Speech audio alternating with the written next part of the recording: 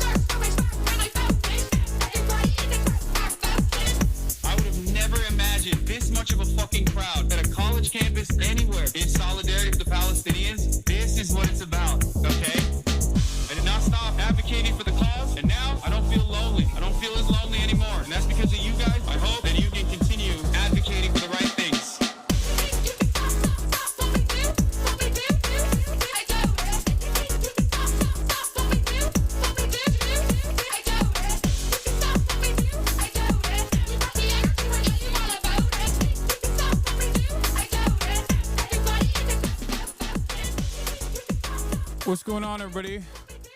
I hope everyone's having a fantastic evening, afternoon, pre-noon, no matter where you are in the world. I'm Hassan Piker, and this is the Hasanabi broadcast coming to you live from sunny, well, not sunny, actually. What am I saying? From rainy California, Los Angeles, folks. We're live and alive, and I hope all the boys, girls, and MBs are having a fantastic one because today's a beautiful day. Today's a wonderful day. Today is Wednesday. Ladies and gentlemen, it is rainy here, 55 degrees, and raining all morning here in cloudy and rainy California, Los Angeles, and it's hump day, folks. I'm live, I'm alive, and I hope all the boys, girls, and MBs are having a fantastic one because today's a beautiful day. Today's a wonderful day. Today is March 12th. Is hump day. And it's a rainy hump day, as a matter of fact. But this is the part of the broadcast where I tell you about my personal news. And regardless of the rain or shine, we grind. We are still going to be having a wonderful time. I feel like this camera has like.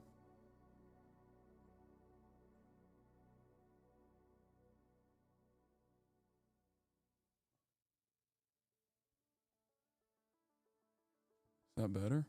It's a little bit better. Oh, sick shirt.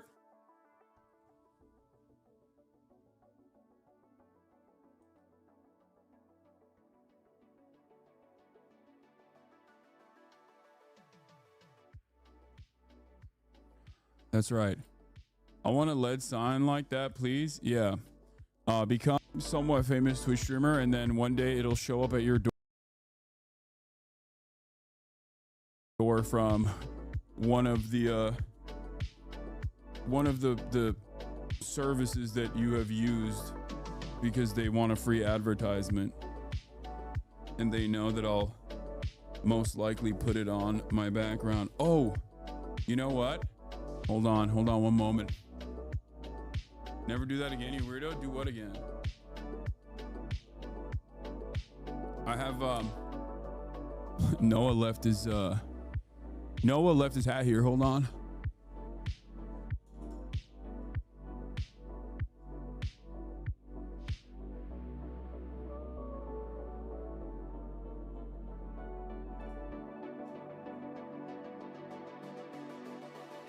It's mine now.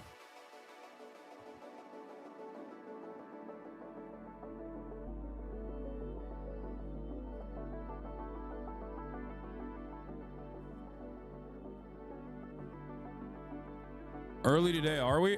No, I'm not early. I'm late. Can Noah be a permanent co-host? He's a busy man. He's a busy man with a busy plan. He's working in New York. Untuck your shirt. You're not 60. No, I got that 60-year-old mindset, baby. Anyway, why is Mudahar being so damn stupid on Twitter? Because he needs to be a centrist. He needs to be a centrist liberal.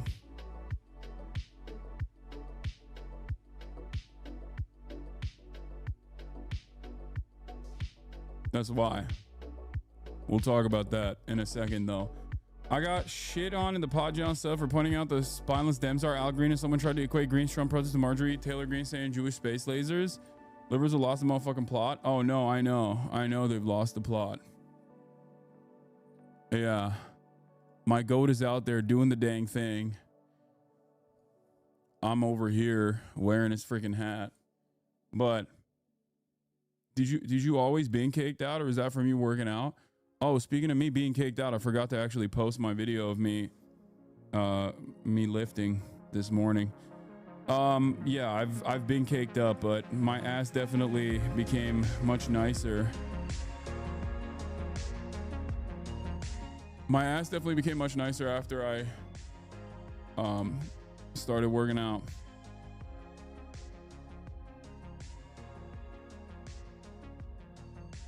But yeah. This is the part of the broadcast where I tell you about my personal news about what's going on in the world of Hasanabi Piker in between the time period where I press the stop streaming button and press the start streaming button. And by God, I will be doing that. Okay. Personal news time, ladies and gentlemen, boys, girls, and MBs. It's personal news time. And what has happened in the world of Hasanabi Piker for personal news? Not much. I didn't really do much last night. I watched Kuroko no Basket. That's what I did. I played some Kingdom I'm Coming. Obviously, I've been playing a lot of Kingdom Come. Your ass was nicer when you were fatter, and you know it. That's crazy. I played a lot of Kingdom Come. And that's pretty much it, honestly.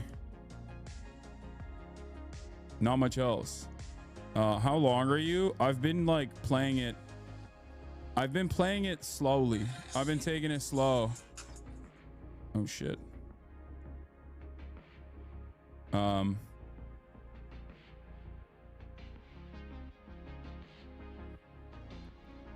on. Split Fiction is the new game of the year. That's what I've heard, honestly. That's what I've heard. I've heard that it's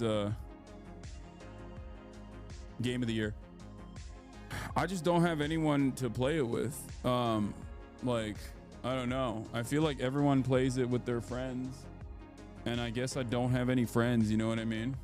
Just kidding. I said I would play it with Asmongold. That's what I would do. Dr. Stella Emanuel is posting again, Lamau. Wait until Death Stranding 2. Ask Ludwig. I doubt Ludwig would do it. But you can't. It's woke. Is it? People are saying it's game of the year. Is it woke or is it game of the year?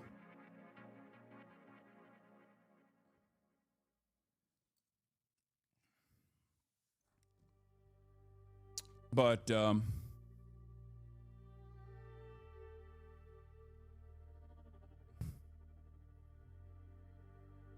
is this about you? What? Important? Yeah, I love how much fake news spreads on Twitter. This is so funny. This is a great example of it. In a recent interview with Vogue, UK popular artist Dua Lipa reveals that she watches Hassan Piker's Twitch streams between shows while on the Radical Optimism tour. I just think he's something the world needs right now. Whenever I watch him, my mood changes for the better. And I love it because this got so much play. It unironically got people believing it. Like like people from Twitch were reaching out to me saying like, is this real? This is crazy. Oh my God. And not only that, but my normie friends were texting me. Being like, Hassan, I can't believe Dua Lipa is a big fan of yours. Like, I hate you. How did this happen?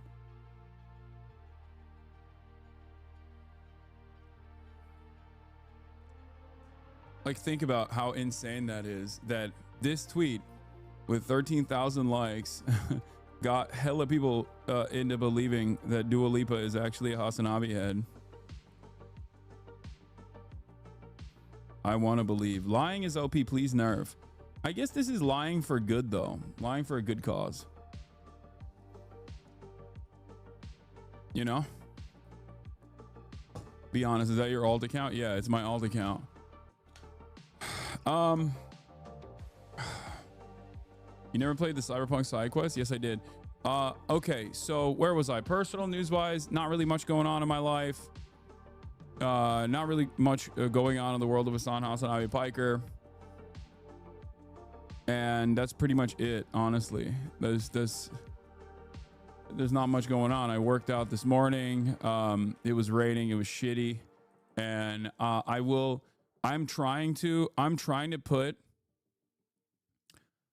the content back in the bag, little bro. Right? I'm trying to do that. I'm trying to post my workouts again. Yeah, I say great video. Give it a watch. This frustrated a lot of people, apparently, including Mudahar. I'm going to be talking about that in a second. Chicago Police Department out in force protecting the Tesla dealership. Great use of resources. Shouts out to our police. But yeah, rain or shine, I was out there doing the dang thing. New merch coming out soon. And then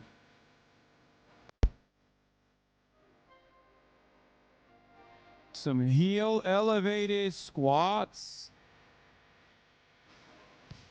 Oh shit, that's only a piece of it. I didn't realize I didn't post the whole thing. Oops. Well, whatever. I just posted that while I was live, so it is what it is. But yeah, I'm trying to put that back out there. I'm trying to put my workout videos back out there because I feel like I've been slacking on doing that. You know what I mean? Get actual squash shoes? What do you mean? Jordans are perfectly fine. But in any case, that's it. And then I spent a bunch of my morning yelling. Not yelling, but having a little bit of a back and forth with Mudahar, who apparently tweeted about me hours prior, interestingly enough. Hours prior. And yeah, we're going to start off there, and then we're going to move on to, obviously, the demands to call your senators. We'll talk about the Tesla stuff. Elon Musk might be just like pumping MAGA influencers with Teslas with the hopes that they can just like bring back Tesla stock. I don't know how great of an endeavor that is, but yeah, let's blast off and let's do it, you know? Hold on.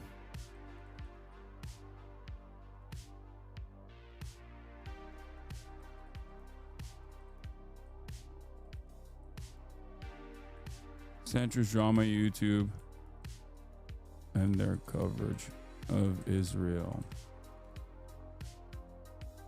I know what France did to the Tesla dealership. I can't tell you how I feel about that because I feel like it's terrorism. Trump is considering it to be terrorism.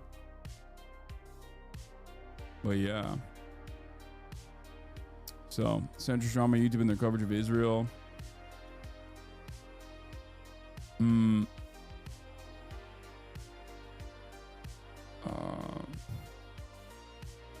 All the free speech warriors are quiet about KHALIL getting KHALIL's possible deportation. Get a haircut, big dog? No, I just literally pulled my hair back. That's it. Nothing else.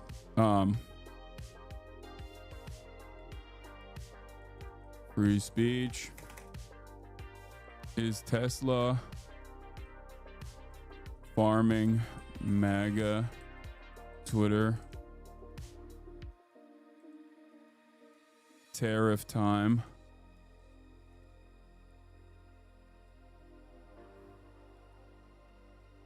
Department of Education layoffs and more. Get in now.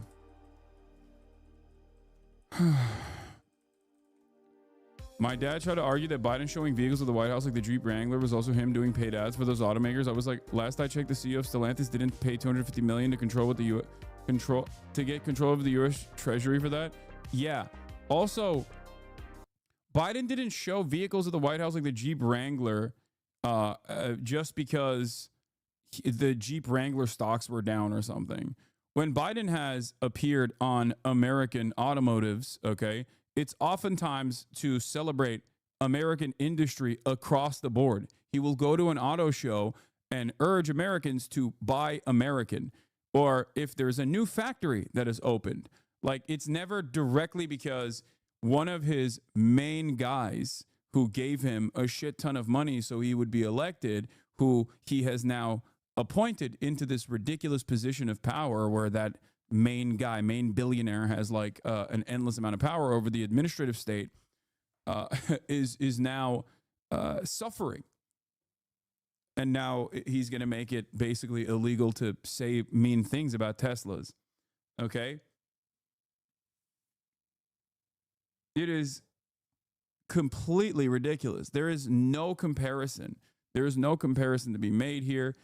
I mean, there is a comparison to be made here if you're a moron, I think. Like if you're purposely obtuse or just like one of the dumbest people someone has ever encountered, but that's it.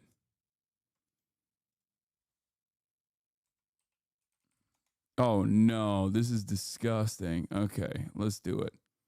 Fuck it, why not? All right, that's it. Centrist drama YouTube and their coverage of Israel. All free speech warriors are quiet about KHALIL's possible deportation over free speech. Is Tesla farming MAGA Twitter?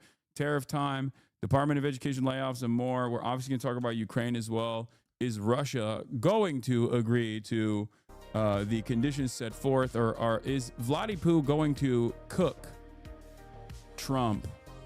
What the fuck is that image? It's a cursed image. It's cursed JD Vance, baby. Would you guys still like me if I was JD Vance? Probably not.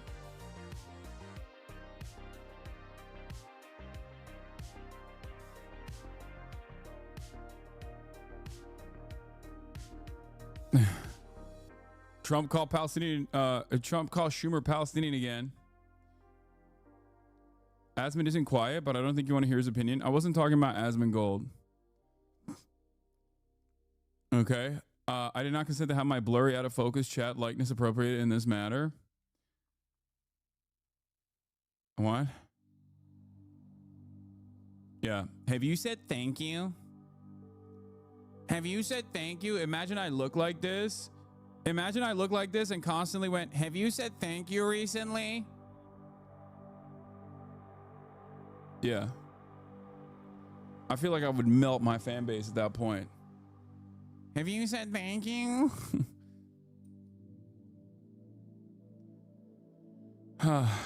But yeah, what are your feelings on the socialist candidate for New York City mayor, Zoran? He's my goat. He's my king. He's doing amazing things. I really, really hope he wins. That would be amazing.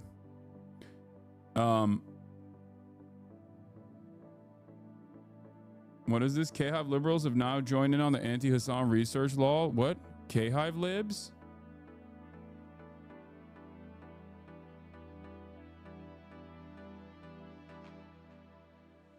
What? Who cares, dude? This got fucking 20 likes. What's wrong with you? Who the fuck? Why would you bring that up? Y'all are crazy.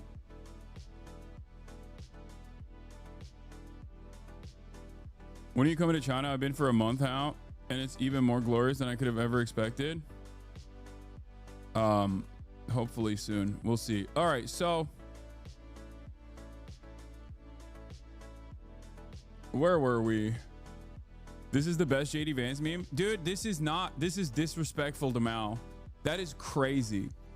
Like using Mao's likeness in this way. Delete this. Delete this. You actually have done a great disservice. I will lose social credit. I will lose social credit. I will never get a Chinese visa. I will never be white Chinese. I can't believe my eyes have laid upon a desecration of an iconic figure of notoriety. This comparison itself it should be illegal. You will go to the countryside. You will toil the land. You will write consistently about how you have engaged in counter-revolutionary behavior. You will apologize for your reactionary sentiment. You will write about all of the ways in which you will write every single day about the ways in which you have engaged in incredible acts. You will do self-criticism, openly talking about the ways in which you have engaged in counter-revolutionary behavior. I disavow. This is the most I've ever disavowed this community. This is the worst thing this community has ever done. Okay, that's ridiculous. I can't believe it. I can't believe it. This is literally a thought crime. Yes, one that should be prosecutable. But in any case, where were we? More deep plowing for this fool? Yes. You must go and toil the land on the countryside until you return, understanding what kind of thought crimes you've engaged in. Completely unacceptable. Okay. Where was I? Oh, yeah. So this is a bit personal news, but also simultaneously not so personal news because it like dovetails into conversations that I've had already. Last night I watched Noah Samson's latest video. His latest video was titled, I forget what it was. I think it was the YouTubers who backed the genocide. And I posted about it on my Instagram and I said, hey, this is a really good video. You guys should watch it because I think it is a really good video. It's a really informative video. It's not just like drama. I know that people will look at it and go, oh, that's just a drama video. It's not. It actually carefully details all of the ways in which Israel has facilitated this genocide in Gaza, and not only does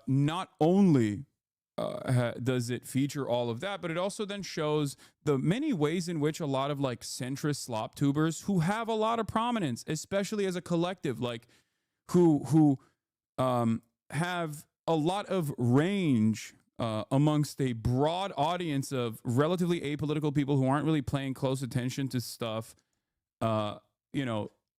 Basically those guys, I think those guys taking this like nihilistic centrist position on Israel by never really talking about Israel directly, or never really talking about like the genocide and the things that have taken place, but instead covering it from the angle of like drama and what content creators are saying, and how the content creators that are on the pro-Palestinian side being bad. Like that, I think, plays a very sinister and cynical role in also doing propaganda. And I think people need to understand that. So it goes beyond drama. It's just like, if you just simply cast it aside as drama, you miss the forest for the trees. It's important for people to recognize exactly what was going on there. I had covered this before. I covered Mudahar's like statements about this before. I didn't even know he had made one. Most of the time, a lot of content creators who are in like the tech space or in like random spaces, like they don't necessarily come out and make like big, bold, declarative statements about their politics or ongoing issues. But I think one of the ways in which like Keemstar adjacent drama slop YouTubers engage in this issue is by taking an even more sinister approach, where they have no interest in understanding the actual impact, the actual issue, and instead they have all the interest in farming it and basically saying what their position is without actually saying what their position is. And I think that that is what a lot of these guys did. Some of them obviously openly and actively said they were pro-genocide, like Destiny. Other Destiny dick riders also played along with that. And then there's like, you know, someone like Mudahar who did the lightest version of this. Basically, the only impact that he had was to say, I'm apolitical, both sides are kind of crazy, but the pro-Palestinian side in America, they're so bad. You know, there is no middle ground when it comes to genocide, obviously, as you guys know. But the reason why I'm talking about this is because it ties perfectly back to all of the deplatforming efforts that are taking place right now online against people who have criticized Israel. And you're basically joining in on that pile-on when your only output in terms of talking about this genocide is to simply say the pro-Palestinian guys are actually really bad. Anyway, so he had this to say this morning. I get watching other people's videos is all you're really good at, but try vetting out slander before promoting Hassan the Hun. I have never defended or backed the Israeli genocide on innocent Gazans. Never will I ever. To which I responded with, in your only vid on Gaza, you admit to not knowing about politics. You try to cover Israel-Palestine as drama slop for centrist audience. You defend Asmongold for inferior culture / genocide comment, then attack pro-Palestinian voices. So I guess you just wanted the ad revenue then. I then followed it up by saying, Muda is a particularly insane case because he's a victim of the same right-wing mobs he often farms in his videos. He literally left Twitter because of the vicious racism. And here he is back again, only to farm more. Motherfucker, you went on Hajj. They hate you more than they hate me, which is true. He literally had to leave Twitter, and it's sad. It's a sad state of affairs when a brown Muslim content creator has to fucking leave a social media platform because people are so vicious and so relentlessly attacking him, not on the virtues of his thoughts or his ideas or his opinions either, just simply because he's Indian, okay? It's completely unacceptable. It's disgusting. I've talked about it quite extensively. Now, having said that, part of the reason why he came back was to unironically, you know, play the role of one of the good ones. That's what's so crazy about it. Like he will act like he will say, I don't have a political opinion, but then also turn around and demonstrate a political opinion that, of course, is trying to position himself as like a centrist person, okay? As a centrist person, angling it from the perspective of drama. To which he also responded, by the way, in your video on Gaza. He said, yes, I do admit to not being an expert on the topic. Didn't cover it as drama since it isn't one. Serious situation with dead people and attacks happening every day. I just don't downplay rapes and sugarcoat violent organizations like you. Also didn't defend Asman in vid. Now, what's interesting about that response is it basically demonstrates the exact thing that I'm talking about. It also is a lie. He did cover it as simply drama, because I responded back to him saying, I didn't cover it as drama with this tweet. Okay. Yeah, I don't do this, and then ends up doing it. I responded with, we were a year into a genocide here. This was your only video on the topic. It downplayed and ran defense for Asma's takes, while the bulk of your commentary revolved around how evil the pro-Palestinian streamers were from clips you compiled off snark subreddits. 990,000 views, though. And then I said, just going to leave this here again. For 16 months, there's been a genocide going on in Gaza. Israel has the same ambitions for the West Bank, which has been under apartheid occupational rule since 67. If your advocacy is slandering and deplatforming pro-Palestinian voices, just admit you love Israel and its genocide. We know, right? Yes, I gave it a self-like this morning. Suck my dick. I was retweeting it. So my point here is that these guys, I think, thought that they can get away with doing this shit. And for much of this time, for much of the time frame in my coverage on Israel Palestine, I haven't really hyper focused on like a bunch of these drama slob tubers. I think Bad Empanada has done a decent job. Bad Empanada has done a decent job of like going after some of these guys, at least like by breaking down the lack of arguments that they're posting on their videos, right?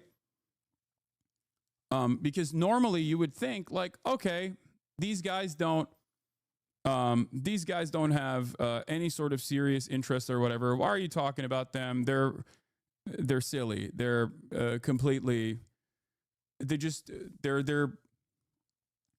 They're irrelevant, right? Like real things are happening in the world and these guys are relevant.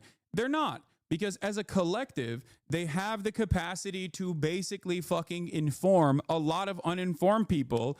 And what are they using? What are they doing with the influence that they have?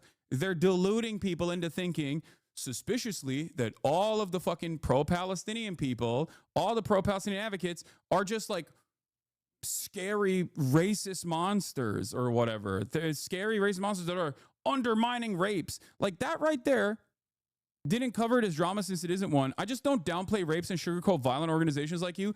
That right there is literally, that right there is a political statement. And it is one devoid of any information whatsoever.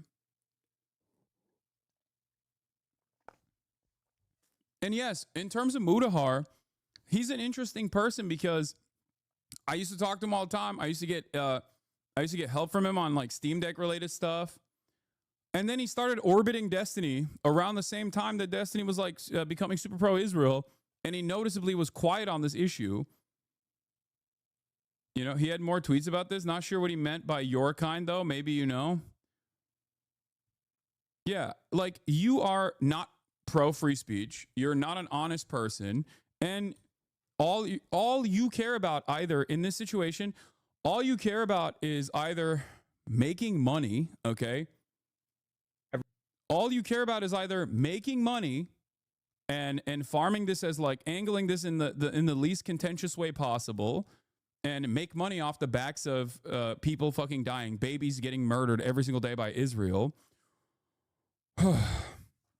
It's either something that you're not genuinely interested in, or B, it's worse, you actually do like Israel, but you're too ashamed to admit it. And I don't think he likes Israel and he's too ashamed to admit it. I think he's just like not very knowledgeable and you know, wanted to make a statement about it, but take a very centrist position. And because he can't say something directly about Israel or Gaza, because then everyone's going to eat his ass alive, all he does is go after people who do demonstrate the courage to talk about these issues. Meanwhile, all he does is fucking basically farm clout and money off of it.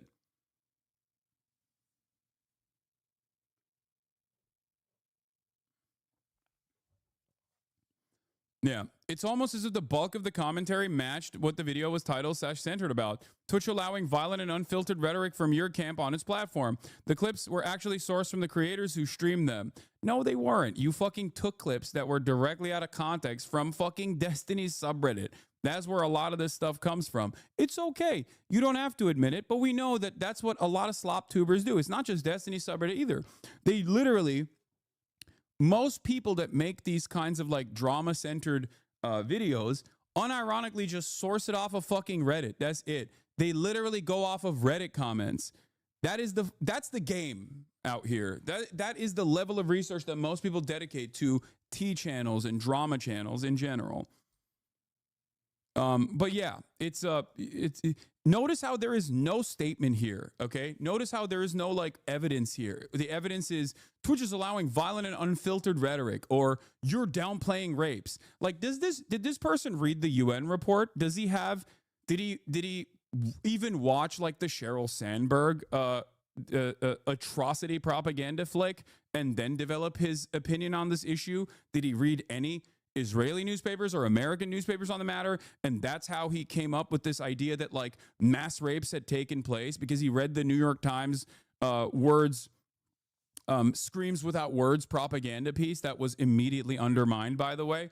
Like, did he do any of that? Is that why he has this position? No, he has no position. He's just repeating something he saw on Reddit. That's my point. And that's what's really frustrating about this issue, is that these guys try to maintain this like nihilistic centrist perspective, but they constantly attack one fucking side while also lightly criticizing the other side. Here, look at this. Look at the situation. Asmongold quite literally said Palestinians are inferior culture and genocide is appropriate. Everything Western values stand for, and it is an inferior culture in all ways. Ooh, whoa, god damn. Bro, what the fuck? Holy shit. Dude, he went in. He's fucking, ooh, god damn. I don't know where the full clip is. I guess it's, so what the fuck is so who did he say? Did he say the Palestinians were inferior cultures or something? I mean, like, at the end of the day, I don't think anybody should sit there and fucking be like, oh, I guess a whole group of people deserve to be genocided. Like, at the end of the day, that doesn't make you any better. Damn, thanks, man. That's a good take, right? That's a good take. He's obviously being very critical of Asmongold here. Is it matching what Asmongold is saying? Not necessarily. You know what I mean? It just doesn't really. This is the problem that I have with so many fucking centrists, okay? They will always defend free speech on the principles when it comes to like some of the most insane right-wing shit you've ever heard, okay? Nazis protesting on college campuses. Not saying Mudahar is doing this. I'm just broadly saying a lot of fucking centrists, a lot of fence sitters, whether it be people like Tim Pool who presented themselves as such, or a lot of these fucking drama slop tubers, they will only talk about free speech when it's like video game titties getting smaller, or when it's like not being able to say a slur on a fucking social media platform. That's the only thing that is like the defense of free speech. When there is an actual issue of the highest political severity, a genocide that is ongoing, and there are active deplatforming initiatives, they will literally fucking stand right there and advocate for that deplatforming to take place.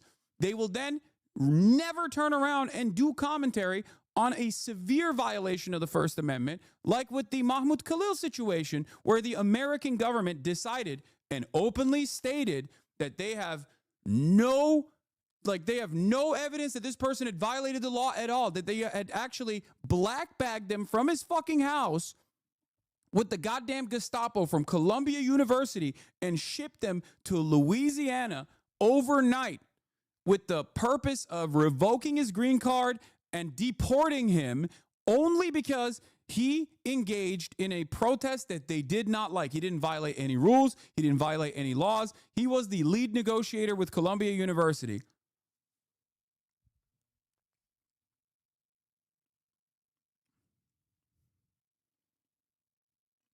Think about that, man. Like, I'm done with this shit. If these guys had any sort of honesty, any sort of integrity, any sort of genuine care for freedom of speech, for example, freedom of expression, they would probably spend a good deal of their time criticizing the Trump administration. He's also double cut because he's Canadian on top of everything else. Because like Donald Trump is actively talking about annexing Canada too. That's the other side of the story. But hey, what the fuck do I know? Make you any better than the shitty party out there. But I assume he's probably referring, if I'm being very charitable, to like. Why he's being very charitable to Asmon. Was that same charitably extended to someone like myself or someone like Frogan? No, it wasn't. Because being a centrist only means, or being apolitical only means you always end up on one side of the issue, and that side is the right-wing side. Like gay people who like ally with that. It's like, okay, there's got to be a longer clip than this, dude. Like I feel like there's at least like a fucking 30 seconds from the beginning that I'm missing here that I just have no idea. Yeah. Well, I'll show you what his take was on. But like any other motherfucker, you're doing them. Oh my god, I want my Camaro, no student loans. F you. I hope you get PTSD, and I hope you get no health insurance when you get back in America. Oh, how out of touch do you gotta be? How privileged do you gotta be to sit there on your ass in California and just badmouth the people that take a bullet for your freedoms every single day? The most outrageous shit you'll ever hear. Like downright, just hateful rhetoric. Yeah, now, didn't need context for that, baby. No context necessary. Oh, hell yeah. Loud and proud, USA will put a boot in your ass. It's the American way. And tell Uncle Sam, you're a man. Statue of Liberty came shaking up frizz, and the whole world came crashing down on me. Now, obviously, the people who are in the military were like, whoa, we're getting that Camaro. I have never in a million years met somebody, and I've met... That's the funniest thing, is just like, because the Camaro line is such a funny meme. In the video, he defends Asma by saying he's probably talking about extremist Muslims. I know. When he gets the full context of the situation, this is how he responded to it, okay? Like, we covered this before. I covered this on the stream because I couldn't believe it. Like, I was genuinely shocked. I was like, damn, dude, like, that's how fucking hard you want to suck off, like, alt-right weirdos? Like loser ass dudes. That's how hard you want to fucking suck these losers off. You want to farm them that hard. I get it. You're like a tech YouTuber, but it's crazy. And I feel like I need to clarify. I'm not somebody that is afraid to say that genocide is wrong. I think that there is an actual case of genocide, and there's an actual case of attack that goes towards the Palestinian people. I think there's very serious situations that go around the world. Very serious situations. Now, at the same time, these are situations that involve a group of people, Muslims and Jews, that have effectively been at each other's throats for not.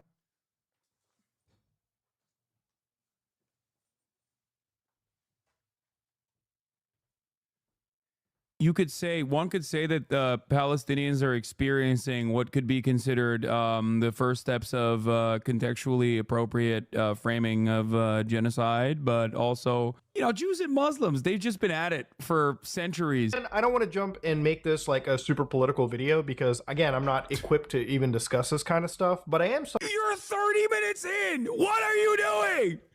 Yeah, that's what's so frustrating. It's like, dude, if you're not knowledgeable on this issue that is a fucking very serious issue, okay, then why the fuck are you making a video on the issue from the framework of drama while also simultaneously coming down harder on the fucking pro-Palestinian advocates than you do on the side that said genocide is fine, the culture is inferior?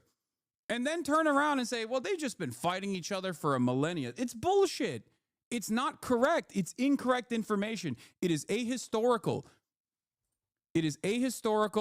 And it unironically feeds into this false notion that, like, it's just Jews and Muslims fighting. Like, get the fuck out of here. I can't stand these dudes, man. I can't stand motherfuckers who just act like this is just like a Muslims versus Jews type situation. Like, my point is this, okay? A lot of people will yell, or a lot of people, I think, in the beginning, in the first couple of months especially, but like definitely over the last 16, 17 months, have been yelling at their content creators to make a statement about this, okay? And it's understandable. You want to apply pressure to the government. You want to keep protesting. You want to get the word out. You want to bring awareness to the situation. And in that process, you want your content creators that you love, content creators with a lot of influence, to come out and make a statement. And you can say, like, I think genocide is unconscionable. I'm not very well equipped to talk about this. That's one thing, right? But like, the moment that you come out and actually try to do this fucking cowardly thing where you're like, I'm pro-Palestine, but I won't really say it fully, but I think genocide is bad. But also all of these pro-Palestinian advocates, in an effort, while there is a deliberate effort to try and deplatform every single fucking pro-Palestinian voice, okay, turning around and being like, yeah, these guys are too radical for my taste. Yeah, you are taking a position. You're taking a cowardly position, and I am infinitely more charitable to people if they admit that they're coming at this from a position of not being knowledgeable, but then they fucking step aside. They don't try to like enter the fray of political commentary with no info whatsoever and then turn around and say, I don't really know anything, but these guys seemingly are really radical. Well, if you don't know anything, then shut the fuck up. Why are you taking a bold stance like this then? You know? Do you think that the 8-second clips that you posted are reflective of my actual fucking commentary on this issue? I've done hundreds of videos with actual fucking professors, journalists, victims of genocide. It's so ridiculous that like all of that is just inconsequential. Israeli academics, Arab academics, like, what are we talking about? What are we doing here? And then it's just all it takes is like one fucking asshole to be like, yeah, this seems radical to me. It just pisses me off so much. It's like, don't assume a fucking bold stance like this. Don't take a bold stance like this. Seems like you have a firmly held conviction on the matter. These guys are too radical. When all is said and done, when the dust is settled, is that what you want your primary takeaway from this subject matter to be? We have a finite amount of time on this earth, okay? On God's green fucking earth. We only have a limited amount of time here, okay? We are going to perish one day. In that finite amount of time, you and I, Mudahar and myself, we were fortunate enough and privileged enough to have a platform with profound influence, okay? Is that what you want your only takeaway to be from this moment? I'm not pro-Israel. You know, I don't think genocide is appropriate, but these people who are actually calling out this genocide are getting attacked, and I am joining the people that are attacking those people. It's fucking ridiculous. It makes me so mad. It is so cowardly.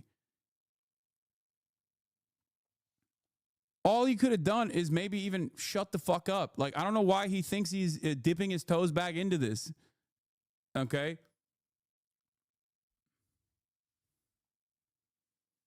I don't want to talk about that topic, creator is pro-Israel. Yeah, it's crazy. Yeah, Muda going after Twitch here when Destiny and Ethan started brigading advertisers together. Exactly. And it's also the kind of shit that like a lot of these apolitical content creators wouldn't stand for normally. Okay? It's a lot of stuff that these apolitical content creators normally wouldn't stand for if it was happening to any other fucking content creator. You want to know what I mean by that? Like, if any other content, these guys were attacking Ethan when Ethan was like calling out Keemstar's advertisers because they were like, you can't fuck up the bag. You're going to fuck up the bag for everybody. But hey, God forbid, dude, when deplatforming, you're always anti-deplatforming until it's a motherfucker who you don't like or is saying some shit that you don't actually like. I hate that. I hate how cowardly that shit is. Have some fucking conviction, dude.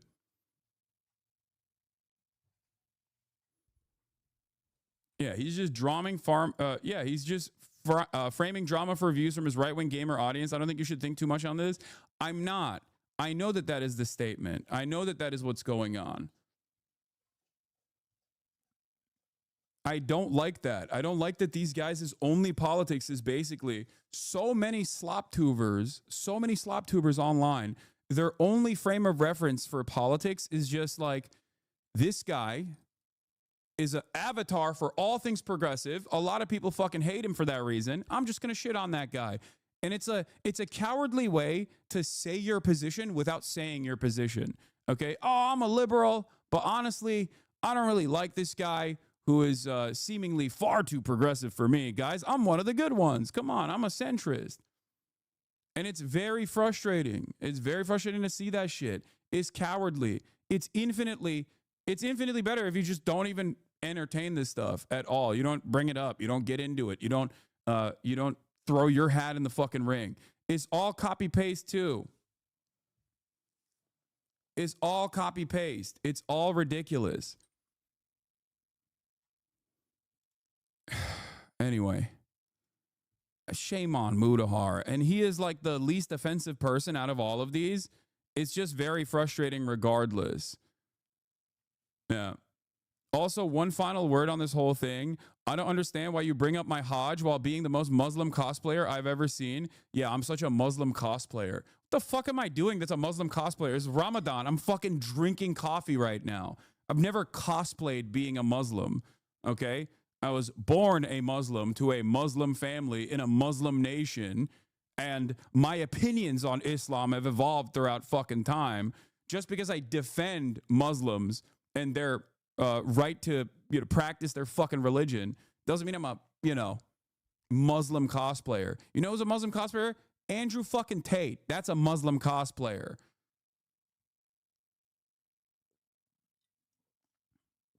I've been pretty open about my perspective in terms of like how I view religion, my religion, and what I think of it all.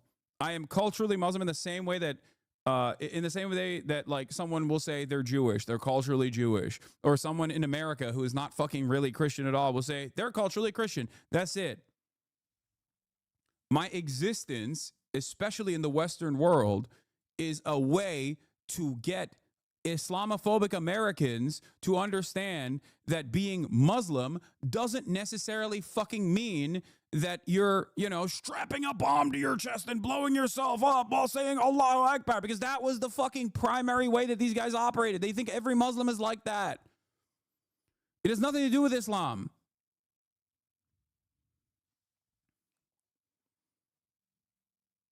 And the reason for why I do that is so that people are more understanding. The reason why I do that and the reason why I explain this every day is so that people don't come after you with Islamophobic nonsense. It's all good, though. I will still obviously defend Mudahar against the psychotic fucking racist attacks he has to withstand on a daily fucking basis. But I will tell you, I will tell you right now, okay? Just positioning yourself alongside Keemstar and all these fucking drama slop tubers that will write 11 million articles about like, this is the day Hassan finally gets canceled, okay? Doing that shit is not going to save you from these people that literally think you are lesser than them because they're fucking racist, okay? That's it. You will never be one of the good ones. Like, they will not see you as one of the good ones, okay?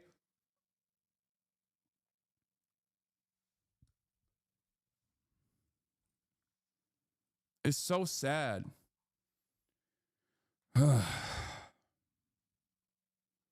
And yes, it is just popularity and money for a lot of people. This is the job. This is the bread and butter for a lot of people.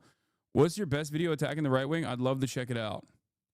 Yeah, Hasanabi subscribes to leftist nonsense where everyone fits into categories. Everyone's ranked on a race-based hierarchy. Like, what the fuck is this person saying? Who is this person?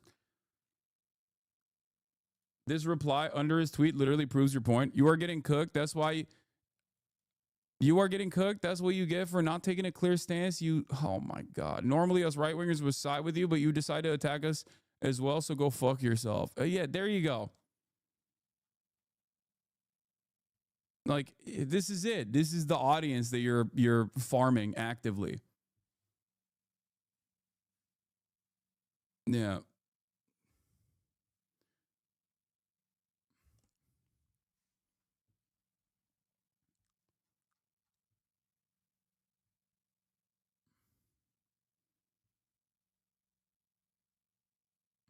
Anyway, yes, I know Trump backtracked on ethnically cleansing Gaza. We'll talk about that in a second.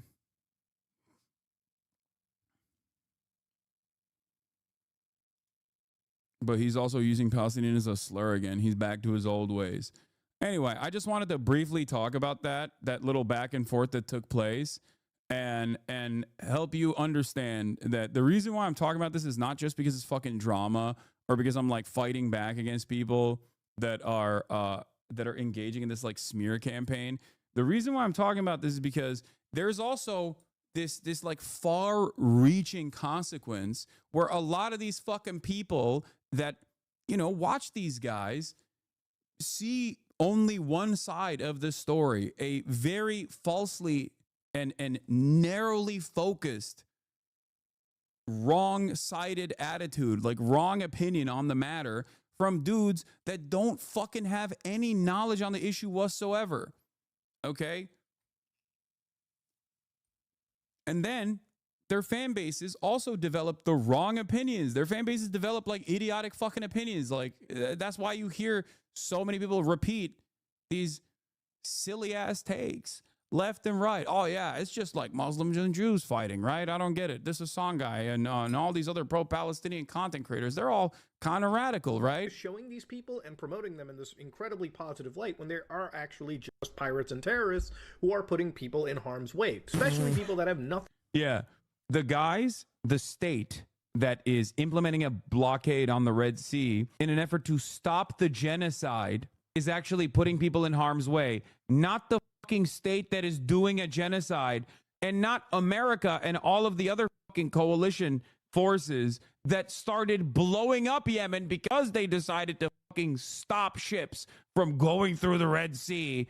Because that's the craziest part, because it's like, how are you gonna fucking sit there? How are you going to fucking sit there and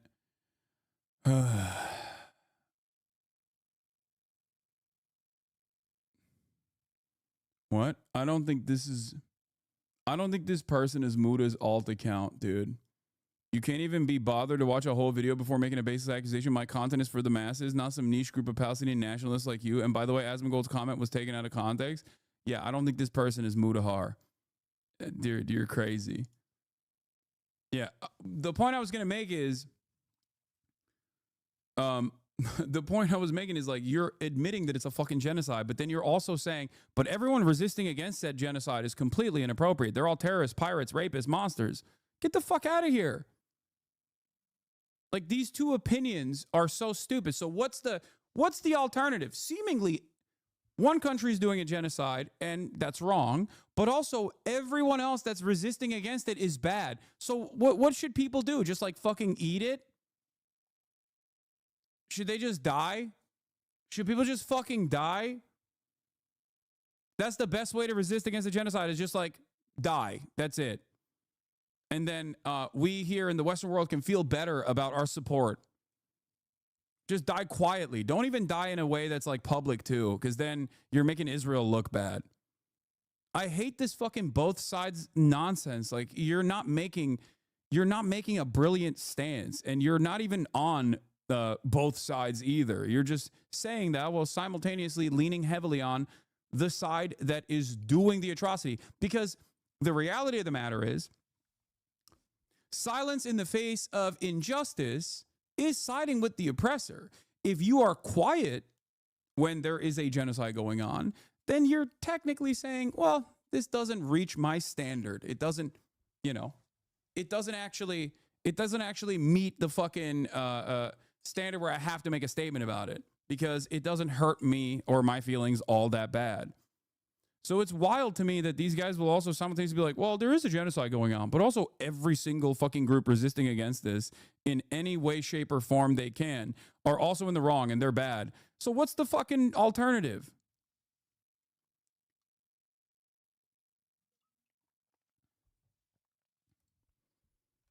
What's the alternative?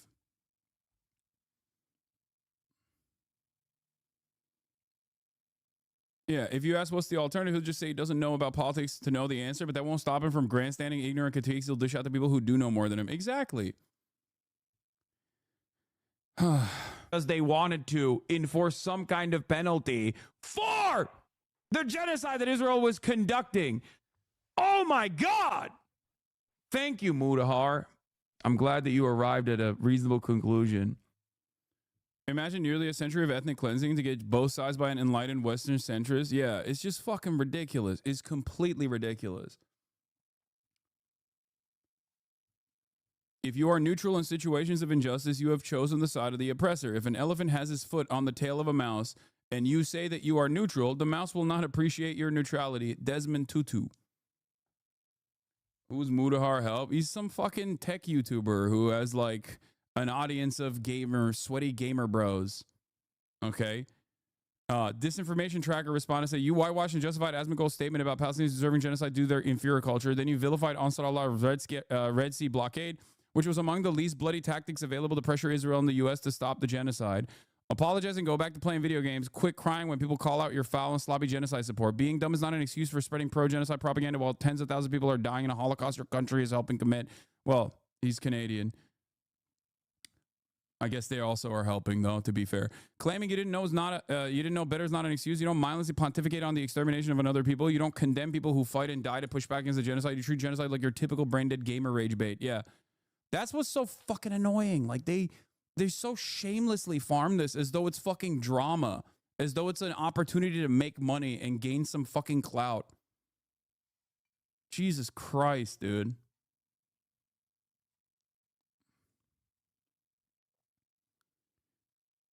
Muda should stick to creator drama. He's not sharp enough for political commentary. No, but that's the problem. Also, some aspects of political commentary cannot be covered like it's fucking content creator drama. That's the point. And these guys do it all the time. And they do it shamelessly. And because they establish themselves in a center-right perspective, they can get away with saying whatever the fuck they want from a position of authority when there's no underlying information, no evidence.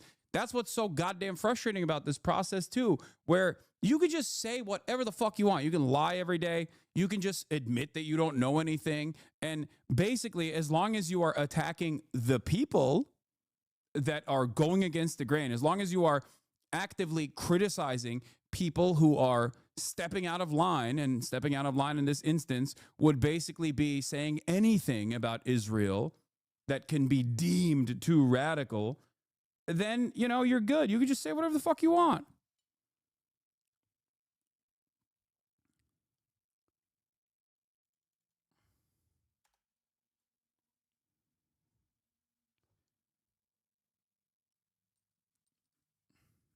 That's it. You will always be able to have a career as long as you are siding with the more powerful institution, okay?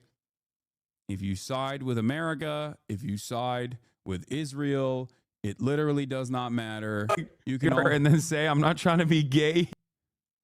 What is this? But I feel like I need to clarify. I'm not somebody that is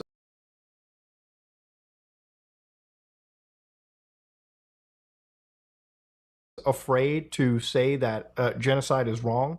I think that there is an actual case of, genocide, and there's an actual case of attack that goes towards the Palestinian people. I think there's very serious situations that go around the world. Now, at the same time, these are situations that involve, a group Did it F a little bit? of Small people, hiccup? Muslims and Jews, that have effectively been at each other's throats for not. It was a Twitch server side situation. I didn't experience that. One could say that the Palestinians are experiencing what could be considered the first steps of contextually appropriate Video, because again, I'm not equipped to even discuss this kind of stuff, but I am. Okay, never mind. I watched this already. All right. Let's move on. Let's get to it. Let's talk about the ways in which this also obviously factors into our everyday existence. The American government, the right-wing American government, is now actively looking into denaturalizing or at least revoking the green card of legal permanent residence. MAHMOUD KHALIL is the first step. They've stated that they're going to do this over and over again. Okay. Mudahar was in D's Discord giggling like a schoolgirl, like a hoe, after D came out and publicly said even nuking Gaza won't be considered a genocide. I don't think he even made a video about the sex-based allegations yet. Yeah, it's just weird because like even people who cover drama have been noticeably absent. I have noticed that There's been like 3 or 4 videos. Can you imagine if a similar situation happened to me? How many fucking videos would be made on that process? But none of those drama slop tubers, with the exception of like 1 or 2, have made any videos whatsoever on their friend who they like being pursued for actively filming some of his orbiters that he called orbiters in the act of having sex with one another and then distributing that pornographic material without the consent of the parties involved. Did Asmongold cover that? It's just weird. I don't know. It's just, it kind of feels like these guys have, considered me a much worse person than that for quite a long time. I wonder what it is. I wonder what is stopping them from covering this issue. I think there is no better way to understand someone's political position than what they choose to fucking cover and what they choose not to cover, okay?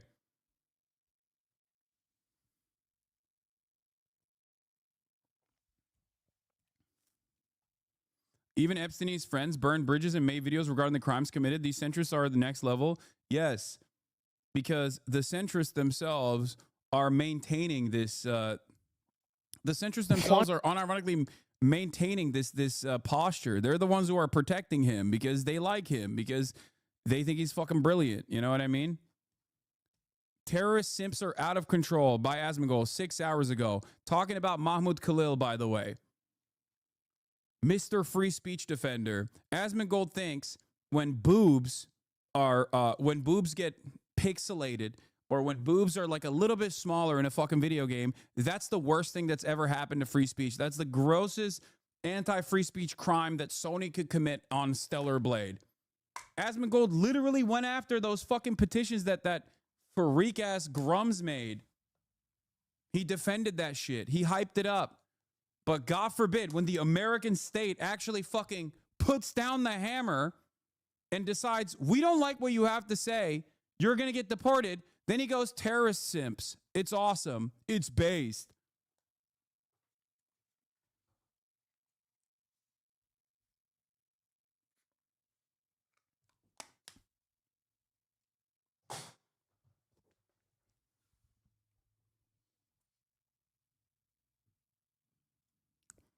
As I was saying, pro-Palestinian activist Mahmoud Khalil was black-bagged from his Columbia University campus apartment by the Department of Homeland Security, by ICE agents, and expeditiously shipped off to Louisiana. Today, in New York, a New York judge oversaw whether or not that was appropriate. Okay? And it's not appropriate. In the time frame that this happened a couple days prior, we learned that the Department of Homeland Security actually openly stated that there was no illegal reasons, there was no law that was violated for Mahmoud Khalil's arrest and subsequent deportation, or the deportation process starting, and that it was specifically because they didn't like what he was saying. It was because of what he was doing and what he was saying, which was Mahmoud Khalil being a pro-Palestinian activist, a student activist. That's it. That right there is a direct violation of the First Amendment. If you can't fucking see that, if you can't understand how dangerous this is to turn a blind eye to, then you're fucked. It's over. Your eyes are closed. Fascism is here, and your eyes are fucking completely closed. It was not even an arrest. It was a kidnapping by the government. And it wasn't even like this person saying things that were anti-American either. It was literally for a foreign nation. For a foreign nation. The nation of Israel he hurt the nation of Israel's feelings. He must now be deported. You cannot be a green card holder and hurt the feelings of the glorious state of Israel. What a ridiculous situation this is. Where are the free speech advocates? This is a real violation of free speech. This is a real violation of the American right to demonstrate. In our country as it relates to this next story, CBS News 24/7 with an eye to court battles over a pro-Palestinian activist facing deportation out of the United States. We are talking about MAHMOUD KHALIL. So let's learn a little bit more about him. He's a legal U.S. resident. He has a green card. He protested against Israel's war in Gaza at Columbia University. Of course, we know Columbia University getting a strong finger wagging and a withdrawal of some big-time dollars in recent days. Immigration agents arrested Khalil over the weekend, shipped him off to a detention center in Louisiana. Columbia grad. Now his supporters and legal advocates are rallying for his release. Well, fast forward to today, and this is the scene from the sky. The arrest sparking demonstrations in some parts of our country, not the least of which right outside the courtroom. The White House says Khalil's arrest is the first of many, and that sent protesters who say his speech should be protected as a legal resident of the United States under green card status. Well, they say they're going to protest that. They say he should be protected, should not be deported. Meanwhile, the Department of Homeland Security, we are understanding, says they will detain more people connected with last year's protests. All right, it's my understanding that we have an opportunity now to hear a news conference on this very issue. Louisiana is a day too long. We and he fully intend to vindicate not just his First Amendment rights, but those of all Americans, frankly, and all lawful permanent residents, and anybody who wants to speak out. It simply cannot be the case that you can be disappeared at night off the streets of New York City simply because the current U.S. government, the current administration at the White House dislikes what you have to say. That is, not just un-American, it's also unacceptable. And so Mr. Khalil and we will fight as hard as we need to in court to bring him home to New York City as soon as possible. And that's one of the motions that is now pending before this court. It is a motion to bring him back home and to free him so that he can fight this removal case. Why did you not take the judge's invitation to argue the merits? So we won't be answering questions right now, but Just tell us just how unprecedented something like this is. You just talked about that. look, this. No questions yet. Just like Okay, so I'll just say this and I'll step back. It is absolutely unprecedented. The grounds that are being cited. This right here is such an insane violation, dude. He's being held in a detention facility in Louisiana. Okay? If people, it doesn't matter what your perspective is. Like, it doesn't matter. I'm telling you right now. It literally doesn't matter. Even if you're a fucking right-winger, okay? Even if you're pro-Israel, if you are stupid enough to think that this is a good decision, you are so goddamn short-sighted. You are not seeing the fucking forest for the trees. This is an insane violation of the First Amendment. Why Louisiana? Because they judge shop and they have more reactionary, more right-wing judges in Louisiana that will expeditiously move on with this process and possibly revoke his citizenship and deport him, even if there isn't like real reason to do any of those things.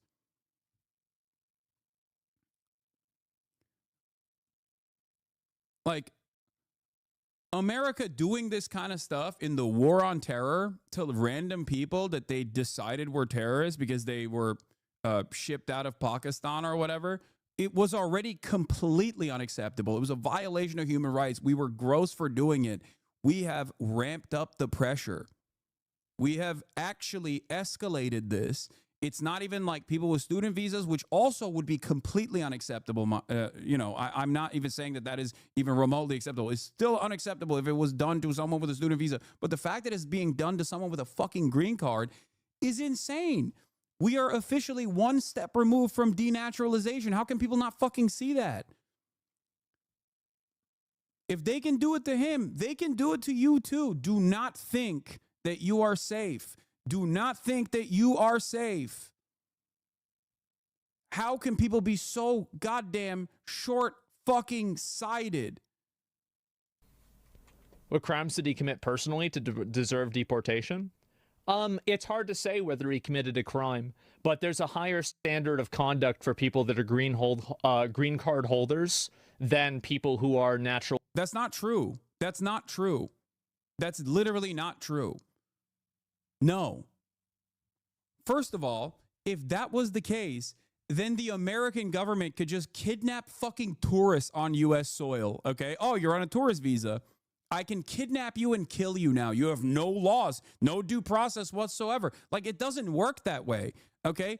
Everyone that's legally and even illegally on U.S. soil still has due process. They still have a right to a fair trial, okay? The idea, this is like, you don't know anything. It makes me so mad. There is no tiers for people in terms of like the criminal justice system. You can't just be like, no, sorry, you're a green card holder. I can, the government can come in and just deport you. No, the reason why people are fucking freaking out over this is because up until this moment, it is completely unacceptable, okay? Just because the government decides it's acceptable doesn't mean it is. It is not only immoral, but it's also illegal. You can't, based your way out of this argument. It's so fucking stupid.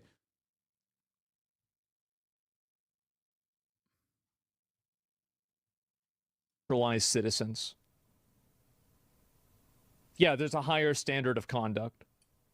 And he wasn't meeting that conduct, so he's getting deported, hopefully. Hopefully. My grandmother was from Germany, had to flee with her family during Hitler's regime. She had relatives who would eventually be killed in the camps. In her life story, she wrote that one of the first steps when Hitler took power was to strip all educational institutions of Jewish professors, including her father. So they had to leave. This is fascism. This is Nazism. It's already here, and it's not hyperbolic to call it that. Exactly. It's not. It's not. People don't understand. People do not fucking understand what is going on. People do not understand what's happening. What's happening in front of their fucking eyes, dude. Oh, people think Nazis just tuned up fucking the Holocaust button to 11 overnight. Like it just happened overnight. It wasn't a process that took decades of dehumanization and justifications that were created, legal justifications that were created off of completely false premises that Jews were responsible for all the wrong things in America. I mean, I'm saying American because we are talking about America in German society. It didn't happen. It was gradual. We are closer and closer than ever before. We're in it now. We're officially in it. The only thing that is stopping Donald Trump from implementing full-blown Gestapo shit at this moment, the only thing that is stopping Donald Trump from implementing full-blown Gestapo shit of like door knocking and just like rounding up people and putting them in concentration camps is logistics, okay? That's it. They don't have enough money and they don't have the detention centers right now. And they don't want, ICE doesn't have the capability to do so. That's it. We've passed the Rubicon. The only thing that's stopping these guys is money, okay?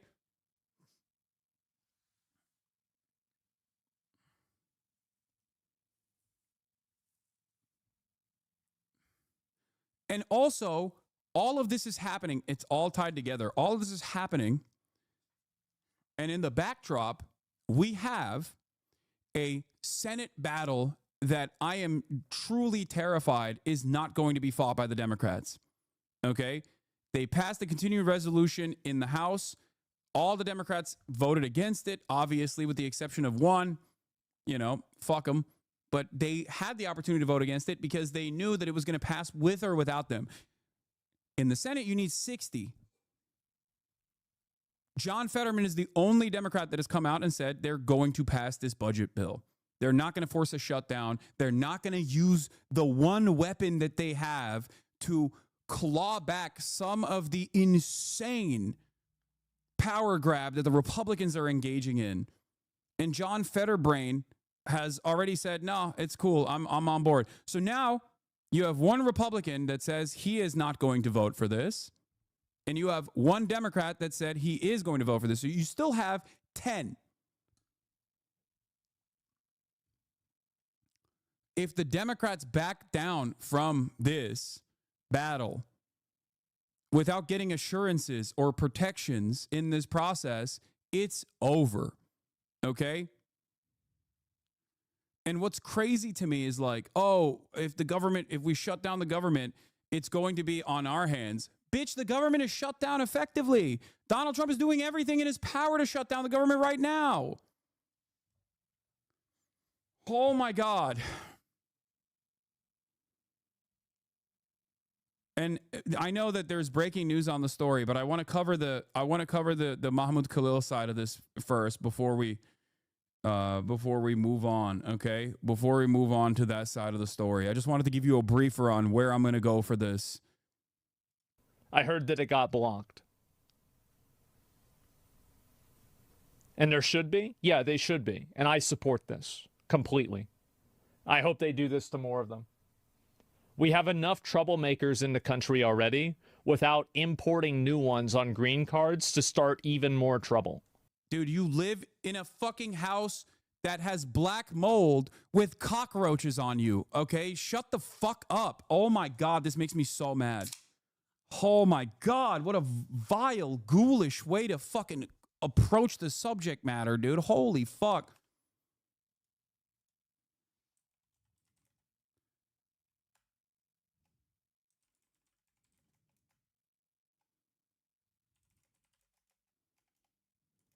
I'm going to at him.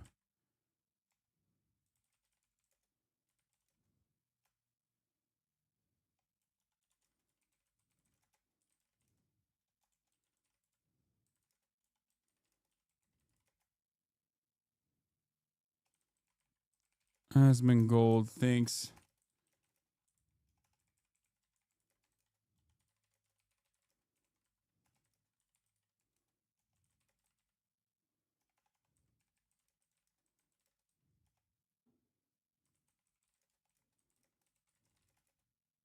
when the Department of Homeland Security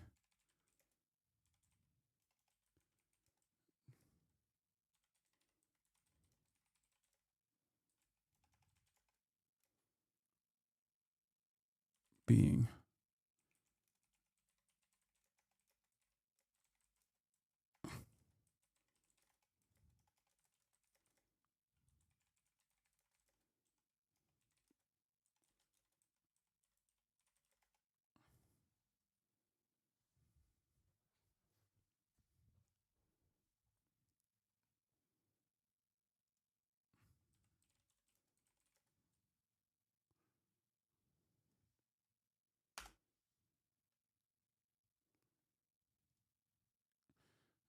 okay.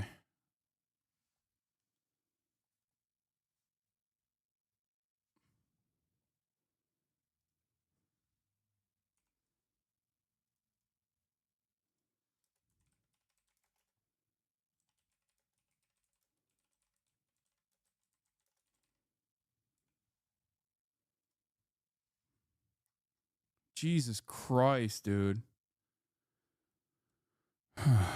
I don't even know if I should be joking about the fucking violation of free speech when devs make video game boobs smaller, but like it is so ridiculous.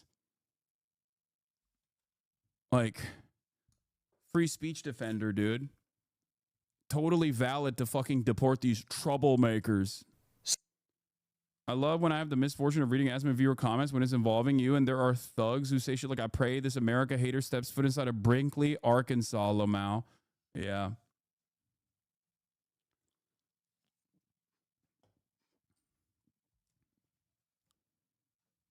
I didn't add him. He's going to see it anyway.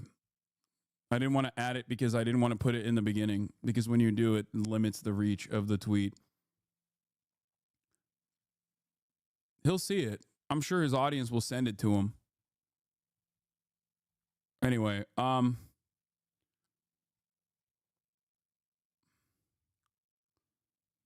it's just like, oh my God. So he's getting deported. Hopefully. Hopefully. I heard that it got... Hopefully, dude. Hopefully he's getting deported. Like, what a fucking insane statement to make, dude. Holy fuck. People are so comfortable making statements like this as long as it's the government doing this shit.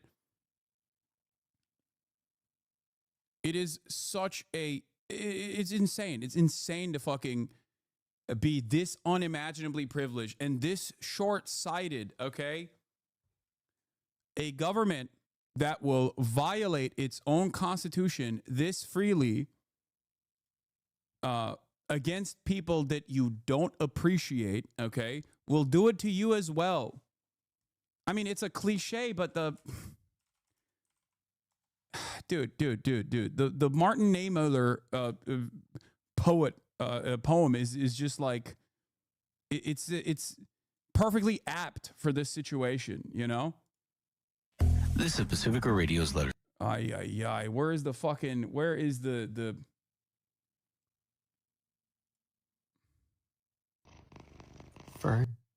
Oh my God, I'm so annoyed. I just want to watch like one fucking 50-second clip, and there is no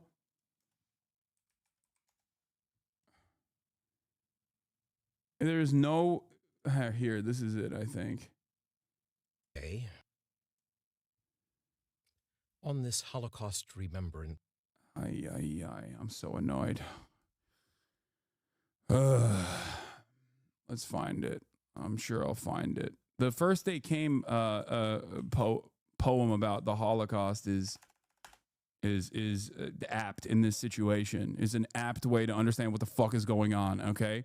First they came for the communists, and I did not speak out because I was not a communist. Then they came for the socialists, and I did not speak out because I was not a socialist. Then they came for the trade unionists, and I did not speak out because I was not a trade unionist. Then they came for the Jews, and I did not speak out because I was not a Jew. Then they came for me, and there was no one left to speak out for me. It's apt. It's important for people to understand, okay? Martin Niemöller wrote this poem. He was a prominent Lutheran pastor in Germany. In the 1920s and early 1930s, he sympathized with many Nazi ideas and supported radically right-wing political movements. But after Adolf Hitler came to power in 1933, Niemöller became an outspoken critic of Hitler's interference in the Protestant church. He spent the last 8 years of Nazi rule from 1937 to 1945 in Nazi prisons and concentration camps. Niemöller is perhaps the best remembered for his post-war statement.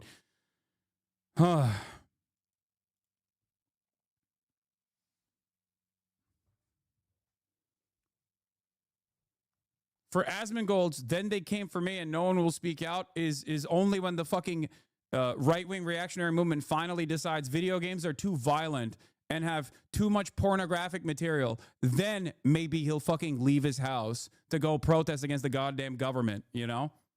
At that point, it'll be far too late, I suspect.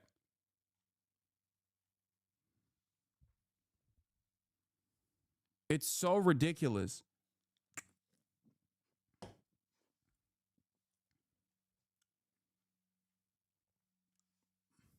Yeah, based. I didn't realize it would go this far. Yeah.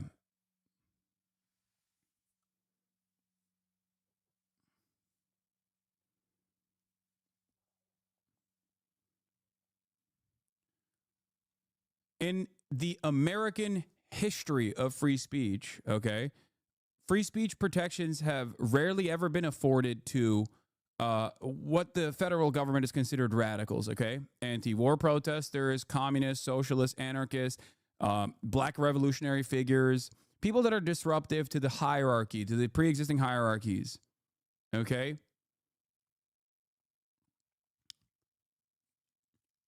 That's true.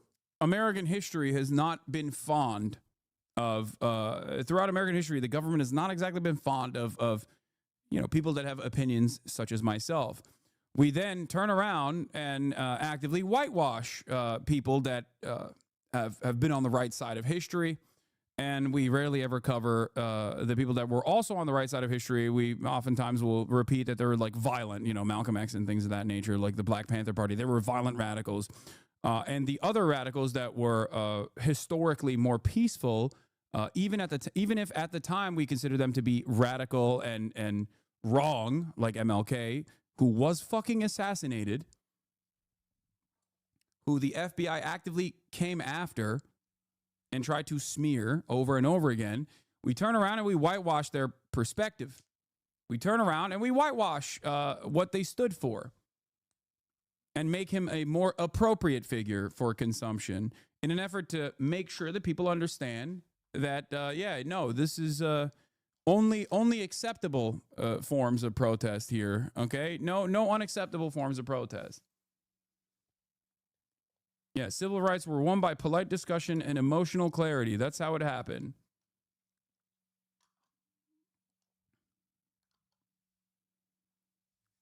Which is wrong. That's not how it happened. I cannot comprehend how people don't understand that this is it's over, you know? If you're defending the government at this point, you're fucking cooked. You're absolutely cooked. By the government for purportedly claiming to revoke his green card and putting him in removal proceedings. This is a person who is a lawful permanent resident. This is a U.S. person. Those grounds are vague. They are rarely used. You know, essentially, they are a form of punishment and retaliation for the exercise of free speech. We think it won't fly in federal court. We think it won't fly in immigration court. And it certainly should not fly in the court of public opinion. Why not raise that today? The judge gave me up. All right. Thank you, Ramzi. Hi. Next, I'd like to introduce Bahid Azmi, the legal director of the Center of Constitutional Rights, also a member of Mahmoud's legal team. Bahir Azmi, Baher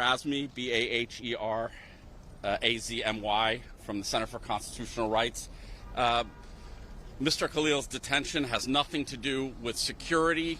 It is only about repression.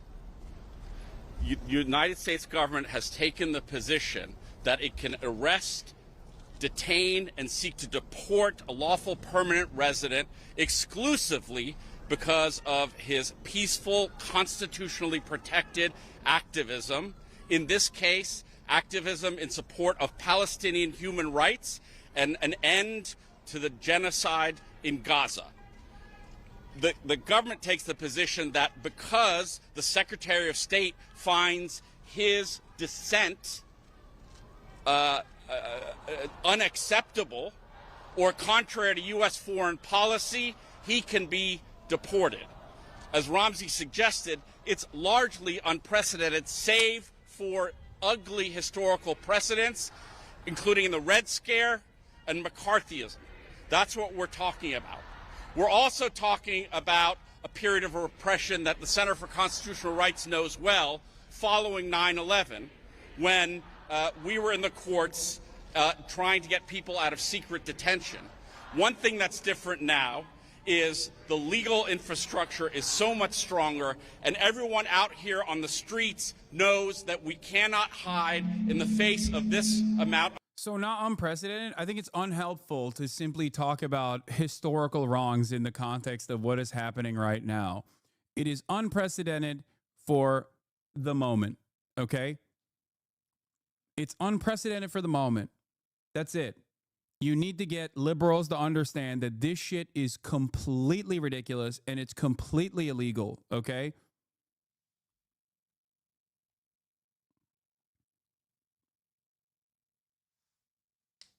Yeah, it was Red Scare shit like deporting racial justice advocacy. I mean, they fucking executed racial justice advocates, obviously.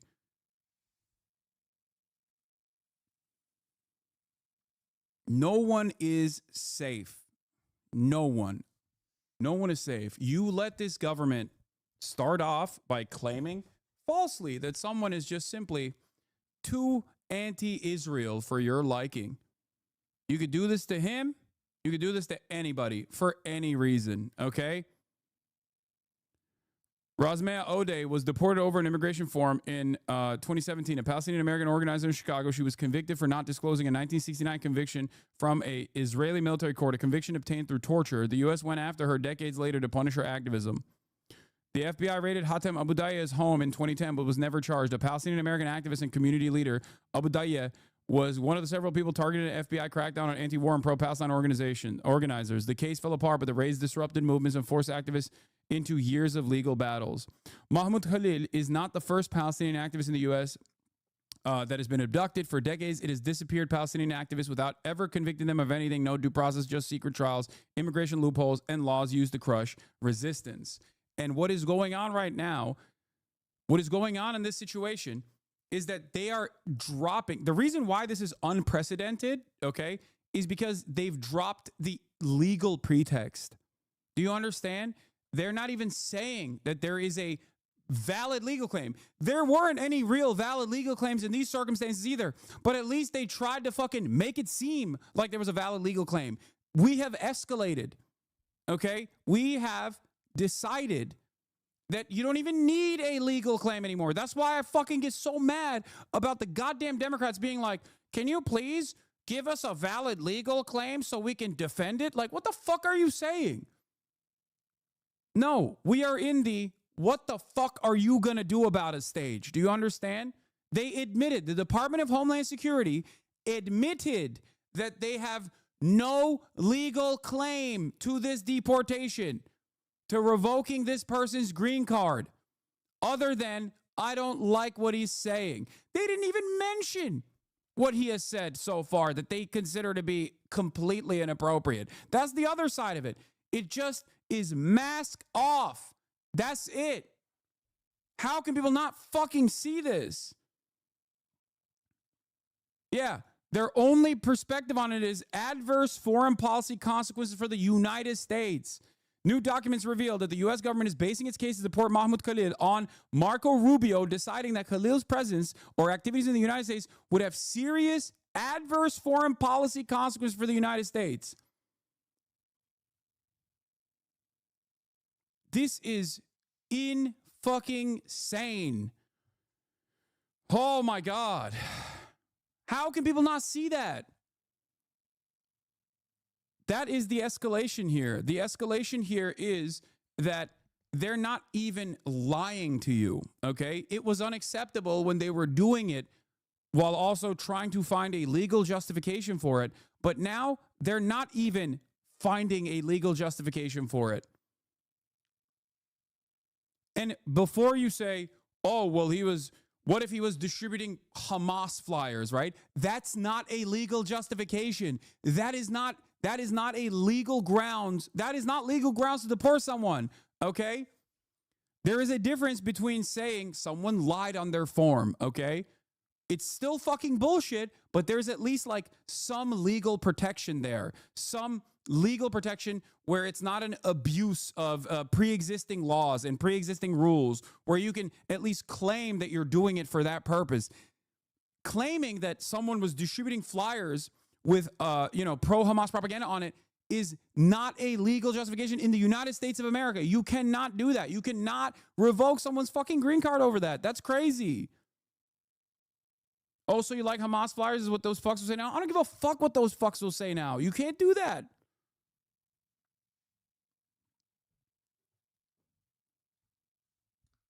And there's no evidence that that was happening anyway. And even if that was happening, they're not even using that as evidence. They're not using that at all.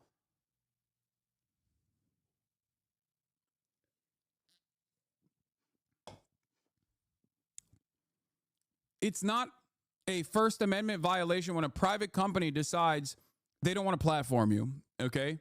That's not a First Amendment violation. It's shitty, okay? It happens all the time. It happens to people like myself as well.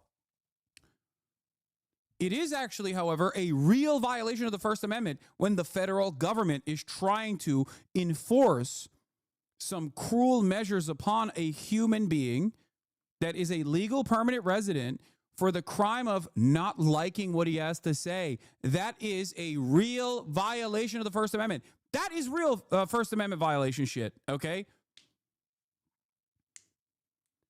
This being done at the behest of a foreign nation makes it even crazier. This is not Israel. This is the United States of fucking America. You can't do this shit, okay? The fact that there are people who don't recognize how insane that is and how this is a completely unacceptable violation is shocking.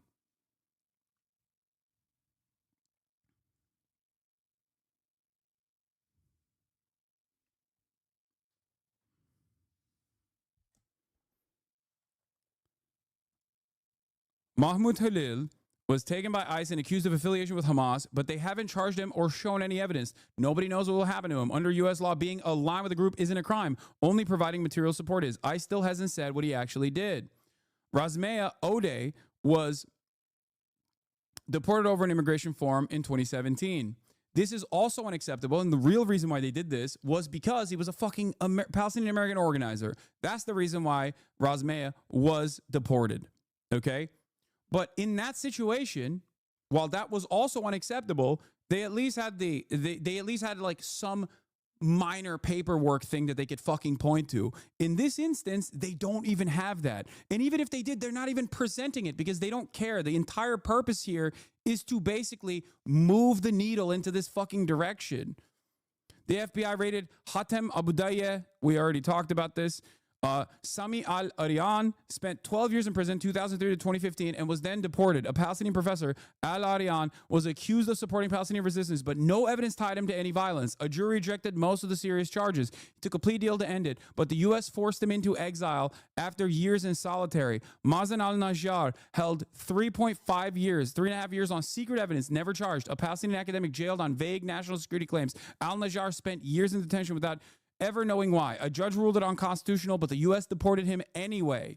Palestinian resistance is criminalized in the U.S. The U.S. doesn't need a conviction when it can just disappear you through forced exile and political suppression. No charges, no trials, just raids, deportations, and indefinite detention. We all have to fight this, or they'll keep getting away with it. I would go so far as to say all of those previous instances of unacceptable ways in which these people have tried to find legal justifications for deportations like this played a role in what the Trump administration is doing now. And I'll go so far as to say that the Democrats also are liable here. They are morally culpable in this as well. Before you say, Hassan, oh, Democrats would never do this, remember, they spent the entire 16 months overseeing a genocide, actively arresting more than 3,500 student protesters, constantly claiming that they were fucking violent, radical terrorist supporters themselves. The Democrats kept saying it. So then, yeah, of course, when a Republican comes in and he says, well, you guys have been saying these guys are terrorist supporters, time to fucking pack them up.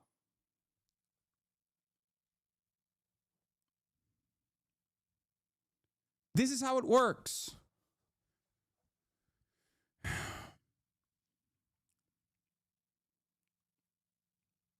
They do not have to use any real justifications for it. They can just simply claim. There are a lot of reasons They can just simply fucking claim you're a bad dude. You're funded by Iran. You're funded by Hamas. A laughable notion. No evidence necessary. You're done. You're out. You're deported. And they will move on from green card holders. If they can do this to green card holders, they can do this to student activists that are on student visas. If they can do this to student activists on student visas and green card holders, they can do this to American citizens as well. And if they can do this to American citizens, they will eventually do it to you. It doesn't matter. You might think, okay, well, I don't give a fuck about Palestine. I don't give a fuck about Israel. Who cares? Okay? There will come a moment where it will be an issue that you do care about. How do you not understand this? As the illegal enforcement moves in this fucking direction, if you think you will be spared by the violence, you are a fool.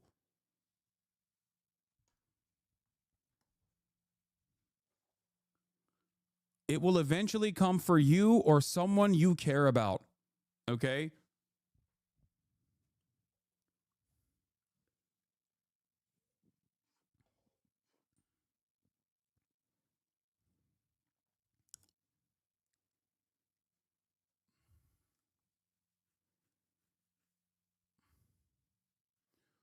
What are the odds of them putting him and many others in the future in Guantanamo so they can skip this whole law bullshit? They already said that anyone who destroys Tesla will be branded as a terrorist. Yeah, that's the other side of this. Like if someone engages in an act of vandalism against Tesla or Tesla stores or whatever, then there is a legal process to go through. You can't just slap them with the vague terrorism designation and decide to do whatever the fuck you want to them. Terrorism as a political designation is intentionally vague. The reason why it is intentionally vague is so you can apply it to whoever you don't like. The terrorism designation is applied so that you can deny them their due process.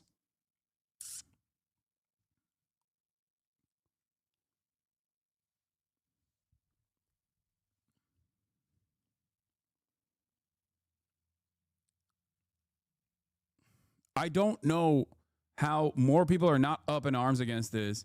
And I genuinely am shocked that, like, look, I'm not expecting Asmongold to have a principled freedom of speech stance. Like, obviously, make no mistake. He's just, you know, reacting to whatever his fucking chat is saying. But god damn, dude. Like, it's shocking that more people don't understand how genuinely consequential, how genuinely damaging this is. Yeah. Like, Mr. Trump will end this war on free speech. Like, that's, yeah.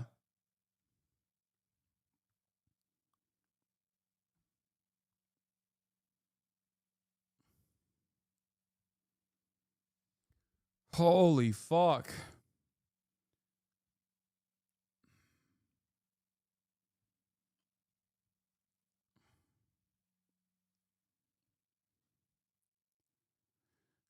Of repression.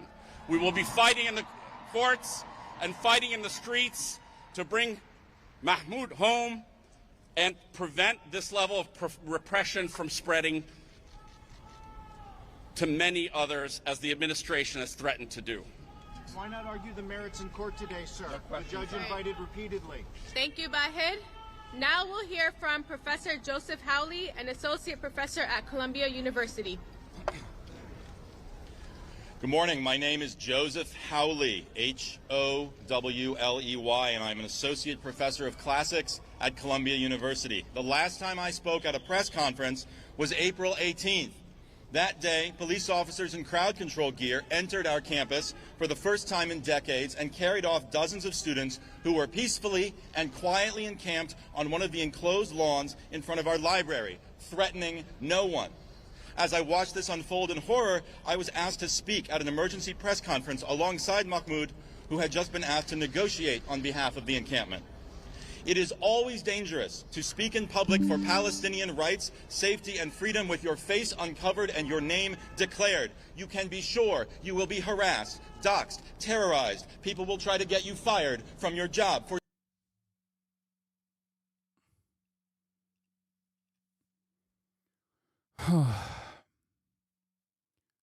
What is this person? There was a question that someone had.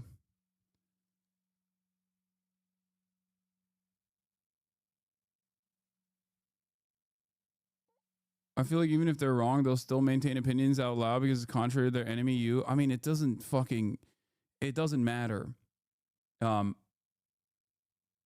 for speaking here.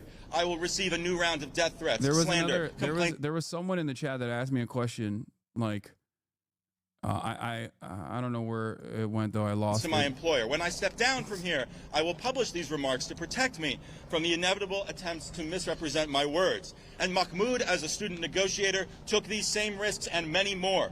Mahmoud is a man of decency, honor, and kindness. He has distinguished himself in his work as an advocate and negotiator, as someone committed to peaceful resolution of difficult situations. He is a consummate diplomat in his disposition and his character.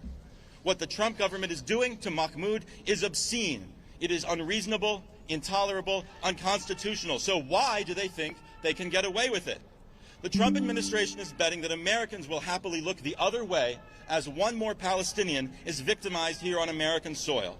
They are betting that when you hear Mahmoud's name or the word Palestinian, the parts of you that make you a thinking and rational and caring person will switch off, and you will believe the worst about him, and you will turn a blind eye to these grave violations of his rights. And after what I've seen over the last year and a half, I'm not sure they're wrong. Anti-Palestinian groups have spent all year casually leveling the most dangerous accusations on the flimsiest grounds, and members of our own community have repeated them. Don't like seeing a kafia? Call them a terrorist and call the cops. Don't like their views? Call them anti-Semitic and get them expelled. Don't like that your Jewish colleague has the chutzpah? CBS News 24/7 outside the courtroom where those arguments. The guy in the back is saying we love Trump, and he's trying to. Apparently, there were people that were at that protest. They're saying that They're saying that he was like antagonizing people, trying to fight them, trying to start fights and shit. That's what happened. About Mr. Mahmoud Khalil played out. And now we have an opportunity to talk to somebody who was on the inside of that courtroom. Let's bring it over now to CBS News legal reporter Katrina Kaufman outside that Manhattan courthouse. You were just in the courtroom. Obviously, the perspectives we just heard were very much in favor of Mr. Khalil. What can you tell us about those arguments that happened in court today? So, Reed, this really wasn't a hearing where we were hearing about the merits of his case. And it's actually interesting because the judge expressed surprise about that there was no discussion about the merits or about bail for Khalil. So the real things that they were discussing are, there's a threshold issue of the jurisdiction. Mahmoud Khalil is currently at a detention center in Louisiana. He was arrested in New York. In between, he was brought to New Jersey. And what the government says is that the Southern District of New York is not the proper forum for this to be taking place. Khalil's attorneys have asked for him to be returned to the city. So that's going to be a key thing that needs to be decided here. Another thing that came up that was interesting is that Khalil's attorneys talked about the fact that they have not had proper access to their client since he was brought to this detention center in Louisiana. They said they have not yet had an attorney-client.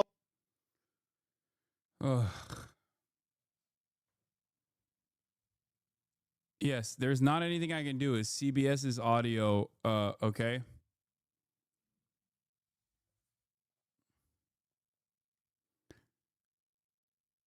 They cut the speech to talk about some shit, but anyway, here. Hi, everyone. My name is Shaza Abushi Dalal. That's SHEZZA-ABBOUSHI-DALLAL. I am a staff attorney with the Clear Project and one of Mahmoud Khalil's attorneys, and I will be reading a statement on behalf of Mahmoud Khalil's wife, who does not wish to be named. My husband was kidnapped from our home, and it's shameful that the United States government continues to hold him because he stood for the rights and lives of his people. I demand his immediate release and return to our family. His disappearance has devastated our lives.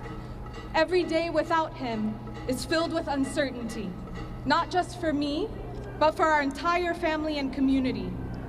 Our loved ones are struggling with the pain and fear of his sudden absence. And yet, we are not alone. So many who know and love Mahmoud have come together, refusing to stay silent. Their support is a testament to his character and to the deep injustice of what is being done to him. Thank you.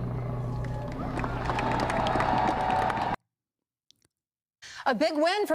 So, before we get to Chuck Schumer, I do want to show you at least like the one Democrat that we've seen. Asmongosa, anyone like Khalil should just go home. Yeah, I know. We saw. Okay, it's a incredibly stupid position, and incredibly inconsistent with at least the way he presents himself as a defender of free speech. Obviously, he's not. But that revelation is only new to you if you, I guess, like, previously held this conviction. You thought that he truly was a free speech advocate. I mean, look, the guy has literally done numerous videos. The guy has literally done numerous fucking videos on how Trump is defending, is a based free speech defender, while also simultaneously advocating for the deportation of a person that directly violates free speech. Here, let's take a look at what he had to say. I want to hear what he had to say. This is the largest political commentator on this fucking platform. Let's see what his opinion is on this issue. He titled it, "Terrorist Simps Are Out of Control." Any reasonable ground to believe he would have a potentially serious adverse foreign policy consequence. And you mentioned he's a resident alien. He can be deported under U.S. law for if the Secretary of State has any reasonable ground to believe he would have a potentially serious adverse foreign policy consequence. And you mentioned the student organization. The student organization put out... Let me finish. But before you move on, because I think that's a really important point, right? That's the statute that they're using. Yeah. Have you seen any evidence to suggest that there is actually a serious reason to believe that this student is going to be a threat to to national security. I mean, I've in certainly, this country? I've certainly watched the abomination that's gone on at Columbia and Barnard and other places, and I will just tell you, threat to national and security. I'll just tell you that Absolutely. Absolutely. And also, being a threat to national security is not the only expectation. A person could be dangerous. Like, I think that, like, saying a threat to national security is an attempt to minimize his behavior in order to justify defending him. The fact is, this person paid lip service and was part of an organization that promoted a terrorist organization. He was a leader of the organization. Playing it down, yeah, this is, again, is it, do you guys see this? This happens constantly. The exploitation and the intentional manipulation of language is one of the most pervasive and... Bro, you're doing that right now by saying this person, terrorism. Making this person out to be a terrorist ringleader is quite literally what you claim Scott Jennings is doing here, which is ironic because you agree with him. Like, what the fuck? You just said this dude, without any evidence whatsoever, you're like, this dude is a ringleader of a terrorist group. He's offering support to a terrorist group.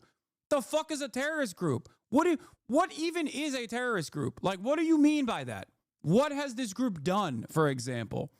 Do you have any evidence to back up this claim whatsoever? Do you have any evidence that Mahmoud Khalil has offered material support to a terrorist group? No, of course not. Can an American legal permanent resident even offer material support to a terrorist group? Yeah, they have in the past, like the IRA. Plenty of Irish Americans have offered material support and even trafficked weapons into Ireland, okay, during the Troubles, and I didn't have an issue with that. And I still think it was a good thing that Americans did that, including American congresspersons, as a matter of fact. Okay? The idea of just like simply saying, well, this is a terrorist group. This guy likes terrorism. This guy likes bad guys is fucking ridiculous. You're not making an argument at all. You're just simply repeating what the State Department is saying. Oh, I would say subversive tools that a lot of people use that is extremely persuasive to people that don't have a lot of like, I would say like verbal intelligence. And you see this happen and it doesn't get explained very often because most people honestly straight up don't understand it. So I'm not going to let you move on because this is... I'll tell you why it's a threat to national security if you let me answer you. Well, Scott. Do you want me to answer you or not? Okay. His organization says we are dedicated fighting for the total eradication of Western civilization. Okay. He's not a citizen. Okay. What are you talking about? What is this statement? That's not even... Oh, the total eradication of Western civilization? Number one, there is no evidence whatsoever that this person has ever said that, or even if it was real or not. It turns out it wasn't fucking real. Okay? That literally was just a falsehood. He has spread a falsehood. Yes, I watch a bunch of like OSINT Twitter Andes. They actually tracked down the supposed flyer that had said that, okay? And they found out that it was just made up, not real. Now, having said that, what the fuck does that mean? There are people that actively champion neo-Nazi causes. You still can't fucking deport them unless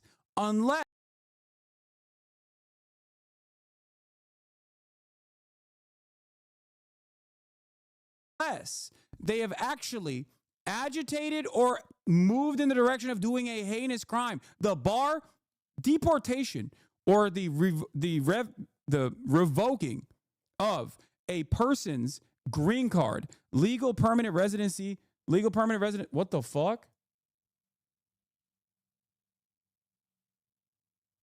What the fuck? Refresh. That was a Twitch server side issue.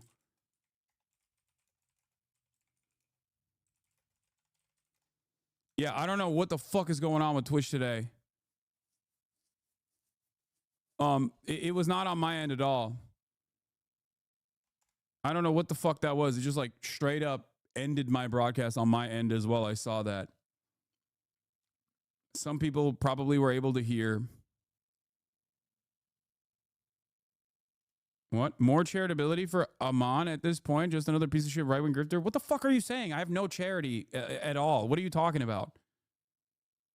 I will extend charity to people as long as, one, they are being charitable and actually covering the subject matter from a position of authority with a little bit of interest in understanding it. If they're doing unrestricted right-wing propaganda, it's over. It's done. No more fucking charity. What are you talking about?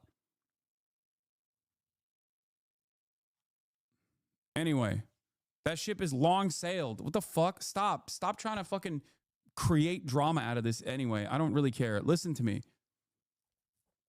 Listen to my words. Okay? This right here is not even like historic fascist apologia.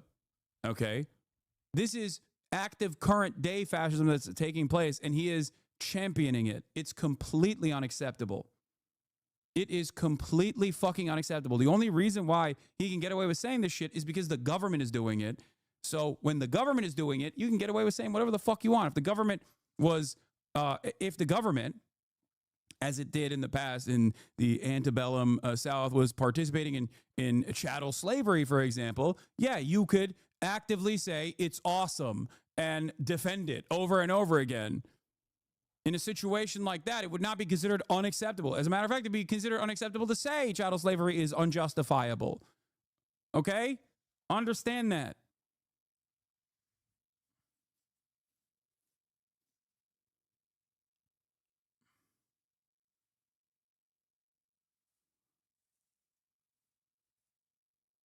This is so insane, dude. Case closed.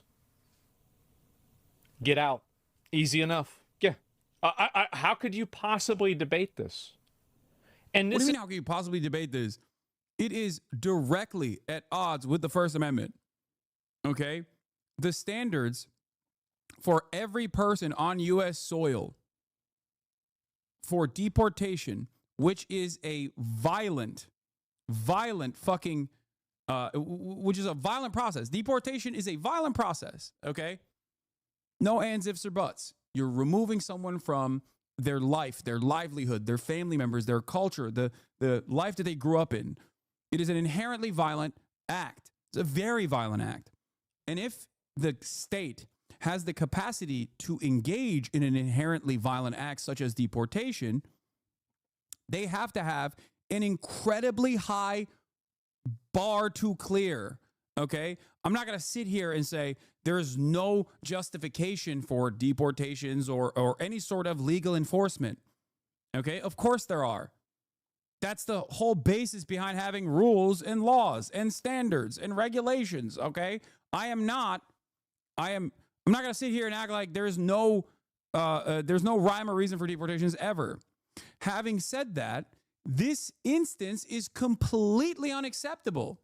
And it's not like they are lying. It's not like they're lying and finding reasons for it. Well, I guess Scott Jennings did lie in this circumstance. But the irony there is that what Scott Jennings lied about is still not acceptable for deportation. You cannot fucking deport someone or revoke their green card because they were distributing a fucking pro-Hamas flyer. That's insane. What are we talking about? It is a direct violation of the First Amendment. A direct violation.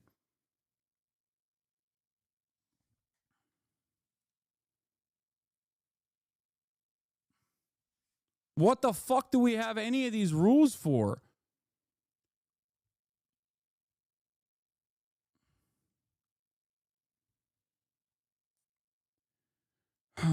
Glenn Greenwald is correct on this. He says, also, quick First Amendment review. People are allowed to praise whomever they want. I can stand up every day and say, I love Al-Qaeda. I can argue Hamas has the right to use violence to resist Israel. I can urge the U.S. to nuke Iran or Peru.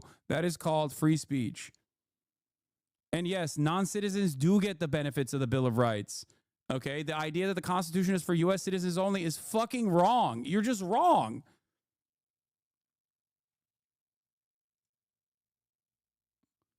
If, for the record, if this wasn't the case, there could be no real legal battle in this process. There is one, okay? There is one. Can you imagine just being like, hey, the government, like, what happened?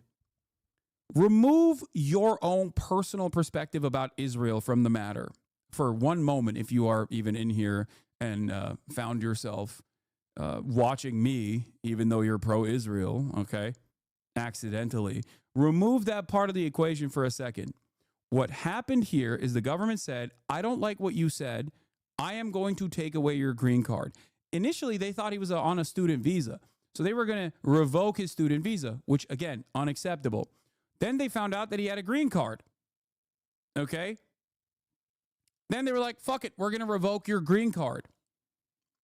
And then they actively said, this is the reason why we're revoking your green card, because we don't like what you have to say. That is insane. How can you fucking defend that? That is completely insane. It is completely unacceptable.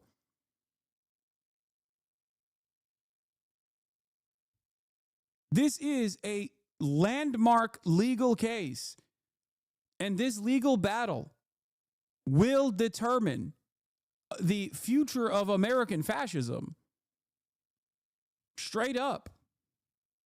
This is the issue, is that these people are nailing themselves up to a cross of a person who is supporting a terrorist organization and is part of an organization that wants to eradicate Western civilization. That's not true, for the record. Here, I'll show you the proof. It was, I think it was a Tal Hagen or whatever that showed proof. Hold on, let me find it real quick.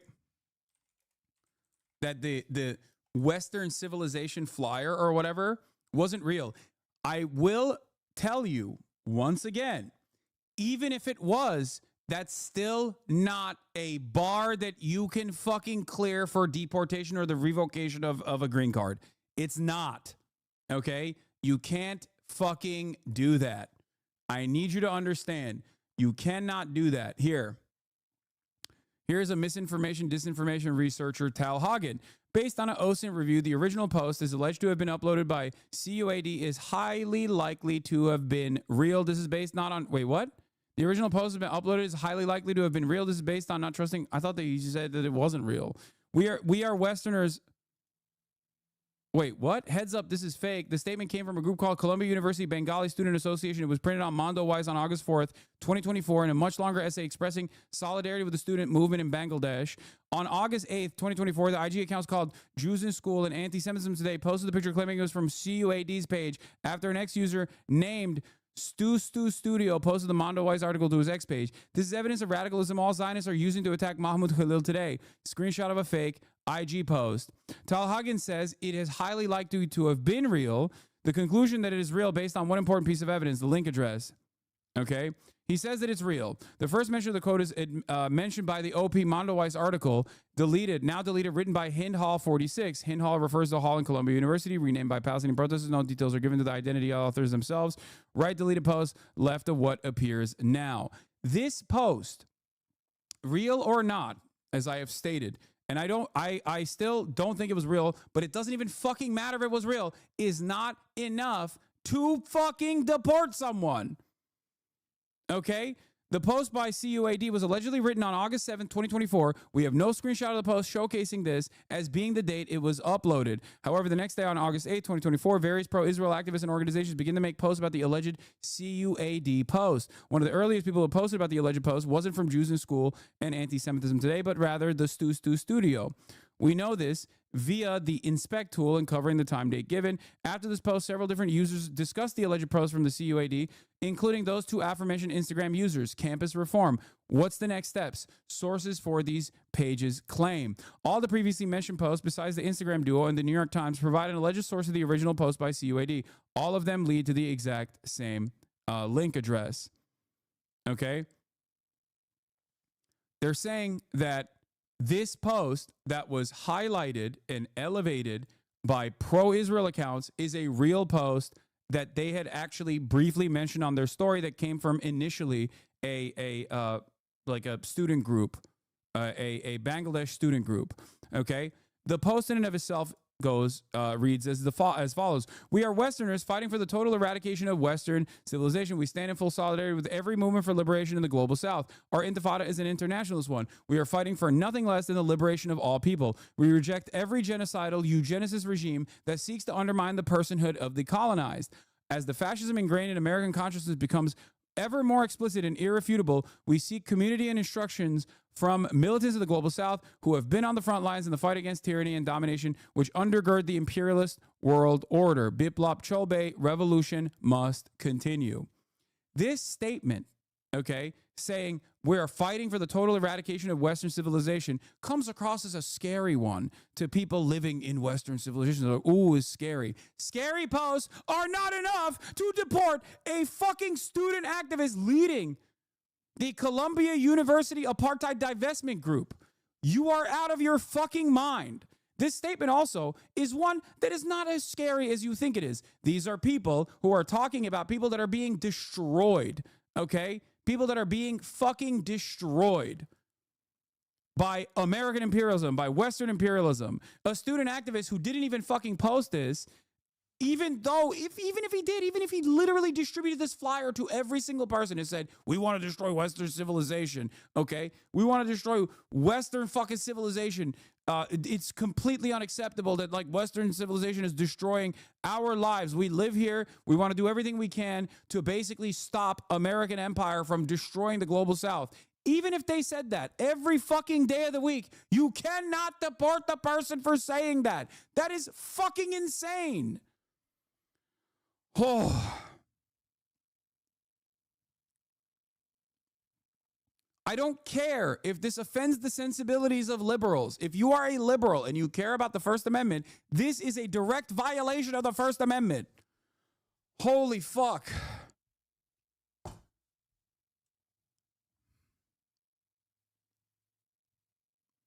If you think that it is appropriate to deport someone who is like 8 degrees removed from a post that we don't even know if it's like actually real or not, but even if it's fucking real, even if he was running around posting this fucking thing every day, like putting it up like Martin Luther on every fucking door you could find, okay, and just slamming it on every door you could find, you cannot deport this person for that. That is ridiculous. The fact that this is it, the fact that a post that they claim was reposted by the Columbia University Apartheid Divest Instagram account is enough for one of the fucking lead negotiators in the CUAD. Okay, the fact that that is the smoking gun evidence that they have is insane, because the smoking gun evidence they have is also not enough. In order for someone to be deported, okay, and there is still not enough evidence. Like the Tal saying that this is a reasonable evidence because like there's an Instagram post without showing the actual Instagram post. The origination of this post is, you know, this is definitely not his best work in terms of clarifying something like this. But you need to understand something. I'm going to say it once again. Even if Mahmoud KHALIL every day was distributing flyers like this, okay, that said these words on it, you cannot deport him or revoke his green card over this. That is a violation of the First Amendment, okay? It is completely and utterly unacceptable. Do you understand? How do you, like, this should be the easiest W of your life. How does anybody argue against this? First Amendment sucks to suck. I mean, get wrecked, libtard. See, it seems more like the ones cheering for his deportation don't actually care about this argument. Yeah, there is the real reason why they want to fucking cheer on his deportation is because they just want to punish pro-Palestinian activists. That's it. They don't even care about Israel. I don't think Asmongold gives a fuck about Israel. What are you talking about? He's just flying off. He's just flying off on anything that is like pro-Trump or pro-right-wing, pro-MAGA. He's just, you know, saying this is great. It's based. That's his position here. Couldn't a lawyer argue that it's a terrorist threat to the U.S., which was the ground to remove a green card genuinely? No. I mean, they could try and argue that, but it's completely fucking unacceptable. Okay? all of these free speech defenders do not understand how free speech works. Okay, they misunderstand it either deliberately or because they don't care. They openly acknowledge that free speech is a defense of being able to say slurs, and then no one else can say anything in return to you saying the slurs. Okay, that's free speech. That's the extent of free speech for these guys.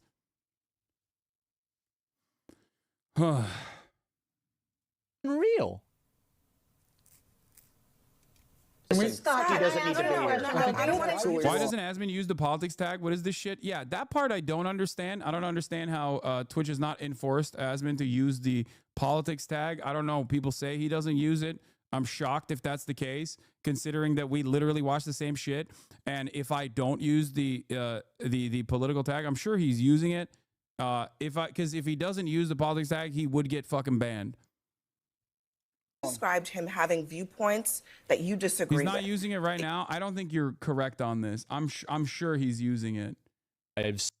Yeah, intended for certain audiences. He is using it. You're wrong. Why do chatters come in here and say wrong shit?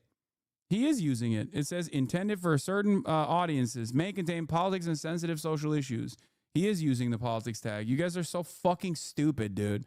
Some of you motherfuckers are so goddamn dumb. You don't even do like 3 seconds of research. You just come in here and you just say some shit. And if I don't immediately check it and I read you fucking saying it, okay?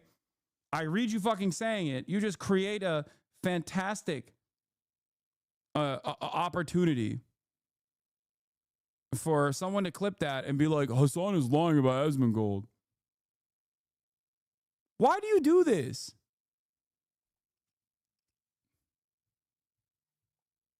Do your fucking research, man.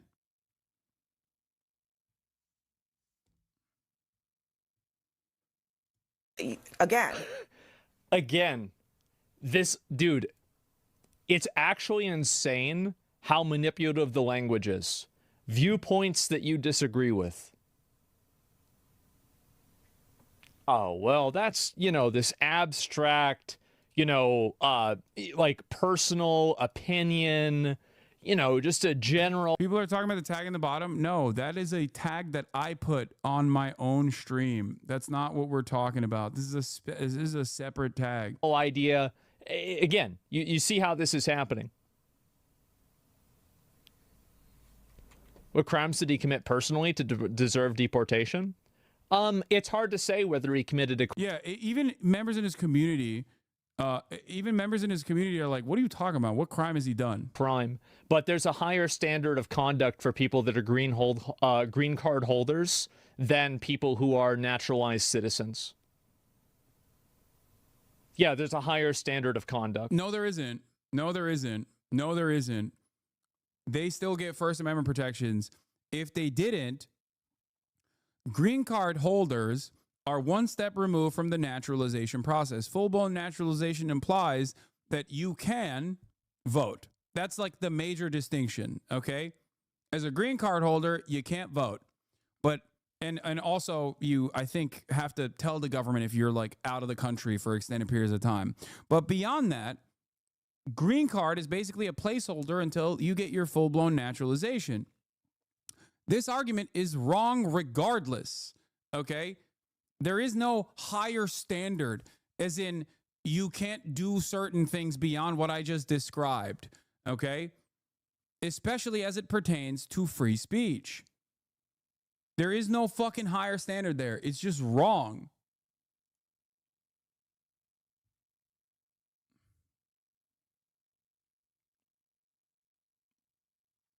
It doesn't make any sense. So much of conservative commentary, and not just from Asmongold, but just in general, so much of conservative commentary unironically just comes from someone not knowing basic facts about a situation and just going off on the incorrect assumptions that they've made thus far. That's it. And I'm willing to bet if he was pushed on this position, he would turn around and bring up what I just said, which is, well, green card holders, they have to let the federal government know that when they have to leave the state for 6 months, or they can't vote. So there is a higher standard. It's like, yeah, not on fucking speech though. Okay. You're not, that's in this process. It does not matter. What you're describing does not fucking matter. Green card holders are de facto citizens. Okay. And this protection does not just extend to green card holders. It extends to everyone on U.S. soil. It's supposed to extend to everyone on U.S. soil. Okay? If it did not, then the American government could unconditionally and unironically go up to a fucking area where there's a lot of tourists and round them up. No due process. Just, you're a tourist. You have no rights. Can you, like, think about that? You have no rights, baby. You're a fucking tourist. Sorry. We can kill you and torture you now because guess what? We've decided you have no fucking rights. And he wasn't meeting that conduct, so he's getting deported, hopefully. I heard that it got blocked. It did get blocked. Or it is and there in the should process be? of being Yeah, blocked. they should be. And I support this completely. I hope they do this to more of them. We have enough troublemakers in the country already without importing new ones on green cards to start even more trouble. Who needs this? What do you mean trouble? Like, you're literally... Asmongold's position on this is just... I also don't agree with what this person was saying, or at least what I'm suspecting this person was saying. Okay. So it's okay if he gets deported. What a fucking crock of shit. What happened to the I defend people I disagree with on the basis of free speech? What happened to the Trump is based for, ending the war against free speech? What the fuck?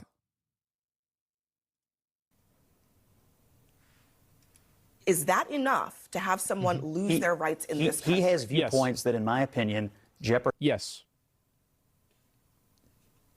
He doesn't have a right to be here. No non-citizen has a right to be here. The security of the United How? States. But how? He is obviously a radical who is here to foment. No, he's not a radical at all. Violence against the United States government. He's not a radical at all. He's not. He's not. He's just not. He's not. He's not a radical at all.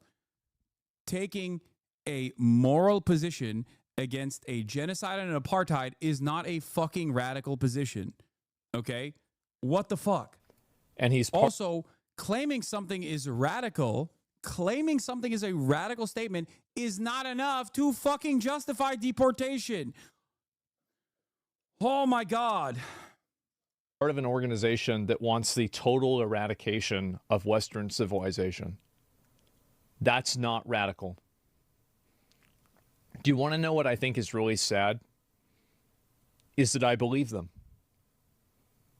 I think that's not radical for them. I know this helps your content. I applaud someone with common sense. You're just tired of this crap and face palming hard at their stream. Like, what the fuck is wrong with people? No, I think that it's a difference of opinion. Yeah, exactly. I don't mind this at all.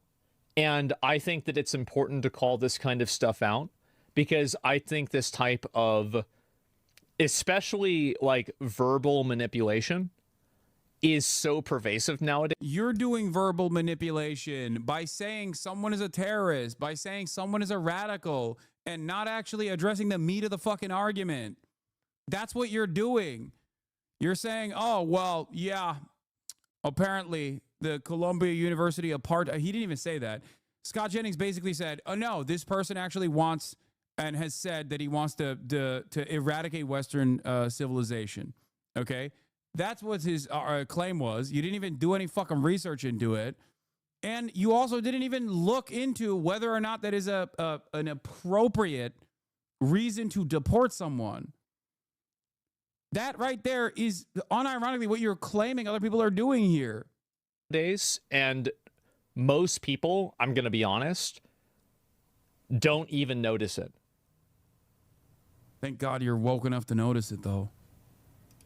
wants to destroy Western civilization against the United States government. You're saying eradicate Western civilization doesn't make you a radical? Has he acted in any way that is I think violence yes. against the United States government, as you just said? I think these protests... What a great argument. That is a great argument. Yes. That is actually the bare minimum argument here. Yes. The standard for deportation has to be insanely high. What are we talking about? Yes, you have to literally do violent acts at the behest. You have to do like literally an act of terrorism. Not just like what the American government considers terrorism, like what most people would understand as like fucking violent, like a violent act. If you put a pipe bomb in someone's, I don't know, someone's backyard or some shit. Like, yeah, that is how high the fucking standard for deportation is. What the fuck? Saying words that I disagree with is not a standard for deportation. The entire conversation that we're having right now is that the Trump administration wants to make that a bar for deportation and revoking someone's fucking green card. That is insane. Oh my God. We didn't even fucking revoke the citizenship and deport the Boston Marathon bombers. What are we talking about? Like, think about that, dude. Think about that. Like, the Boston Marathon bomber, the surviving one, is still in an American prison, okay? What the fuck are you saying?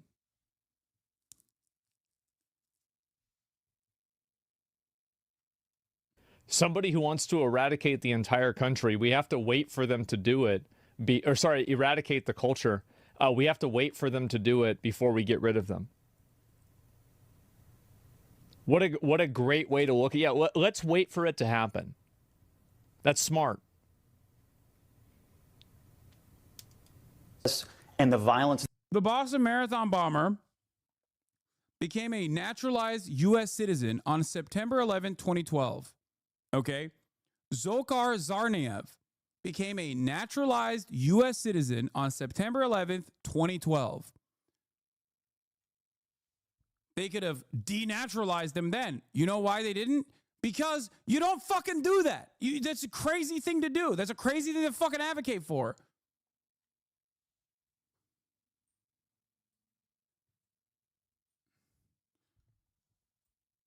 They have fomented, and the intimidation and fear against the Jewish kids on these campuses is absolutely an act of insurrection against the United States. I don't think any American speech, Scott.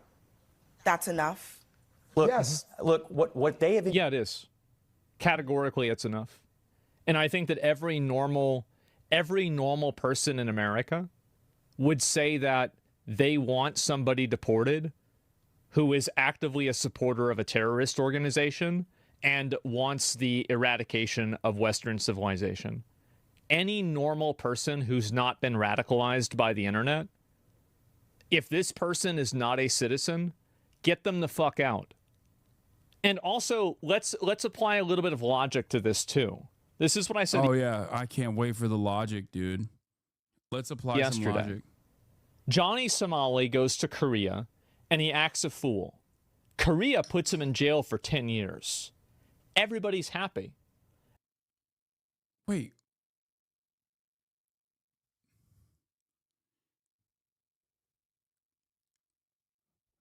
Johnny Somali went through the fucking legal process because he was in violation of numerous laws.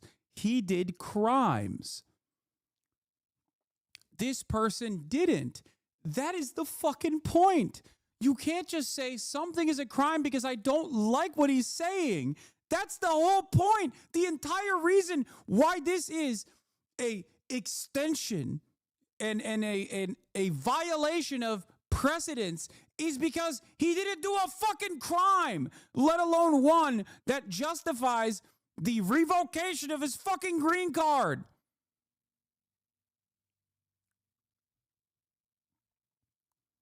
Johnny Somali didn't go to Korea and was like, I don't know, I love the DPRK or something. And I don't even know if like there are actual free speech protections in Korea against that sort of thing. He went and he harassed people routinely. And they still haven't deported him. That's the other thing. Like, and do you want to know one of the reasons why Koreans were so angry? It's because he was trying to, like, dry hump. Dude, no, he said that too, but that's not what. Okay, once again, that is not the only thing he did. Okay, that is not the only thing he did. That's number one. Number two, rules and laws as far as like being a public fucking nuisance are entirely different in a place like South Korea or in a place like Japan. That's number two. Number three, he was on a fucking tourist visa. He wasn't a green card recipient. Okay, he's not a green card recipient in the United States of America, where we have free speech restrictions. Restrictions as in restricting the fucking federal government from taking criminal action against someone whose words you don't like. This is not an apt comparison, especially considering that, once again, Johnny Somali as a tourist did crimes. Okay, this person is not a tourist. He has a green card. And he didn't do crimes. This is an entirely separate fucking position. One of the, like, Korean comfort women statues that were like relics of World War II because of war crimes. It was blatant disrespect to their culture. And everybody was supporting this and thinking that... What about American culture, man? Are you anti-American? What the fuck is going on? By the way, you could literally do that in America. You could do that in the United States of America, for the record.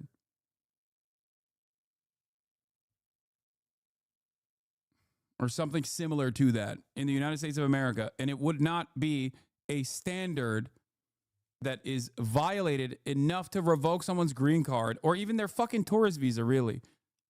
It's a good thing.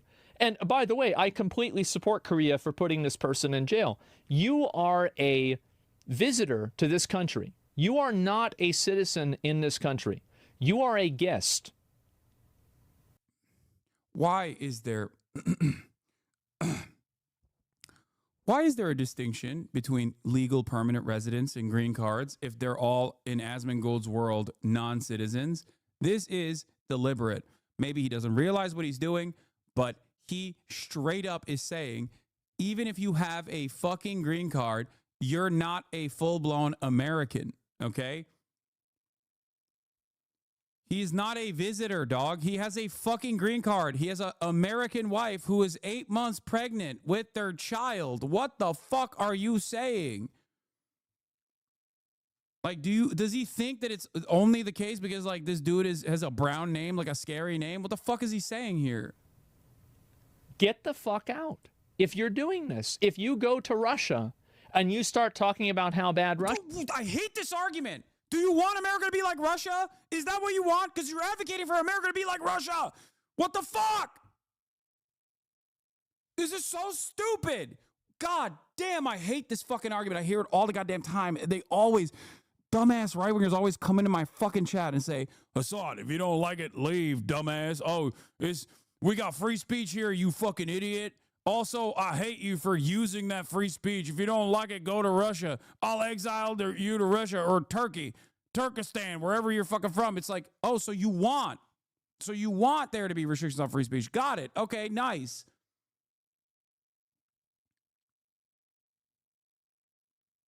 Like, what do you mean? Oh, if you did that in Russia, you get fucking deported or thrown in jail. It's like, yeah, exactly. But we're not. We're not. Are you saying we should? Russia is, you're going to get kicked out of Russia. If you go to China, I don't think you're even going to get kicked out of China if you do that. Yeah, what are they going to do? What are they, oh yeah? What's the Chinese government going to do? They're going to fucking torture you? If you do this anywhere else in the world, you would immediately get removed. Do you like that? Is that a thing that you're advocating for in America? Because that's what you're advocating for in America. Oh my God. Because it's common sense. If someone comes into your house and they start complaining about it constantly and, you know, supporting somebody burning down your house, I would tell them, please leave my house. In any other abstraction of this logic, it becomes outrageously retarded.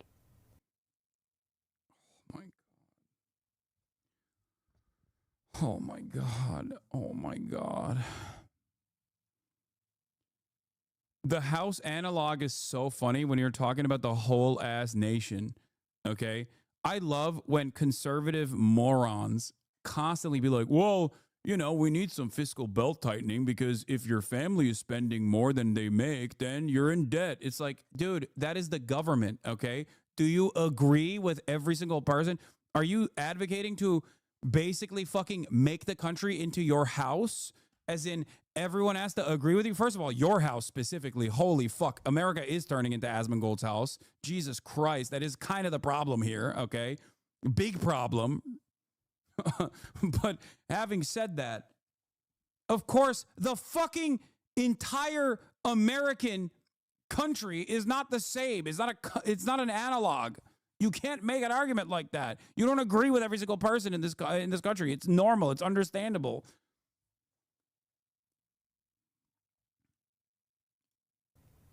But inside of this contrived and ridiculous line of reasoning, we are defending a person who wants to eradicate all of Western civilization and supports a terrorist organization. And this is the person who is... No, he did not advocate for that. That's number one. And even if he did, it is still not a justification to revoke someone's green card. Holy fuck. He is unironically going, oh, try that in Russia. You'd get deported real quick. And then unironically advocating that we should do that in America. How does no one understand this? How, like, it genuinely doesn't make sense. Do you think it's awesome that in your hypothetical that, like, you get deported in Russia and it's awesome that that happens in Russia and we should do it more here? Because that's what you're saying. This is a very personal issue for me, not because, you know, I'm branded as a radical, pro-terrorist, pro-Hamas guy or whatever the fuck, right? I don't give a shit about that. That's not the reason. The reason why this is personal to me is because I come from Turkey, okay, where there are no free speech protections. This is an issue that I have advocated for fairly fucking consistently, okay? The reason why I've advocated for this fairly consistently is because I know what it looks like when you don't have free speech protections, okay? You go to fucking jail for hurting the feelings of the government. That is not something that I think is good for America. And that's where we're at now.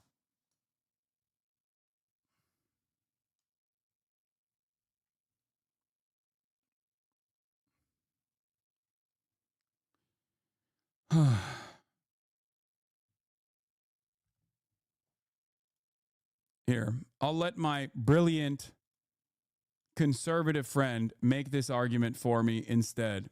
Perhaps that will be that will drive home the point a little bit better. So let me suggest that as a legislature, your chief job is to ensure that my taxpayer dollars in this state go toward making sure that people like me and people with whom I disagree get to speak in places like college campuses, and not toward regulating what speech you find good and what speech you find bad, because it's a really dangerous business, and there's speech I don't like, there's speech you don't like. But if we can't agree that there is a difference between speech and violence, we're not going to be able to have a free state, let alone a free country.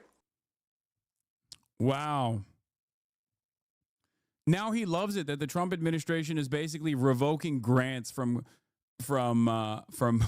college campuses because they haven't been aggressive enough. Thoughts on Mudahar's response and the video in particular? What, did he do a video on it as well? I know he tweeted he tweeted out a storm. I already addressed it this morning. Thanks. So let me suggest. Yeah, leftist commentator Ben Shapiro.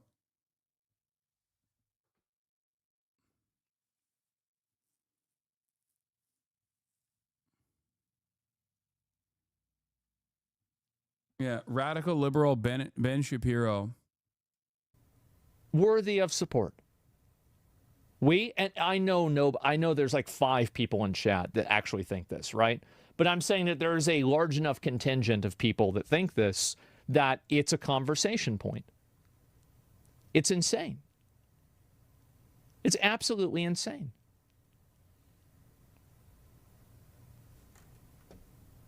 I actually think the guy who departed from Colombia should be put in Gitmo. Well, I don't know about that. Just send him back to his country. Fuck that. I don't want to spend money keeping this guy in jail.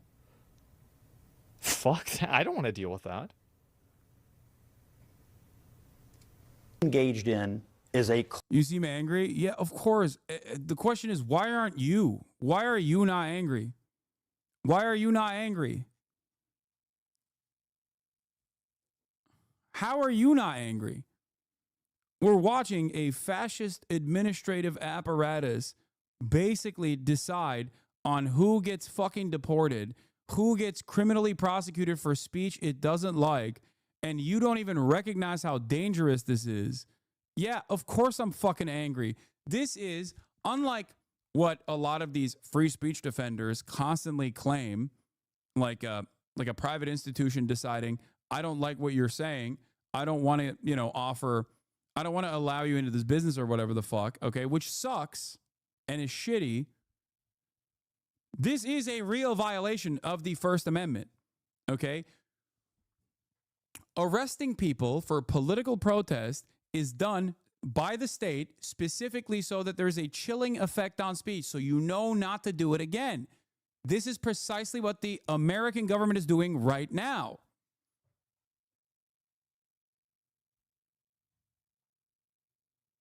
Optics matter, always have, and if you are going to argue for an issue, you can't insult the people and culture that has allowed you to complain about your issue without being jailed. You can say legally you can't deport him, but if the public doesn't view him favorably, it'll be harder to argue against his deportation amongst the general public.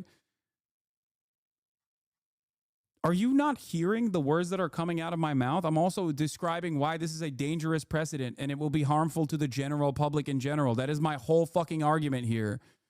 And also, the notion that this person who is being obviously fucking tarred and fettered all around the fucking internet right now, the notion that he is assuming a generally unfavorable view and that's why he's being deported is, one, ridiculous, because it's not that the overarching, like the overwhelming majority of public decide who gets deported and who doesn't. And number two, the notion that like everyone fucking actually wants to deport people for saying mean things about Israel is psychotic. Israel is at its lowest level of popularity in the United States of America right now. What the fuck are you saying? Politicians and those in positions of power are infinitely more pro-Israel than the average person in the United States of America. What? So the guy's a terrorist supporter and a ringleader of an organization committed to supporting said group, and these guys unironically think they should be let free in their own countries, openly operate freely instead of imprisoning them here. Even at their foundation, these arguments make zero sense. Oh, yeah, you're saying that even the notion that he is like a terrorist ringleader and that's why, therefore, he should be freed and go do terrorism in a foreign nation is a stupid argument. Yes, if you follow it to its fucking logical conclusion, even though the underpinning, the underlying premise is completely false. But even if we just dropped that fact for a moment, okay, in that process, yes, when you follow it to its fucking logical conclusion, it's ridiculous. The poster mentioned Western civilization, not Israel. You are a fucking moron if you think that that's what he said. You don't know anything. You're not coming here with the actual fucking facts. It is a poster that was fucking reposted by CUAD allegedly.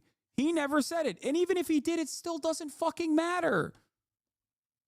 Even if he did fucking literally go along, like, dude, Americans are supposed to defend the values of free speech regardless of whether they agree with what is being said or not, okay? This is the conversation that we're having. What the fuck are we doing here?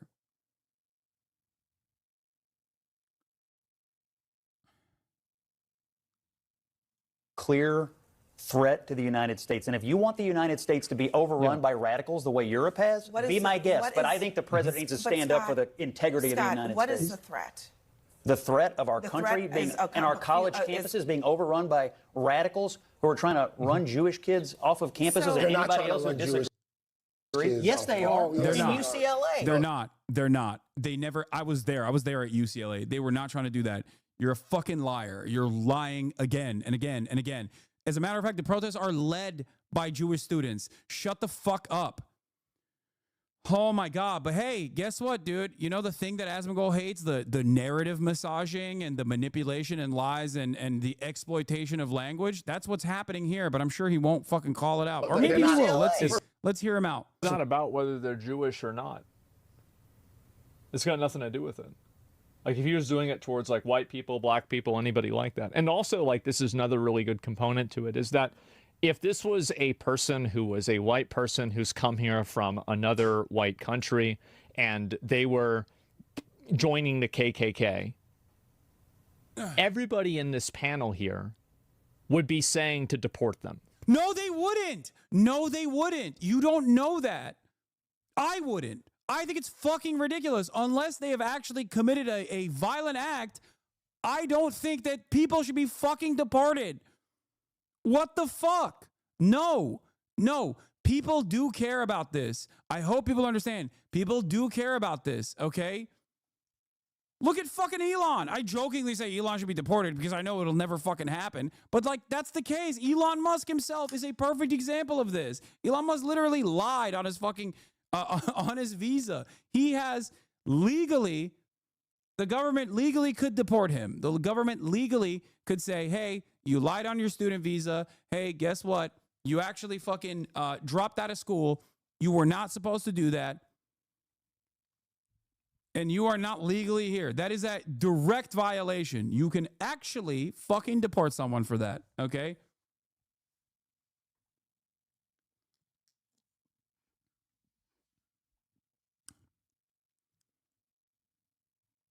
This wouldn't even be someone joining the KKK, by the way, okay?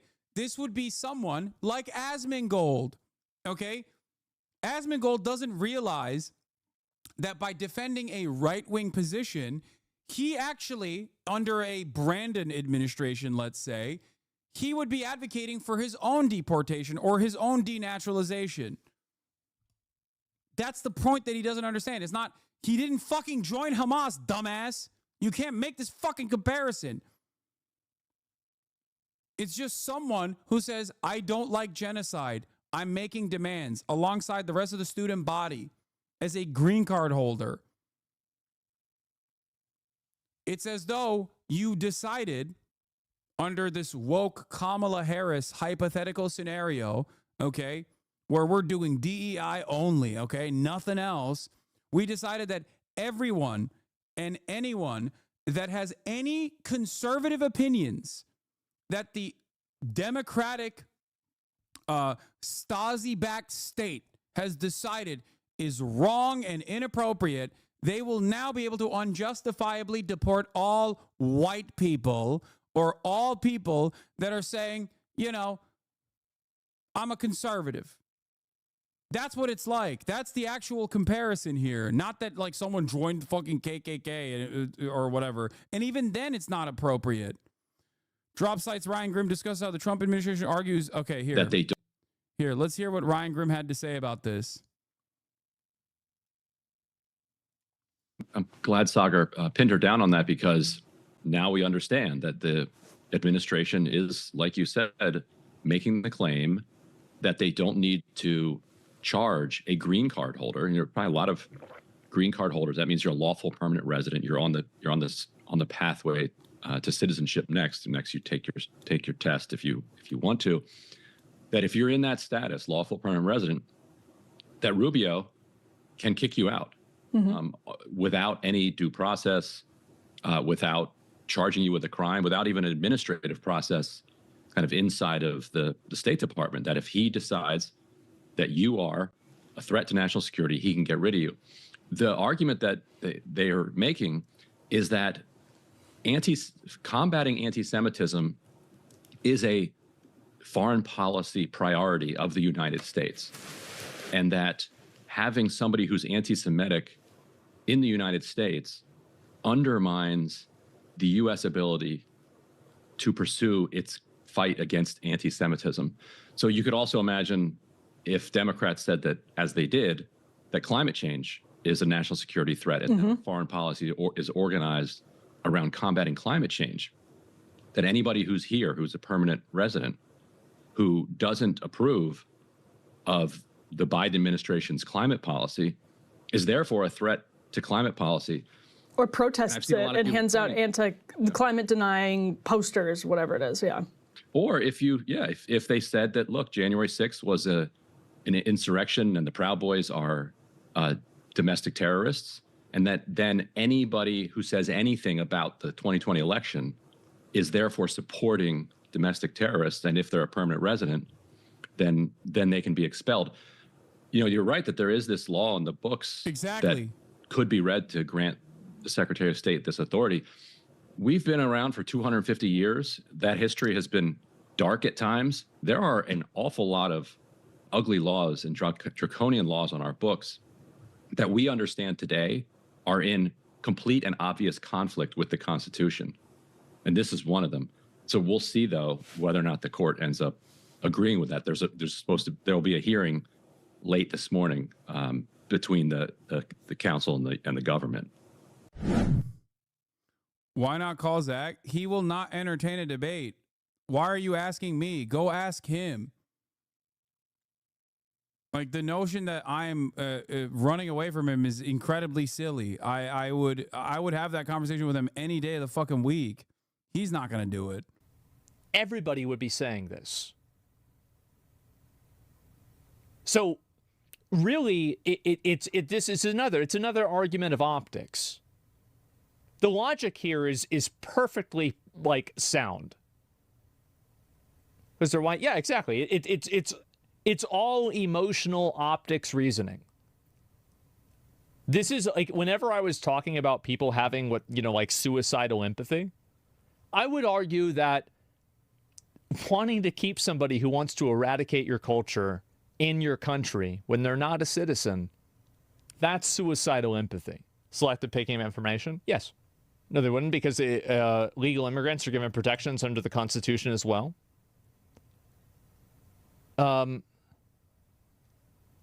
Legal immigrants are given protections under the Constitution as well. Well, number one, he's not a citizen. So, you're saying an immigrant, anybody who comes from this somebody immigrating, not all immigrants are equal. There are some people who have immigrated illegally. He actively avoided your tweet and argument and banned people who asked him to respond. Yeah. Yeah, he's not gonna entertain it. Are you kidding me? Especially because if he entertains it, then his audience is gonna say, "Oh, dude, you will destroy him. You'll own him." They want to see a bloodbath, right? Because they view this as drama and content. And if he entertains it, then his audience is going to start asking that question more and more, and he's going to have to fucking ban more people. Obviously, that's something he doesn't want to do. So don't ask me, ask him why he won't talk to me about this stuff. Especially because it makes the situation harder, because he has to come across as reasonable if we have a conversation, and then it's going to make it way harder for him to assume these positions later on. His entire content hinges on him not knowing everything. There are some people who have immigrated legally. There are some people who have diplomatic immunity because they're diplomats from other countries. And there are some people who are on green cards, other ones that are on work visas, etc. So for you to just say immigrant and using this broad term, this is another, again, intentionally dishonest use of language. Again, asylum seekers, yes, another intentionally dishonest use of language in order to push an agenda that is... No, dude, it's the fucking current government that's using intentionally dishonest language. This is ridiculous.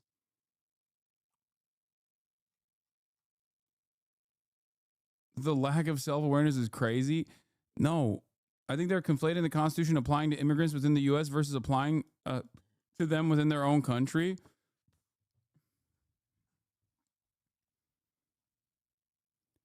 Why?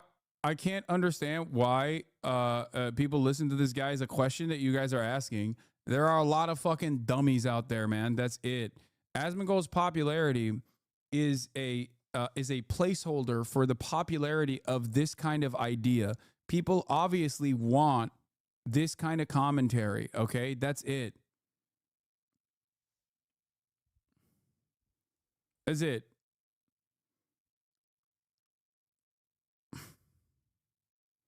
Asman just states facts. Yeah, totally. It's interesting because his entire argument hinges on him refusing to address the blatant free speech violation here.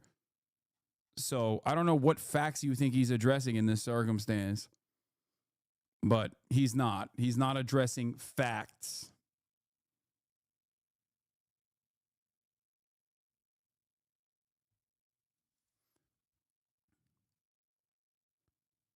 Hassan does this a lot where he takes the person's argument and turns it into an extreme caricature of argument. Okay. The easiest way to avoid that is to talk to me on your stream then. You know what? I'm going to apologize first. Apologies if I've misunderstood your argument.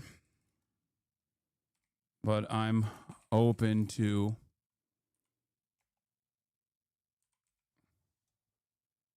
hold on. I'm open to No. Apologies if I misunderstood your argument, but I'm open to clarification.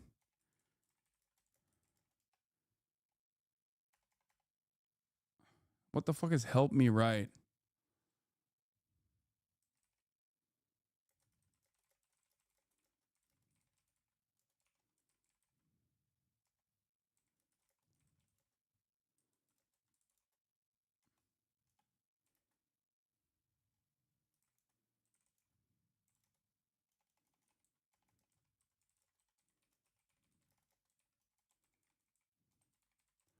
You seem to be entertaining right now.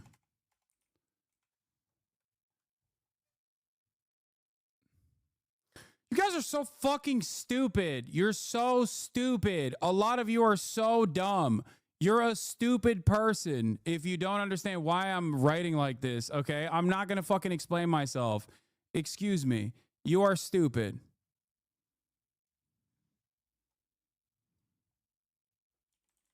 I'm not going to say in person. Talk to me directly.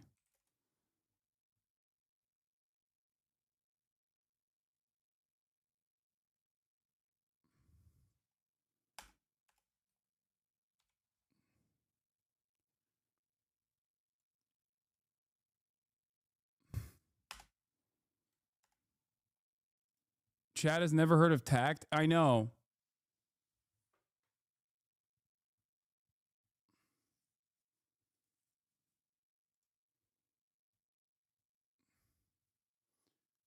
Supporting a person who's part of a group that's an advocate of terrorism, that is very unpopular position to have. Getting rid of people that support terrorists always on a green card here. I would say 80 to 90% of the population agree. Yeah, that's a ridiculous statement. Okay. He also, his argument immediately hinges on, I assume that everyone agrees with this, so it's good. That's ridiculous.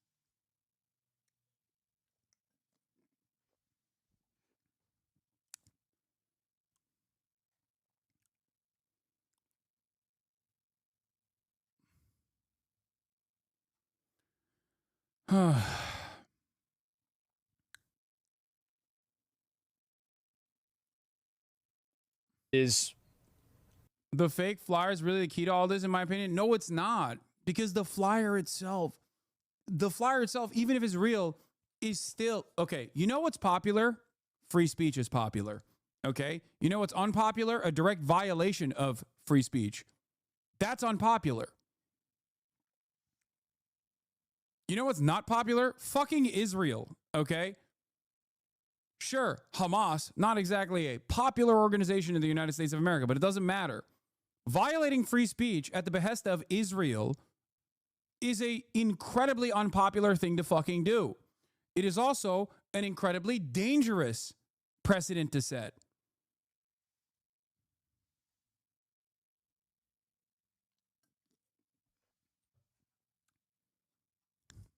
In my opinion, massively regressive.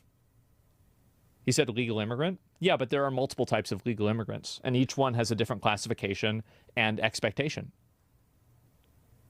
And also, like, some legal immigrants are citizens, some are not. The bar for behavior for them is different. Here's the truth. If this guy was an American citizen, I would completely support his right to do this. But he's not. Hamas is internationally labeled terrorist org, therefore any propaganda for it on American soil kind of violates free speech. No, it doesn't. You don't know anything. No, it does not. What are you talking about? No, it does not. That's the you can in the United States of America, you can literally fucking say you love Al Qaeda, you love the KKK, you love Nazis. The government can't fucking deport you over it. What are you talking about?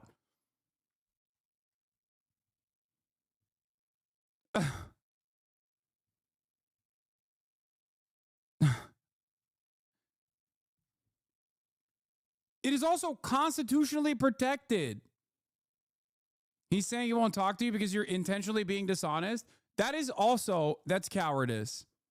Okay? That's cowardice. I have always extended charitability to Asmongold every single time I've had a conversation with him. That is definitely him refusing to have this conversation because he's worried.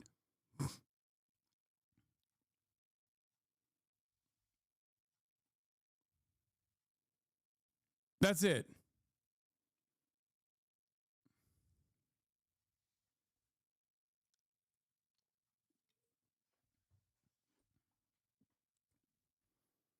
Asman says he doesn't want to engage with you right now. He says he thinks you're making a mistake for being extreme about this. I don't think I'm making a mistake. I think what's extreme is the federal government deciding speech that I don't like means you can get deported. That's extreme. It is an extremely un-American thing to advocate for. I think that that is the real extremism here, not me defending that.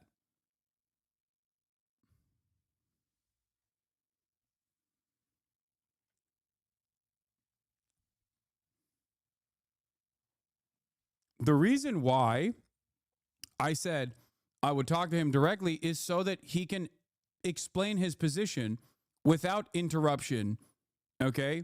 It is the only way to have a normal back and forth rather than going after clips, going clip for clip, or doing this or that.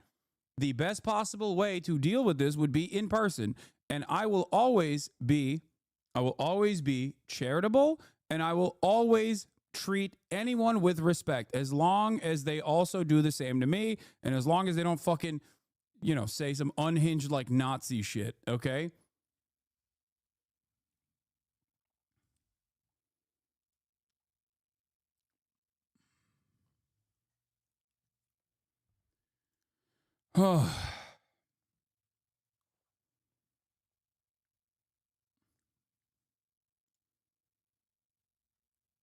Yeah, your right to say something depends on what the administration thinks of it, which is no free speech at all, said Will Creeley, legal director at the Foundation for Individual Rights and Expression, a nonpartisan First Amendment group.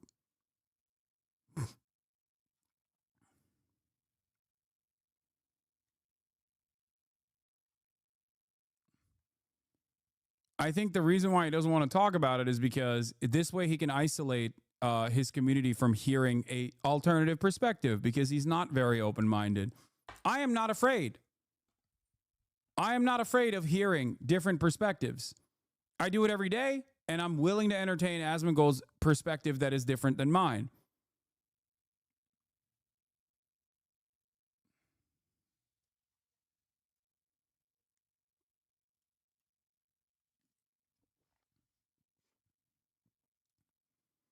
Is it a shock that he's getting pushback? We have enough terrorists here that we have to support their First Amendment right to be fucking terrorists. We have enough of them. We don't need to import new ones. No, you would not. Why do you think I wouldn't? Insane agenda? No, we're not. No, why do you think I wouldn't? This has got people fired up. A lot of people got a lot of opinions about that. Yeah, people are really upset about this. And also, what's the logic? If somebody is a citizen, then how could we deport them? Where would we deport them to? What is this? Hen Mazik is tweeting about me. Nice. What is this? The day of judgment will not come until Muslims fight Jews and kill them. Then the Jews will hide behind the rocks and trees, and the rocks and trees will cry out, "Oh, Muslim, there's a Jew hiding behind me. Come and kill him." Article 7 of Hamas's founding charter. What the fuck does that have to do with anything? Why is he just, is he claiming that I'm saying this? Like what? But the claim, without any evidence whatsoever, that the Hamas were rapist savages that were simply interested in kidnapping people exclusively because of... Dude, what's funny about this argument is that, like, virtually every single fucking person, with the exception of, like, maybe a dozen, that were around when the Hamas original charter was written is fucking dead.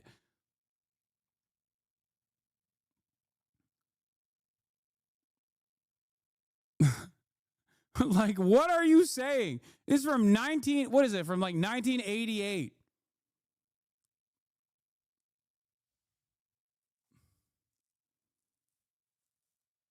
What the fuck does this have to do with anything? The argument that I'm making is that the operational principle of all Palestinian emancipatory movements is not guided by anti-Semitism.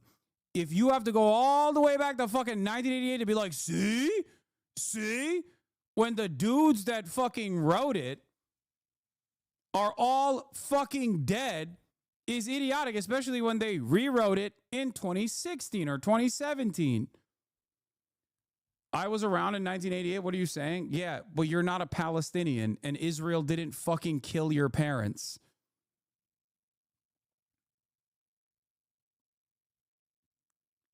Also, there's never been a moment where I've defended this anyway. What the fuck is this? What do you say to someone who goes, but they haven't changed the charter since, so they endorse it? You tell them, what the fuck are you talking about? They haven't changed the charter. Yes, they have. They have. What? They have changed it. They did.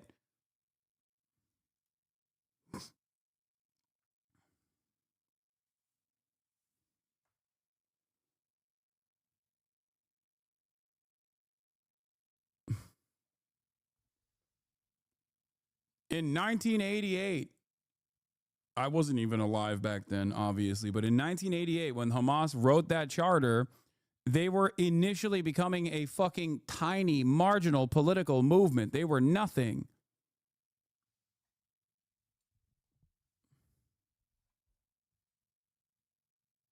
Jesus Christ.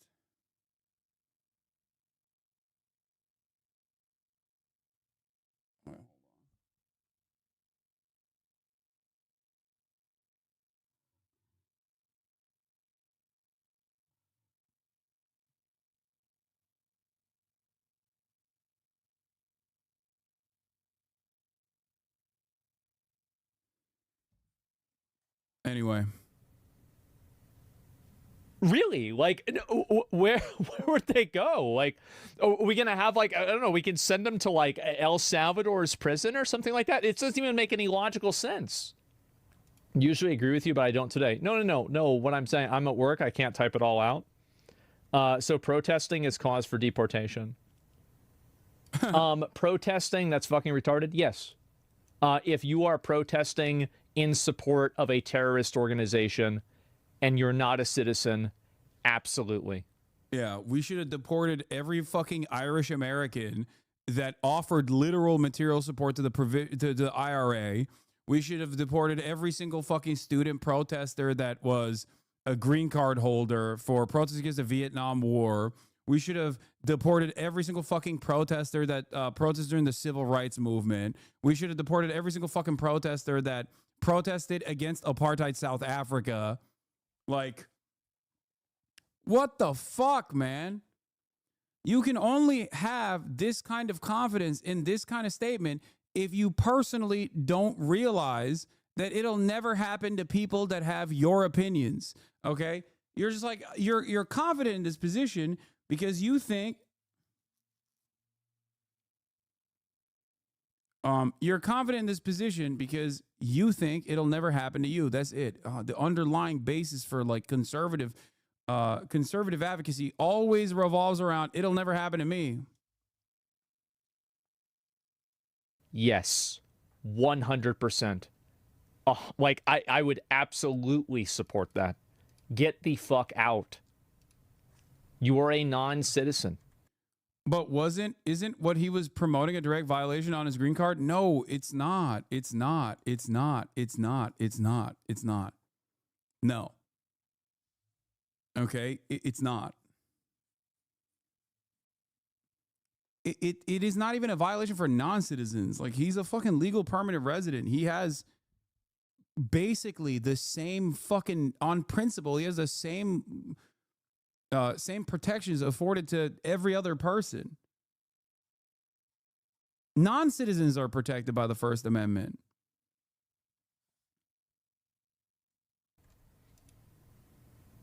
Get follow on? Yes. It's that's not the same as saying that you would fully support them when you said it was terrorism.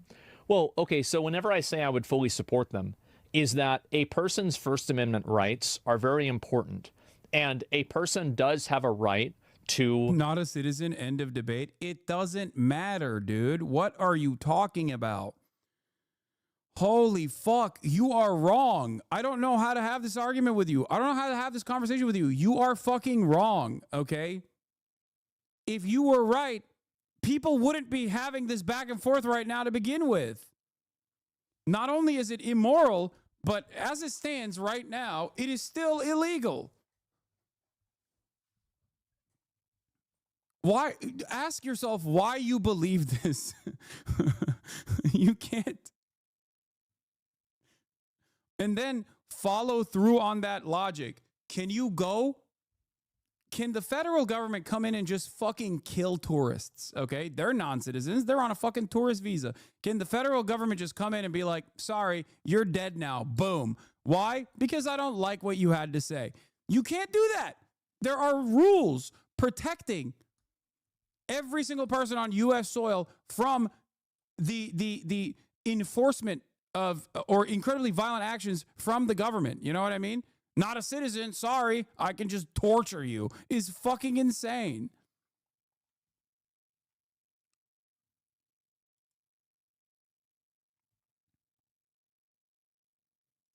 Hate Western civilization and want to eradicate it in a certain extent, right, as a citizen. And my point is that because we have to deal with those people, and that's already really fucking annoying. Now we have more of this to add in. Trump's in 5 minutes? Yeah. Let's just wrap this up. I'm going to time you out. You've been very annoying, but I don't think it's a ban. But, you know, it's almost a ban. The problem isn't the actual approach. I'm going to treat you like a non-citizen.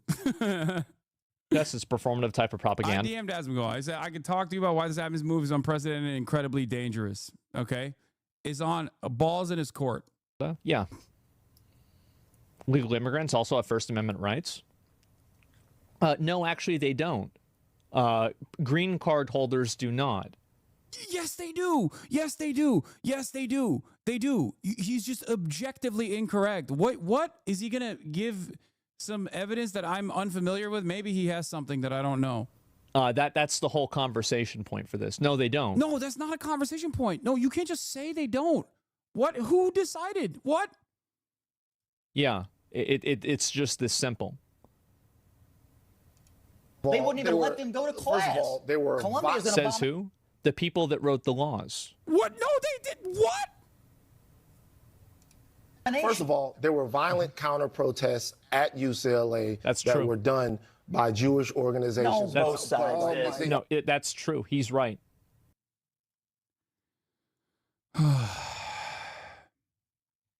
Mahmoud Khalil case goes to court, spotlighting green card holders' rights. Let's look up First Amendment, okay? Green card holders also have the right to free speech, according to David Cole, a Georgetown law professor. The First Amendment does not distinguish between citizens and non-citizens, says Cole, who successfully represented Palestinian clients in a lengthy First Amendment case. Therefore, since you couldn't punish a citizen for their speech, you couldn't deport a foreign national for their speech. Green card status can be revoked, as in cases where someone has obtained that status by fraud or they commit serious crimes. The government also has broad powers under anti-terrorism laws, including the ability to block entry or remove a non-citizen. I do think for people who are non-citizens, there's some risk in protesting, depending on how the protest is interpreted, says Jason Zabov, a partner at Mare Osorio, an immigrant law firm in Washington, D.C. And the reason for that is because of the anti-terrorism provisions are just so broad. These are some of the most insane provisions that we've been using since post 9/11. Having said that, this person has not violated even those fucking provisions. That's why there is already a legal battle. There is a legal back and forth. Asmongold is entirely incorrect on this. He said he won't talk to you because you started with this misinterpreting him. That's just the reason. Okay, well, again, he doesn't want to have this conversation because I think he doesn't want me to inform his audience.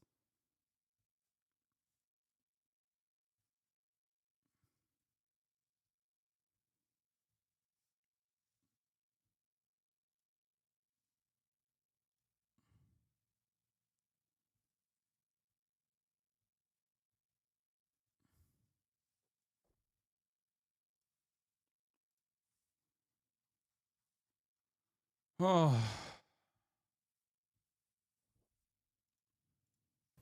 The guy in the cowboy, he's right. There were. I watched it happen. And the fact is that the violent counter-protests were the ones that were initiating... Please read, there's a precedent for it. Aliens in the United States. Brother, I don't think you understand the statute that you are posting about, okay? This is a very serious issue, okay? The statute that you are posting does not mean what you think it means. Classes of aliens ineligible for visas or admissions means, okay, an alien, an undocumented documented non-citizen trying to come into the United States of America.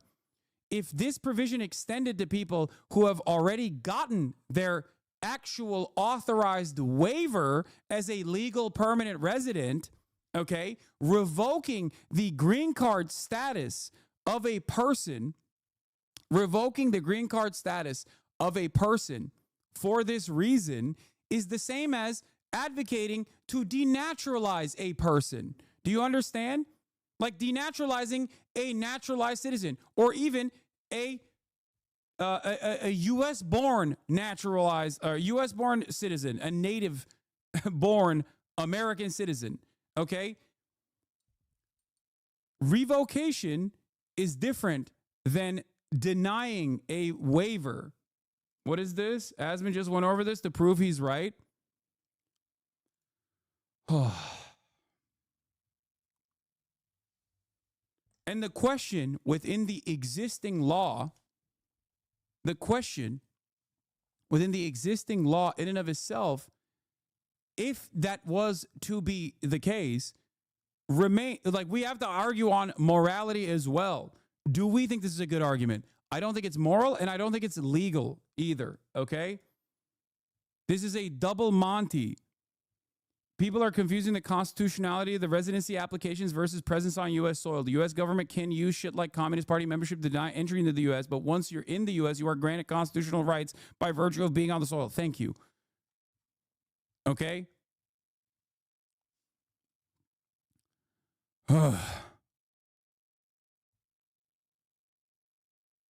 That's why this is incredibly, incredibly important. This case is a landmark case, okay?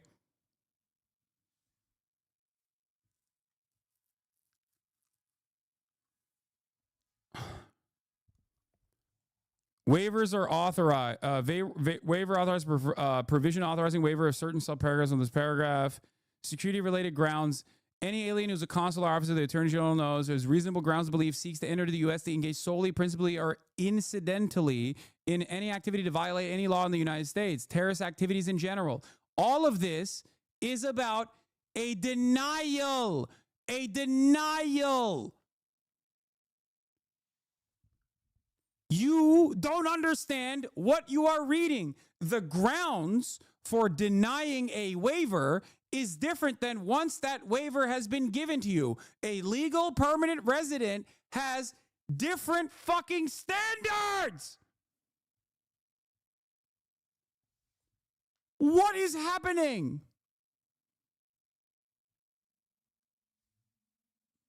Also, I think that shit is stupid too, for the record. That is literally a direct anti-communist move that the American government has historically used. I talked about it yesterday. Of course, if you only watch me in fucking clips, you don't know that.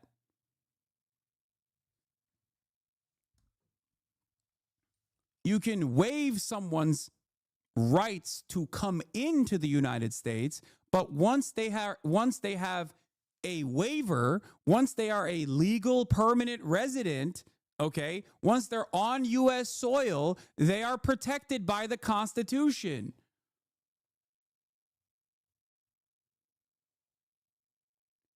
The problem here is Asmongold doesn't understand what he's fucking reading. He's reading something that he thinks proves his point. It's not. It actually does not prove his point at all.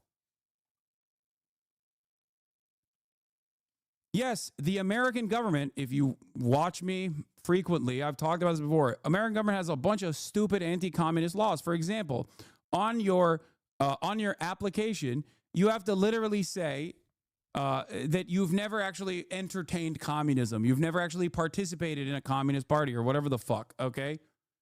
Like that's a real thing.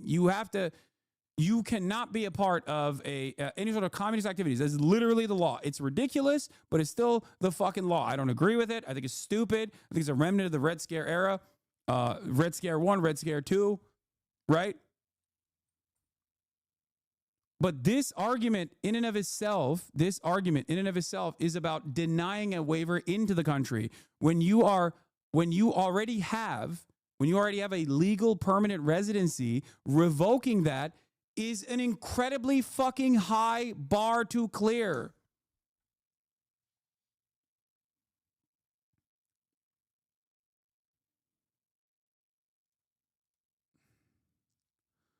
Ugh.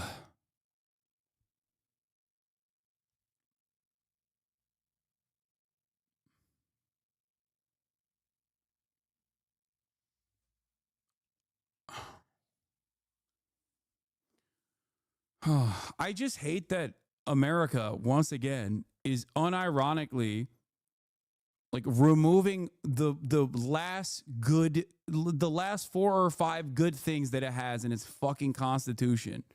Okay? It's just crazy. Like, we are never getting healthcare. We're not doing any of the good shit that other countries are doing. We're just only focusing on the bad shit.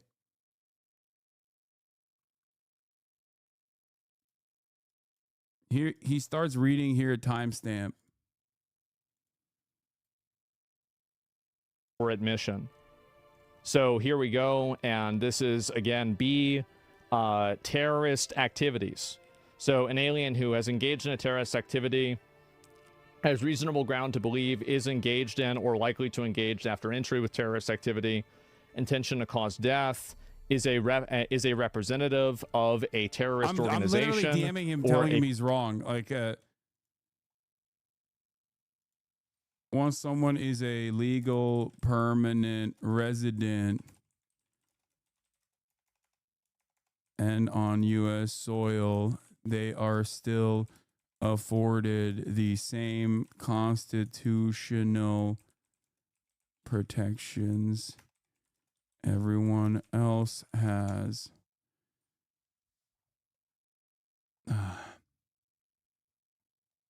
A political group that endorses or espouses terrorist activity. So based off of this, if he is part of a group that endorses a terrorist organization, Crash Out then Piker this is not a crash out at all. I'm trying to correct a colleague of mine from making a major mistake in front of 52,000 people who don't know the truth, who don't fucking understand it. To this, he can be deported. So this is what the rules are. This is what the rules say. Now, Hassan might have a good point. Is this going to stand up against the First Amendment? And if he wants to sue the government and decide that, I think that's fine. Now, my personal opinion is this is not applicable. This is not applicable to the current situation.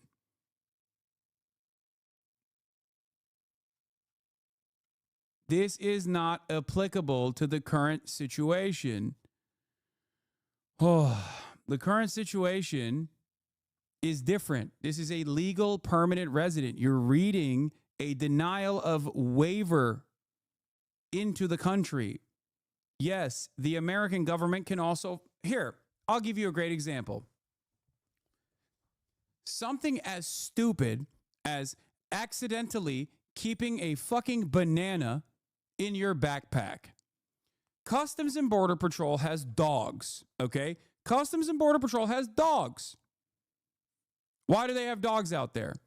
There are dogs that specifically sniff out agriculture, okay? If you come into the United States from an area where you have a banana in your backpack as a tourist and they find this fresh vegetable or fruit in your fucking backpack, you can be denied entry into the country. Now, in most circumstances, they won't do that, but they have that right. If you have a fucking banana in your backpack, once you've passed that fucking boundary, you can't be removed from U.S. soil. The reason why is because when you're coming into the country, you have a different set of standards than past the point of entry into the country. It's that simple. And by the way, I'm not discounting why there is global biosafety standards. Obviously, it's understandable that the Customs and Border Patrol has this rule. It just comes across as silly, but there is a good reason for it. But that's besides the point.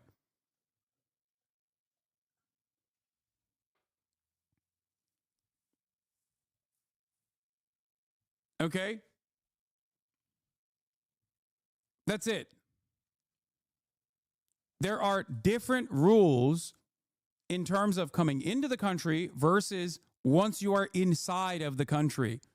It's pretty simple. It's that simple. He read my DM and said if that's the case, he agrees with me. That undermines his entire point that he's conducting for the past 2 days.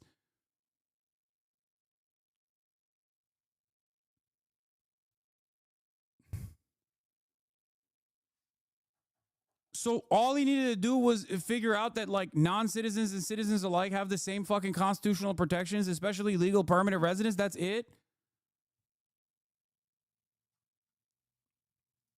Like the underpinning of this argument is just like a fundamental misunderstanding of existing law and constitutional protections. He's insinuating that he doesn't think you're right. No, I am.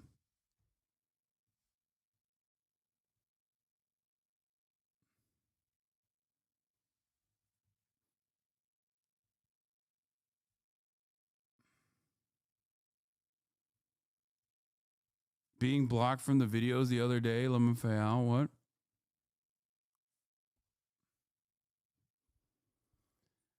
Oh.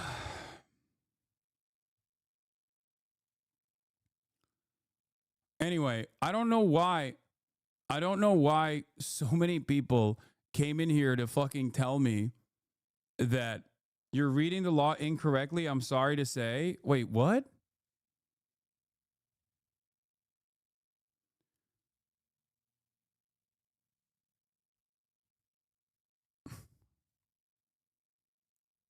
No.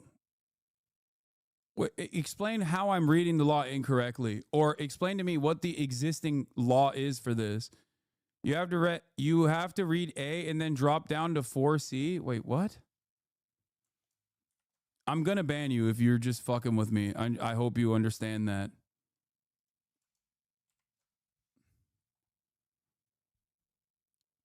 Classes of aliens ineligible for visas or admission. Wait, what? That's A. Classes of aliens ineligible for visa or admission, except as otherwise provided in this chapter. Aliens who are inadmissible under the following paragraphs are ineligible to receive visas and ineligible to be admitted into the United States. Okay. Wait, where the fuck is 4C? Oh, an alien whose entry or proposed activities in the United States Secretary of State has reasonable ground to believe would have potentially serious adverse foreign policy consequences. Again, this is about admission into the country.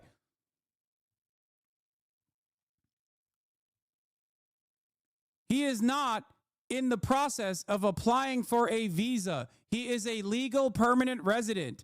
He is not in the process of applying for a visa. This is what the State Department thinks is a valid claim. This is the underlying argument, the silly ass argument that they tried to fucking put forward. It's inadmissible. It just doesn't apply in this circumstance, and it doesn't apply at all.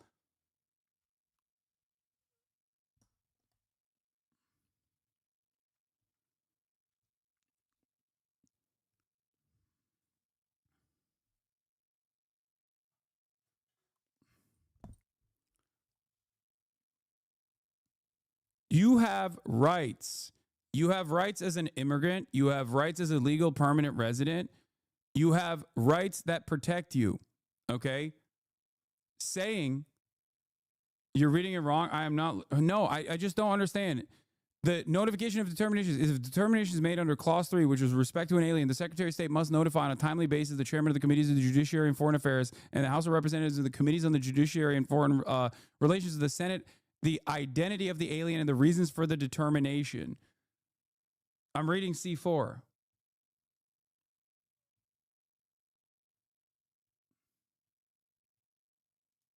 Read my messages. I'm crying here for the love of God. No, you're reading it wrong. Still reading the wrong thing. It's 8 USC 1227.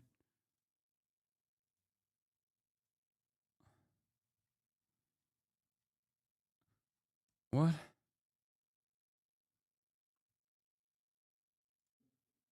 Another update on Asmongold. He said that he's not going to engage in a debate because it's stressful and annoying. Hassan is beginning his interpretation with a... Wait, what? Wait, I already saw that. He said that earlier. Maybe the point is that he shouldn't have been given a green card because of that clause, so now they're revoking it and deporting him? No, you can't do that. You can't just apply... you can't apply a post hoc justification for revoking someone's green card like that. That would mean that you can also denaturalize citizens. Do you understand? Do you understand what I'm saying? Because you can't fucking do that. That would mean that if tomorrow he had his citizenship test and he became a naturalized U.S. citizen, that would mean that the government could denaturalize him on the basis of the fact that he was a non-citizen at a certain point. That's not how it works. You can't do a post hoc application. That is also unconstitutional. Now, the problem is the Trump administration does not give a fuck about the Constitution, clearly. And they're trying to erode the Constitution, which is unironically the argument that we're making right now. The argument that we're fucking advocating for against is this. This is the whole point. Oh.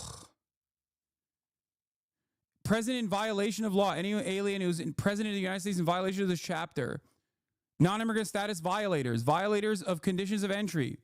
Termination of conditional permanent residence. In general, permanent resident status. Wait, what?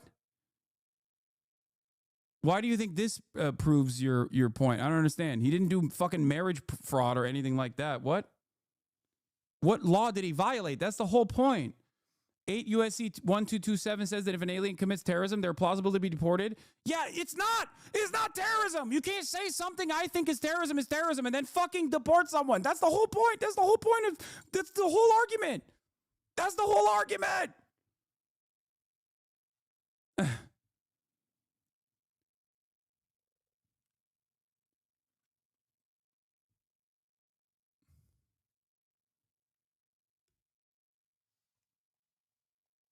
Jesus fucking Christ.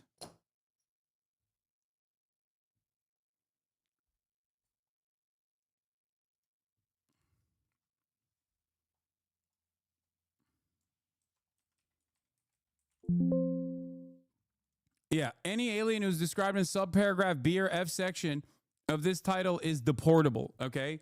Terrorist activities is an intentionally vague designation, but you can't fucking decide.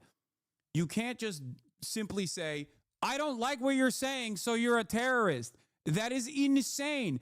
That is an insane erosion of constitutional protections that were previously afforded to non-citizens and citizens alike. Do you not understand my point here? I'm saying that the American government, with no care or consideration for the Constitution, is unironically trying to erode a protection. That's the point. That's what they're trying to do. And it is, as it stands, currently illegal. It is also immoral. If they were to turn around and decide that it is legal now, I would also argue against the dangerous precedent that this is setting. And I am arguing against the dangerous precedent that they're trying to set. The entire fucking debate or the back and forth happening here is that the American government is literally trying to manipulate pre-existing law with very little evidence, with no evidence whatsoever. And they've been... The Trump admin isn't even using this argument. Their whole case relies on Rubio personally signing it. Exactly.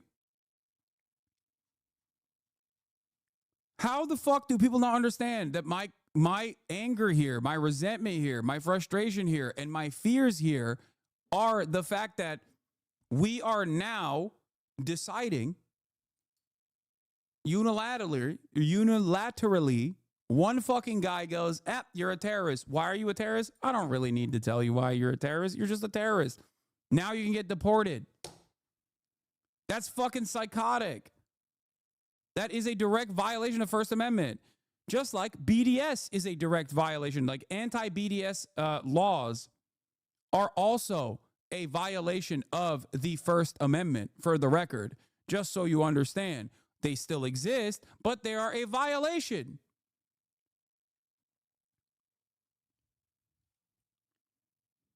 Weirdly enough, both of these violations are happening at the behest of Israel.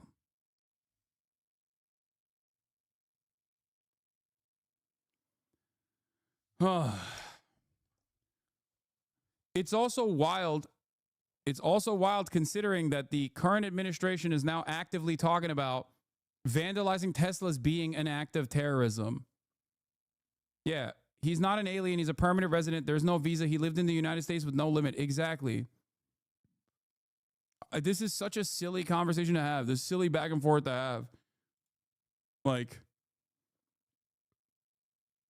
and also, when faced with evidence to the contrary, Asmongold immediately said, if it's true, then I guess he's right and I'm wrong. That's what he said. Legal cause reading that's about denying a waiver when someone's legal permanent resident on soil, it's not as constitutional protections everybody else has. Well, if that's true, then he should stay. Yeah, and it is true. It is true. And that's really it. I mean, like, I think that they need to decide that in the court, right? And if that's the way that the law works, I mean, I don't really know exactly how the law works. This is what I've heard. Then why did you spend 48 fucking hours worth of content saying? Oh my God. That's if. Yeah, exactly. Now, in my opinion, by the way, this is still my opinion. I don't want to have anybody in the fucking country that's not a naturalized citizen that's supporting a terrorist organization. And I don't think that we need to afford the full rights of freedom of speech to people that are not even citizens to advocate for terror. Okay, you don't like the First Amendment. That's it. You don't like the First Amendment then. You are anti-free speech. That's it. You are anti-free speech. Is chat saying you folded, shaking my head? Wait, what? Are they just imagining alternative realities? How the fuck am I folding? He's the one who's walking back the underlying falsehood that he was operating off of, that he was so confidently talking about, that has now been seen by hundreds of thousands of people. And he's also the one who doesn't want to talk to me.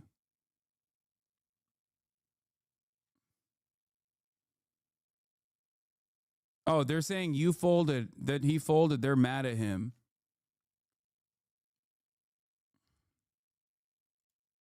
For President Trump. Anyway, I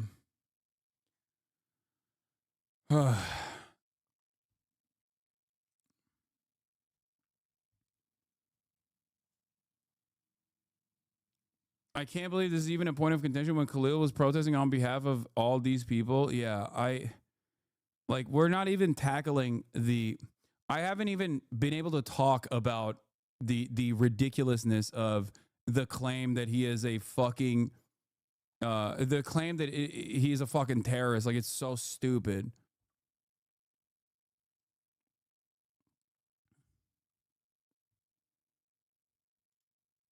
Yeah. Yeah, it's crazy, man. It's crazy. Wait, well, I want to get on a call.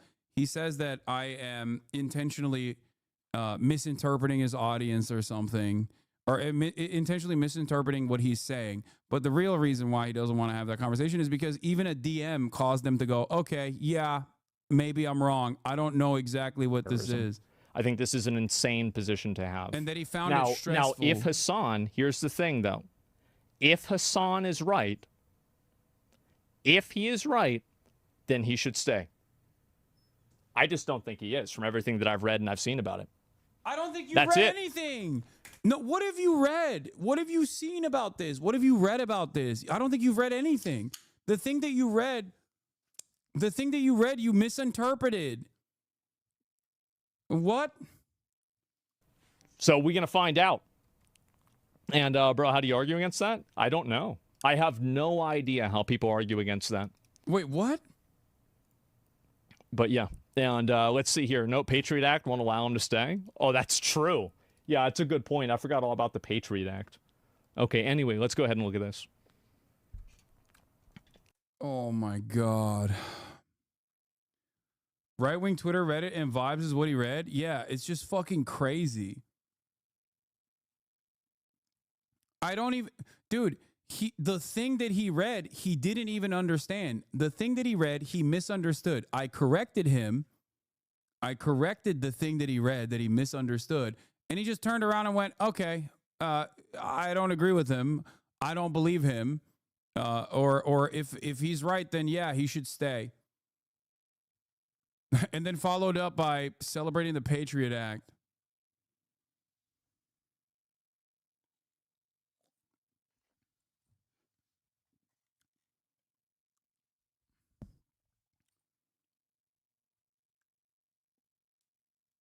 Now, the reason why we can't have a fucking conversation, even though I added him directly, is because he doesn't want to have the conversation. It's not me. I have not only a genuine, firmly held ideological conviction here, but I also understand the pre-existing rules set in place better than Asmongold does. It's okay. It's all right to not know everything. And I certainly don't know all of the confines of like, I don't know everything about the fucking immigration law either. All right. Having said that,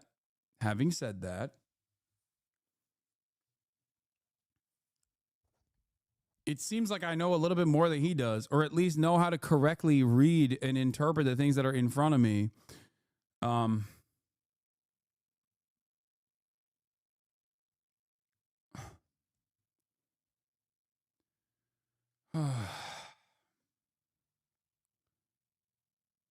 I love how we went from we are getting rid of woke with an executive order to we are deporting people for free speech and buying Teslas to own the libs all in like 11 days. I know. But the thing is, we didn't. I don't think the American population moved in that direction that quickly. I think that the media is trying to move everybody into that direction. Jaeger Larson, thank you for the 32 community gifted subs. Trump and the Republican Party as the House passes a funding bill. Yeah, we're talking about the funding bill. It passed in the House. There was one Democrat that said yes, and one Republican that said no. I forget who the Democrat was that said yes, but it is going to get to a standoff. It's going to be held up in the Senate, to avoid a government shutdown. The House bill now goes to the Senate, where Democrats face a dilemma. Should they pass Trump's agenda or force a government shutdown? They should force a government shutdown actively. And also, remember, there's two sides to every negotiation. You don't have to force a government. Yeah, Jared Golden is the Democrat. Thank you. You don't have to force a government shutdown, as a matter of fact. It's just entirely dependent on the Republicans and how many concessions that they will give to the Democrats. They don't like either. But remember, when Democrats... So claiming that this is on the hands of the... claiming that this is in the hands of the fucking... Oh, my God. This guy's still talking about Hamas being a foreign terrorist organization. Jesus Christ, dude. Chatter. You cannot... You just... Do you like the First Amendment or not? Okay, do you like the First Amendment? Do you think that free speech is good or not? If you say no, you don't like the First Amendment, you don't like free speech, then that's fine. At least you're recognizing that. Then we can have a separate conversation about how that will inevitably loop back around and harm you as well. Democrats railed against government shutdowns in the past. You can't just go, but Hamas on this issue. We are not in fucking Israel, okay? Reopen government today, and he should. And when you multiply those federal workers by their family members, the people they love and care about and who rely on their steady paycheck to survive, you get a better sense of the pain that the president is causing with his shutdown. So there you go. That was a different mindset, perhaps. Speaker of the House Mike Johnson joins us now with his first interview since that critical vote, which delivered, you lost one Republican, you got Jared Golden, 4 Democrats. Mr. Speaker, how much pressure is now on the Senate to do what you did? Well, huge pressure, Brian. This was a big night in Congress last night to get that done. We passed a clean, simple bill to keep the government funded for the rest of the year. And every Democrat, except for one, in spite of all their previous sayings about how disastrous it would be to shut the government down, they all voted to do exactly that. So now the ball is sent over to the Senate. And Chuck Schumer has a big decision to make. Is he going to cast a vote to keep the government open, or is he going to be blamed for shutting it down? And that's clearly, very simply, what they have to decide. And I hope they do the right thing, because government shutdowns, as they all said there on video and have said 1,000 times, is harmful for everybody. We don't need that. Yeah, Mr. Speaker, would there... It's ironic because they want to shut down the government. Like, they are shutting down the government. They're actively shutting down the government, while simultaneously saying it's the Democrats that want to shut down the government by not passing the spending bill. It's like, yeah, no, they're actually trying to stop you from shutting down the government fucking permanently. There'll be some change in the process. I know Thomas Massey. I know you know Thomas Massey. He's been the same ever since he was elected. And there's been one issue that he's railed against his entire career, which is the spending. And the president, I know, is on the same page when it comes to that. That's why he has Doge. Is there a way to bring them both together? He's not anti-MAGA. He is MAGA as well. But I think they're coming at it from different parts. He wants regular order. Will we get that? But yeah, of course, everybody. They want to do $13 billion in cuts to non-defense programs such as mental health and substance abuse treatment and workforce training. It's not like it's not exactly a clean resolution bill that was previously agreed upon. It's just fucking ridiculous. And it's totally, even if it was a clean resolution, I don't think the Democrats should go along with it until they get firmly held assurances on a bunch of shit that the Trump administration is trying to do. This is how you play ball, okay? Republicans quietly cede power to cancel Trump's tariffs, avoiding a tough vote. House GOP leaders tucked the provision into a procedural measure needed to pass a government spending bill. Is this a 60 vote or a majority vote? No, it's a 60 vote. If it was a majority vote, it'd be cooked. They need to have a filibuster-proof majority. They need to have 60 votes to be able to pass this. Okay? The Democrats should use this opportunity. This is one of the best opportunities the minority party has against the government.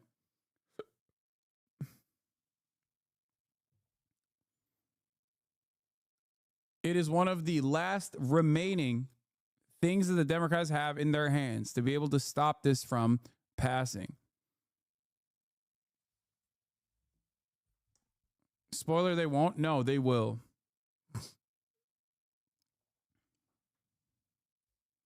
They've said that they will. Getting 10 Democrats in the Senate, aside from John Fetterman, who cancels out because there is also what's his face? Fucking ramen noodle hair, Ron Paul's son, Rand Paul, who is against, who is going to vote against this.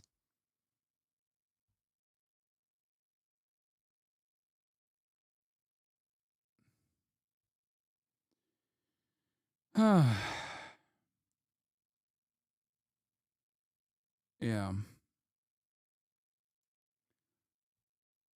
Yeah. Senator Schumer said Democrats have the votes to block the House spending bill. Our caucus is unified on a clean April 11th CR that will keep the government open and give Congress time to negotiate bipartisan legislation that can pass. We should vote on that. They are activists.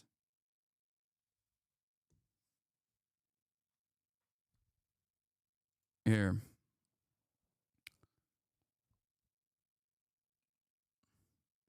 It should be very clear to every Senate Democrat that any vote for cloture will also be considered a vote for the bill. People aren't going to be tricked with procedural games. They know exactly what's going on. Defend Medicaid, vote no on cloture, no on the bill. Yeah.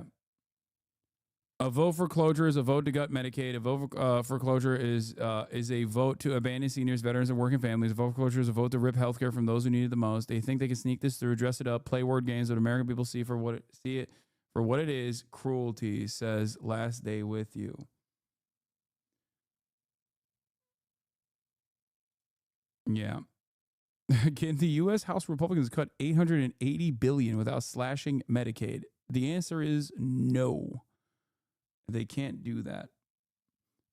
Anyway, let's get back to this. Let's see. He wants regular order. What my friend Thomas Massie missed yesterday is that the vote was to allow this administration to continue their work so that we can bring about all these big changes for the FY26 budget. That's the one we start immediately after FY25 is off the table. That's what everybody's excited about. So what will happen is the Trump White House, the administration, will send to Congress a budget that requests to spend less money. Why? Because we're going to be able to incorporate all the savings that DOGE is uncovering and finding, all of the innovations that the Trump administration and his extraordinary cabinet are bringing about to change the way the federal government works. This is the Super Bowl. This is the moment we've all been waiting for our entire careers. And finally, the stars have aligned so we can do that better. It's going to be great for the American people, a more efficient, effective government that uses their precious resources, their taxes, in a more responsible way. And we're excited about that. And Mr. Speaker, government funding still does run out in 2 days. And so you guys have passed it. So essentially it's the playoffs. You're getting to the Super Bowl. You've got to have the Democrats vote for it. And you need 7 to start the process. The conventional wisdom is, because the Democrats had an hour-long meeting where they said, we can't make it look like we're giving Trump a win. And so we have to oppose it. And that's why everybody on the Democrat side has been opposing it. The conventional wisdom is they're going to do what you guys have done in the past. And that is they'll have 7 Democrats walk the plank, vote for closure. Then when it comes up as a bill, every one of them is going to vote against it, and you're going to win. The Democrats are going to lose in the Senate because there are more Republicans, and they're going to get with the simple majority. Yeah, look, Chuck Schumer has to decide all that strategy and that math, but I think they need to put the partisan politics aside. This is not a win for the Trump administration. This is a win for the American people. I mean, when the government shuts down, you have government employees who are no longer paid. You have services that begin to lag. It brings... It's so funny to hear Republicans spell out the devastating nature of government shutdowns. Especially when it's their favorite weapon to wield and they have so consistently. And the counter to this is very simple. Okay, then pass a fucking bill that concedes on understandable points from the Democratic Party. You have power to stop the shutdown. The Democrats love to play ball. They want to play ball. They keep saying that they want to play ball to a degree that I don't even agree with them on. So, you know, especially, it's especially funny because, like, the thing that they are trying to do, the thing that they are trying to fucking do is also destroy the government anyway. Like, they want to permanently shut down the government, and the Democrats are coming to the table saying, like, no, we don't want to permanently shut down the government. So if you don't concede to us and give us assurances that you won't permanently shut down the fucking government, then, you know, you're going to go to a government shutdown. It's going to be on you. Great harm on the economy and the people. I mean, military servicemen, men and women won't be paid. TSA agents, you'll start to have long lines at the airports. I mean, Border Patrol agents. We have to keep the government operating. And Congress has a responsibility to do that. And Chuck Schumer has to weigh that today. And I hope he does the right thing. I hope they put partisan politics aside and do the right thing for the people. The House Democrats engaged in a shameful display of partisan politics. And I think they're going to regret that vote. Mr. Speaker, let's talk about the Department of Education. We had Linda McMahon on last week, and she was saying this is just a mandate. She's following the orders from the president, saying that she wants to eliminate the Department of Education, but she knows she needs Congress's help on this. Here she is on the Ingram angle last night. That was the president's mandate, this directive to me, clearly is to shut down the Department of Education, which we know we'll have to work with Congress, you know, to get that accomplished. But what we did today was to take the first step of eliminating what I think is bureaucratic bloat. Clearly, we're not taking away education. The president never said that. He's taken the bureaucracy out of education so that more money flows to the states. So, Mr. Speaker, what is your reaction to that? And 148, Emma and Sam were talking about the line item changes in the bill. It's not zeroing out funding for agencies. It's not clean. Wait, at 148? You mean 1 hour and 48 minutes?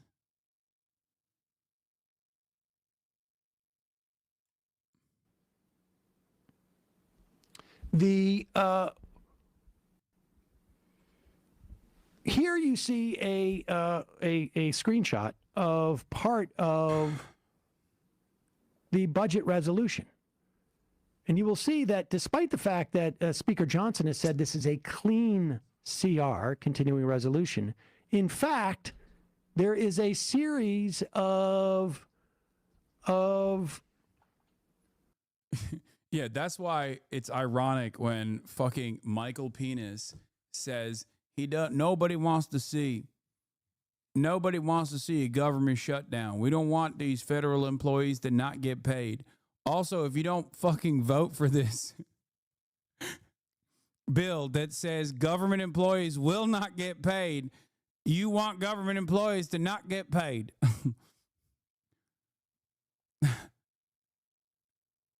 Like, what do you mean, dude? Slight changes. $0 for the Department of Agricultural programs. In other words, this is line 16. It's going through different lines in the original continuing resolution and saying substitute whatever huge number was there in terms of billions of dollars for zero. $0 for Department of Energy programs, energy projects. In Section 204, by substituting zero for $13,045,000. In Section 530, by substituting zero for $38,414,000. And now, I'm not even sure if that's million or billion because I don't see the original, but those numbers look like million to me. Substitute in Section 542. Now, I don't know what 542, but the point being that there's a series of these things. It is not a clean continuing resolution. Yeah. It's not. Will she get the support of Congress to shut it down? We're fully in support of what Secretary McMahon is saying there. She's talking about efficiency and accountability. She's talking about directing resources to the places they matter the most, and that's to the hands of the local school boards, to parents who can direct their children's education, with the assistance of the teachers there local and closest to the people where it really matters, where they can make those decisions. For too long, the Federal Department of Education has been pushing down federal mandates, using taxpayer dollars in an inefficient manner, and enriching teachers' unions, okay? The results are really regrettable. We see that America is falling behind other countries in education standards and in the test scores and all the rest. So this is a time for change. I think this will serve students, parents, teachers, administrators better to have that down at the local level. And Secretary McMahon is bringing that change about. This is a long time coming. You'll have greater choice for parents and students. Yeah, you know what I think about? When I think about people who are just the parasitic force suckling on the teat of the federal government, I think a teacher is getting paid like $38,000 a year. that have to do Uber after they're done with their regular workday so they can buy supplies necessary for their job out of their pocket. That's what I think. I'm like, yeah, you know what? Teachers deserve less, dude. That's what I think. You'll have a lot better outcomes, I think, and this is something we all applaud. Right now, we got all eyes on Friday, Saturday, right? The deadline to see if we get this budget passed, and we fund the government until September. Thanks so much, Mr. Speaker. Thank you. Good luck.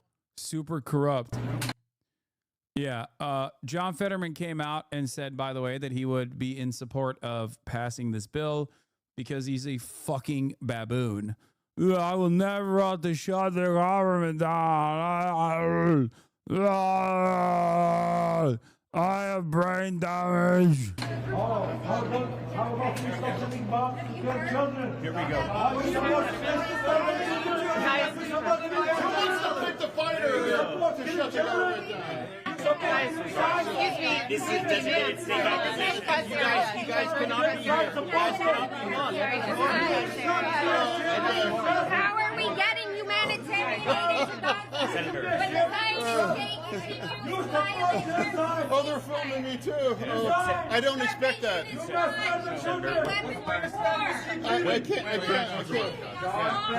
I can't focus on your words.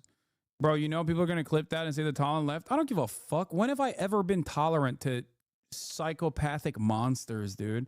Yes, I'm not fucking tolerant. You know why? Because I'm not a goddamn pussy, okay? That's it. I'm sick and tired of motherfuckers who are like, oh, so much for the tolerant left. Like, what do you mean? When have these guys been tolerant? Yeah, fuck this guy. You can cry bully all day, every day. You can be like, oh my God, I can't believe how mean you are to fucking psychopathic, bloodless monsters like John Fetterman. Yeah, dude, I'm not. I'm sorry. I have no tolerance.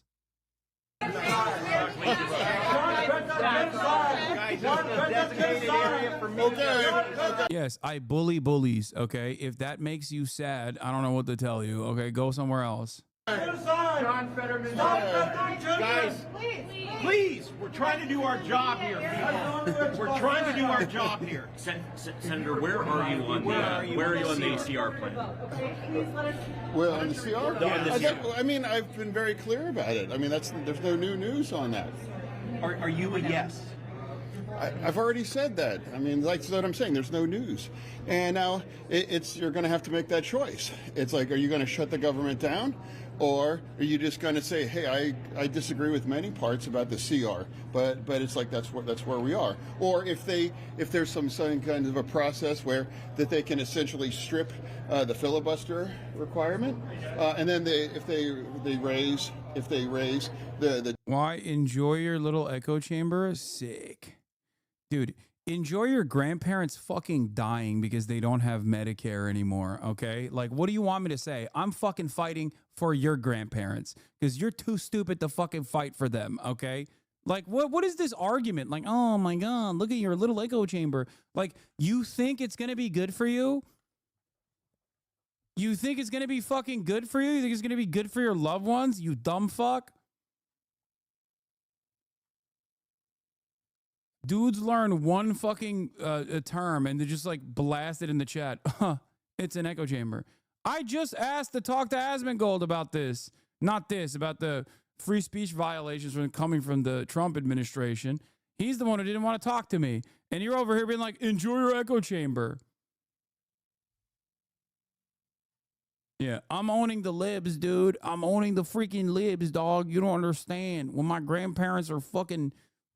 when my grandparents no longer get health care, I'll be owning the libs so hard. When my parents can no longer have health care, I'll be owning the libs. I'll be thinking to myself, oh, well, at least the libs are owned, you know? The debt limit, well, then that's a double capitulation. And then that means they don't want to just tell and saying, yeah, we are effectively voting for it, but then we can technically say that I voted no on that. And so that's... So do you have how many of your colleagues do you think will vote along with you to keep the lights on when government funding expires at midnight? Well, what I'm saying, it's like, you know, for me, I'd never vote to shut the government down. And if you are wanting to if you don't want to vote for that CR because you want to protect the government and some of the things that I don't agree with that are happening, well then again, it's like I'm not going to cut the baby in half. It's like so that's the thing. So that's the thing. Yeah, you know. What about this senator is supporter of genocide, mass murder of children. He is cutting babies in half. He cut 20,000 babies in half. You already did that. You voted for more bombs to murder people. This senator is a mass murder of children and a supporter of genocide. What's your level of concern about cuts to the Department of Education? So you're the only babies he supports cutting in half are babies that have been cut in half with American munitions in Gaza. He loves when those babies are cut in half, you know? Also, the fucking journalists are yelling at the pro-Palestinian protesters. They're like, I'm sorry, I know you want to get your fucking quote from the ogre real bad, but, you know, let him have his moment. Hoping that other Democrats will join along with you and not shut down the government, correct? Yeah, if you had any fucking honesty or decency as a congressional reporter, you would also be asking similar questions about, you know, his unconditional loyalty and support to the apartheid state of Israel. But of course you don't. That's why you're there. I'm saying that that's the choice. And you can either vote for the CR and not, you don't have to, that means you don't agree with all of it. It's just that we agree that you don't want to shut the government down.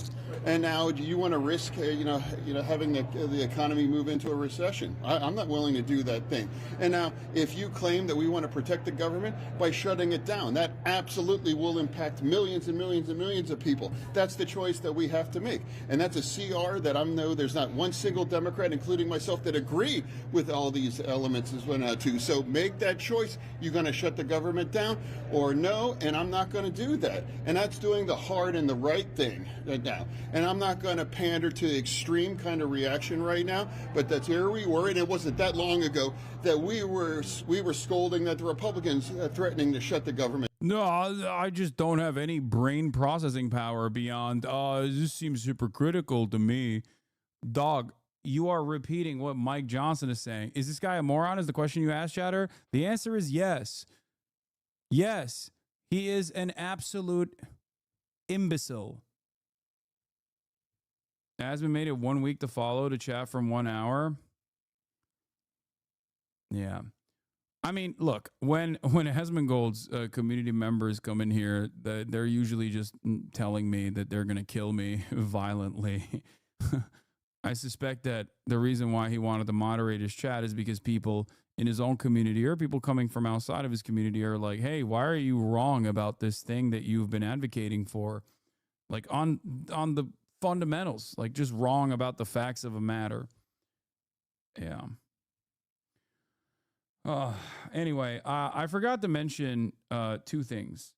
One, this is, I hate to do it to him, but Christopher Murphy, who apparently had a relatively human reaction to what the fucking government is currently doing to MAHMOUD KHALIL. A young man by the name of MAHMOUD KHALIL, an immigrant and a legal permanent resident of the United States, is being held right now in prison, even though no criminal charges have been filed against him. And I want to tell you why that should matter to every single American. Khalil is a recent graduate of Columbia University. He opposed Israel's military operation in Gaza. He has deep animus toward Israel's policies and the U.S. support for those policies. He helped organize the protests over Gaza at his university. Notice how he's not saying it's anti-Semitic and saying he has deep animus towards Israel's policies and America's support for Israel's policies, because that's correct.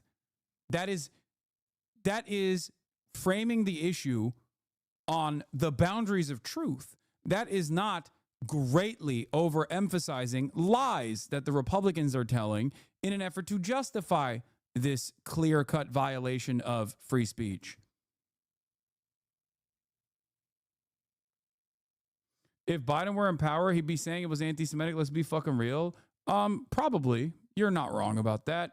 Chris Murphy, post Kamala Harris defeat, has certainly changed his attitude a little bit. But, you know, just like with my support for Al Green and the actions that he took at the joint congressional address, I'm not going to immediately slap down Democrats. The reason why I'm not going to is because Whether I agree with them or whether I think they're being cynical or not doesn't matter in this process, because we have to fucking lock in and actually expect them to do the right thing, to demonstrate moral courage, to actively fight back against this fucking administration. That's why urging your congressional representatives to pressuring your congressional representatives to do the right thing in times when they're necessary, like not passing this fucking bill, is the right thing to do, and in many instances, the only thing to do. That's the only shot we have. That's the only thing we can do in this situation. That doesn't mean that you should just like stop and be like, all right, well, I'm supporting the Democratic Party, and then that's the end all be all. We're good. That's not what I'm saying at all. But if Democrats do say the right things, I'm not going to be a person who fucking criticizes them in the moment, because I understand the necessity. I understand the need for them to do the right things. Last year, you can disagree with his views or his politics, but there is no evidence he has broken any law. But last weekend, Trump officials entered his apartment and took him into custody. They brought him to a detention facility in New Jersey at first, but when his family went to visit him, he wasn't there. For a while, his family and his lawyer had no idea where he was. They eventually found out that he was being held in a detention facility in Louisiana, and that's where he still is today. In dictatorships, they call this practice being disappeared. No charges, no claims of criminal behavior. The White House doesn't claim he did anything criminal. He's in jail because of his political speech. And here's why everybody should care. In America, your political speech is protected, whether or not the president likes what you say. But today, if you're loyal to Donald Trump, your speech is going to be protected, even if it's hate speech. You can be Marco Ellis, an employee of Doge, who said he, quote, was racist before it was cool, and, quote, normalize Indian hate. And the vice president of the United States will tweet in your defense. But if you are disloyal to Trump, or you're organizing against Trump's political agenda, your speech could be criminalized. You could find yourself in jail. Now, Trump chose to begin by disappearing a Palestinian immigrant, hoping that his place of birth and his immigrant status would just cause people to look the other way. But which it did. For right-wingers, that was all it took. Well, for right-wingers, all it took was that Trump is doing it. That's all it was for many right-wingers like Asmongold and whatnot. I do still believe. Here's why I think it's important for Chris Murphy and others to say this, and not whatever the fuck Chuck Schumer was doing yesterday. Because I do think that Americans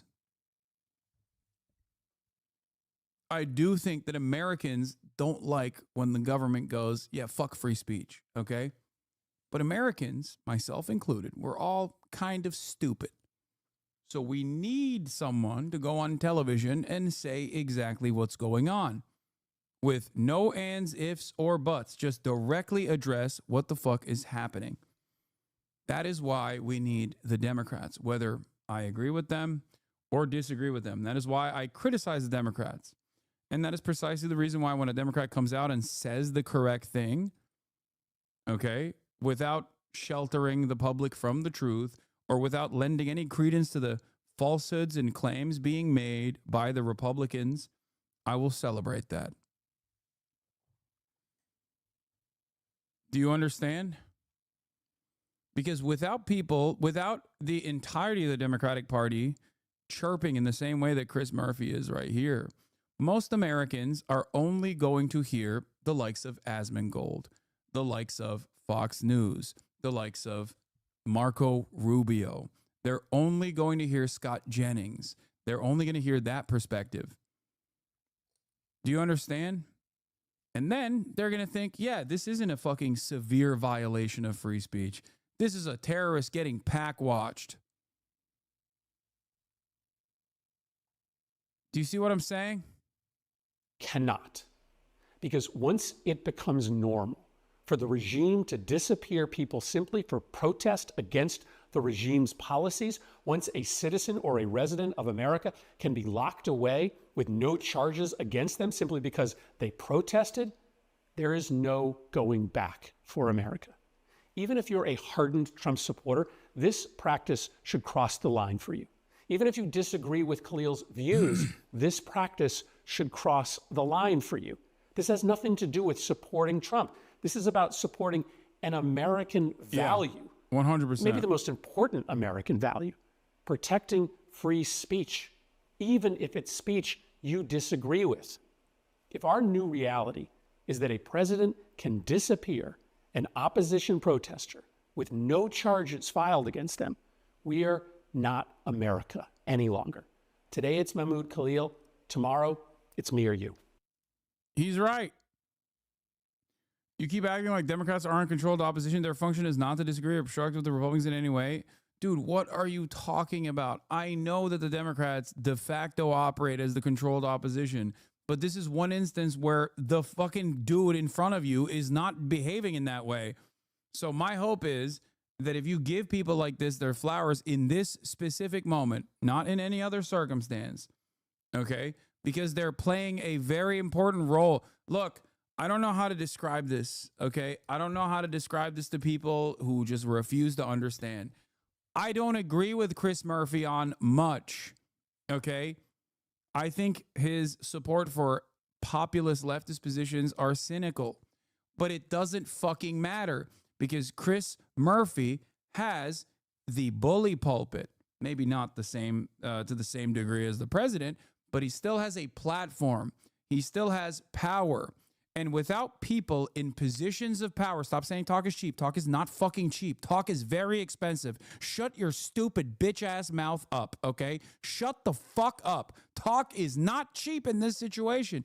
Because the point is, Americans are stupid and they need to hear people say this so they understand what is actually happening. Because if the opposition party just buckles and shows their belly in the way that, like, for example, Chuck Schumer was speaking out on this issue saying, like, this guy's an anti-Semitic terrorist, but I don't think he should be deported unless you show me what laws he has violated or whatever the fuck. When you say that, you're conceding to the Republicans on the framing, so Americans don't even think about whether or not this is a violation of the First Amendment. They can only think about it if someone is fucking saying that is a clear-cut violation of the First Amendment. You need people to fucking say it.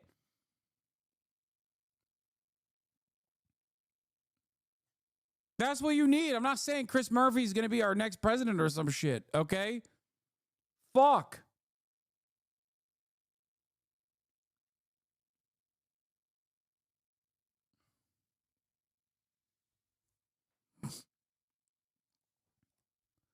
If the entire field of conversation is dominated by right-wing misinformation, you'll always turn around and go, wow, how do we get here?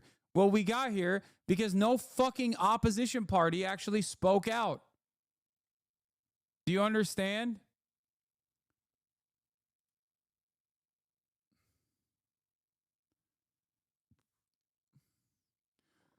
This was my argument against immigration as well. The Democratic messaging on immigration was dog shit.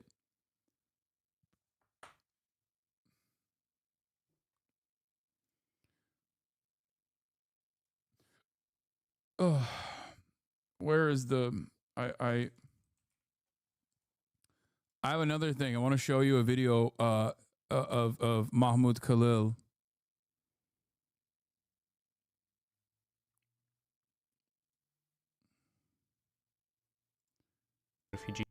Kylie Chong says, it actually disgusts me that so many people, and usually extremely privileged people, are saying things like he's an awful person, but you should support his free speech. Instead, he's someone who overcame and risked so much to protest genocide. So that's who you're talking about. Here, let's hear from him about his background and his story. This is Mahmoud Khalil's background and his own story in his own words, how his family ended up in a refugee camp where he was born and his aspiration for a free Palestine.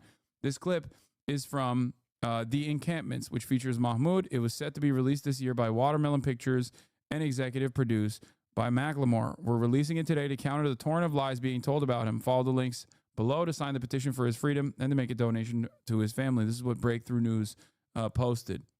Raised in a Palestinian refugee. I was born and raised in a Palestinian refugee camp in southern Damascus in Syria. My family's history in Palestine actually goes back to as long as my grandparent could trace it. They lived in a very small village right next to Tiberias. Mostly they were farmers. My grandmother, she used to tell us that she had Jewish neighbors. They would share a piece of land where they would farm it. Tiberias was one of the first cities that the Zionists targeted in 1948 with ethnic cleansing.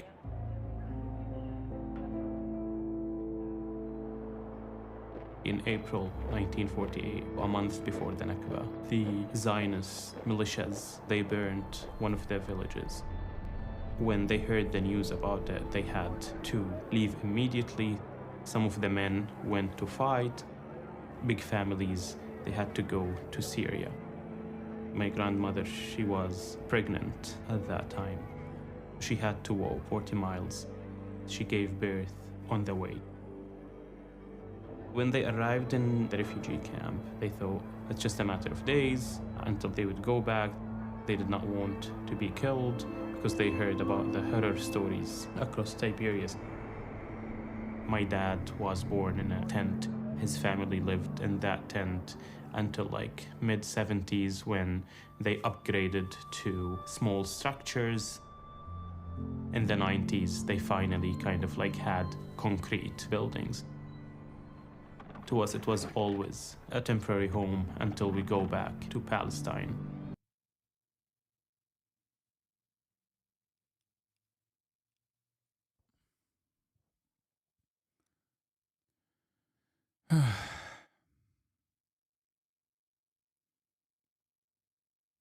Yeah, he's the terrorist here, not those who actively support the things, the state that did this to him and his family. There's an update on Drop Site. According to Fox News and much of the rest of the media, Mahmoud Khalil has called for the total eradication of Western civilization. Even if the allegation were true, it would be protected speech, but it's not. The phrase appeared on an Instagram post linked to an organization Khalil has been affiliated with. However, Drop Site News can report, based on conversations with a source with knowledge of the situation, that Khalil was not involved in any of the Columbia University Apartheid Divests Instagram post. He may not have even seen this post and may not even be aware that this phrase is being used as a part of a Kafkaesque effort to deport him as national security threat. It doesn't fucking matter even if he did, though, because although he is multiple steps removed from a fucking Instagram post that was reposted, okay, guess what, dude? It's still constitutionally fucking protected. It's still constitutionally protected.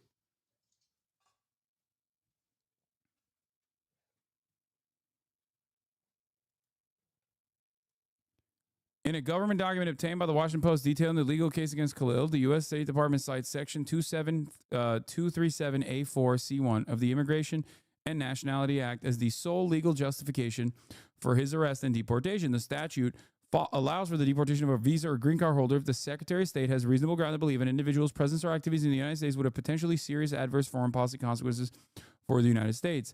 To justify Khalil's alleged threat to U.S. foreign policy and national security, his opponents is seized on an August 2024 Instagram post from CUAD. The post stated that CUAD was fighting for the total eradication of Western civilization. The full post from the Instagram account we already read, but I'll read it again. Okay. We are Westerners fighting for the total eradication of Western civilization. We stand in full solidarity with every movement for liberation in the global South. Our intifada is an internationalist one. We are fighting for nothing less than the liberation of all people. We reject every genocidal eugenicist regime that seeks to undermine the personhood of the colonized. As the fascism ingrained in the American consciousness becomes ever more explicit and irrefutable, we seek community and instruction for the militants of the global South who have been on the front lines in the fight against tyranny and domination which undergird the imperialist world order. Biplop Cholbe, revolution must continue. The caption beneath the post stated, from the people of Hinds Hall, a statement in solidarity with the student movement in Bangladesh. Sheikh Hasina has been ousted by the people, but the revolution is not over. Long live the global intifada. The post has since been deleted. Drop Site News was not able to determine how soon it was removed. What is Columbia University Apartheid Divest? It's a coalition of student organizations at the Columbia University advocating for financial divestment from companies profiting from Israeli apartheid, genocide, and occupation in Palestine. Can you imagine, claiming claiming that if you are even tangentially involved, or if you saw a post, or if you liked the post that the American government doesn't like, then you can be deported. Like, I cannot believe how little, how fucking little evidence they have for such a high bar to clear.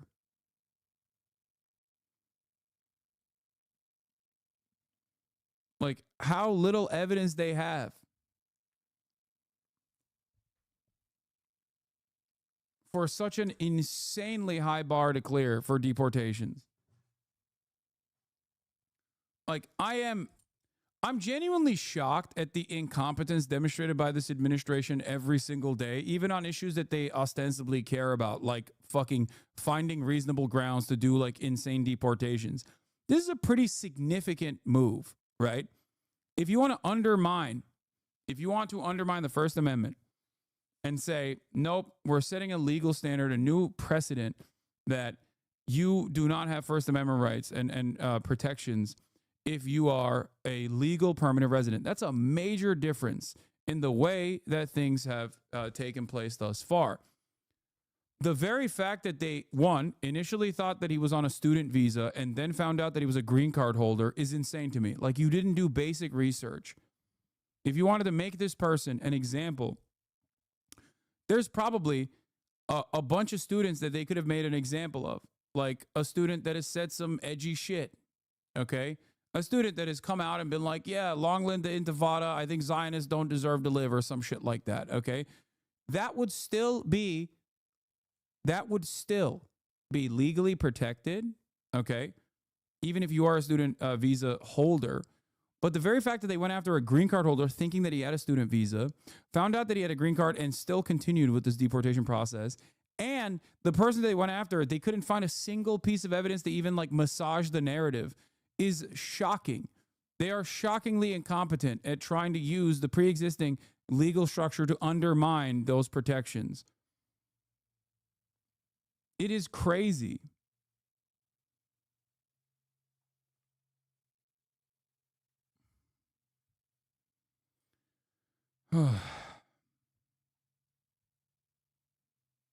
Do you think it's incompetence or boundary testing? I think it's incompetence. I mean, they are boundary testing, but they could have done it in a more competent manner, where they could have at least like been able to present a decent case for why they have to do this, and they didn't.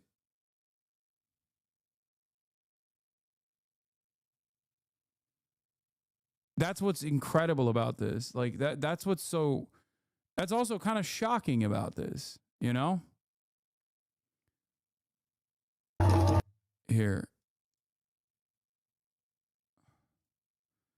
But I guess it doesn't take much for dumbasses to still advocate for the complete erosion of free speech here in this country.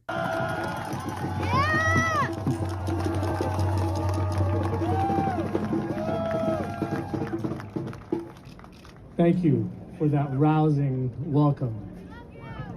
Love you, man.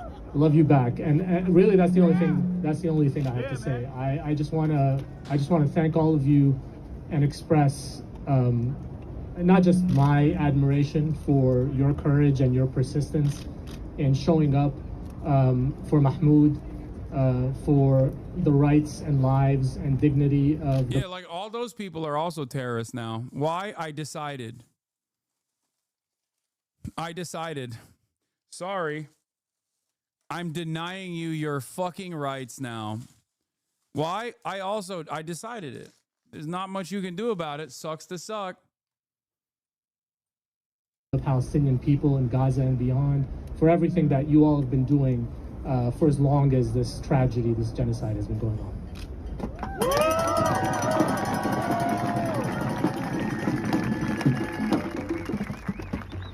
And the last thing I'll say is it doesn't matter how long this fight is going to last, because we know, and more importantly, Mahmoud and his family knows that you are with him. And that is a huge source of sustenance and courage. And that's what's going to enable us to keep doing this for as long as we need to until he's back.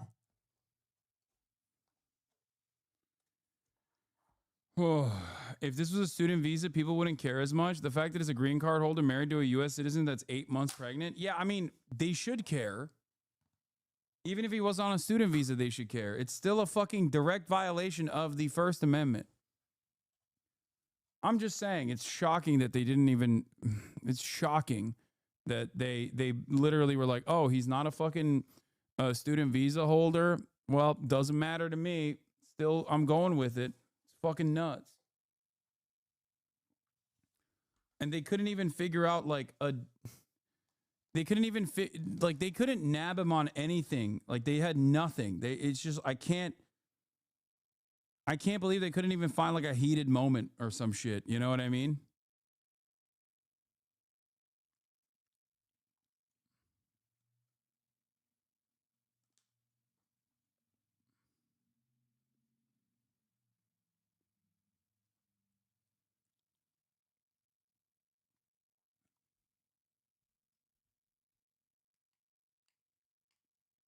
It's not that significant, but because the crime that the government is committing here is egregious, but it is literally, it is, I can't help but, you know, be surprised at their incompetence once again.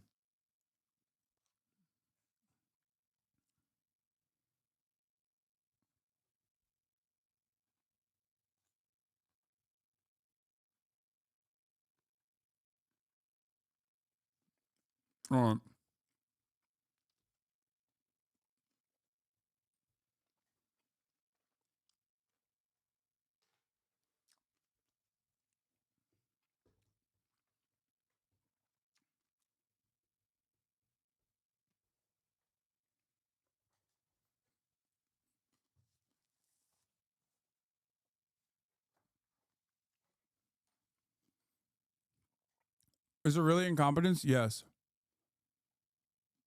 Yes.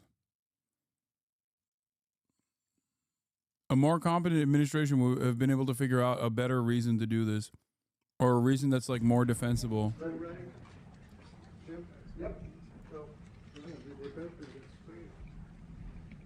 Thank you very much. It's a great honor to have Micheál Martin, Taoiseach, Ireland. It's a special place, and he's a very special guy. He did it the hard way also. He served, and then he took a little time off, and then he served again. I've heard about that. That happens on occasion.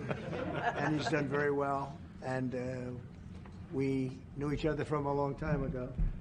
But it's a great honor to have you in the Oval Office and have you at the White House. We have tremendous business relationships with Ireland, and that will only get stronger. The relationship we have personally and every other way is very, very strong and very, very good. So I just want to welcome you to Washington, D.C. and to our country, and thank you very much.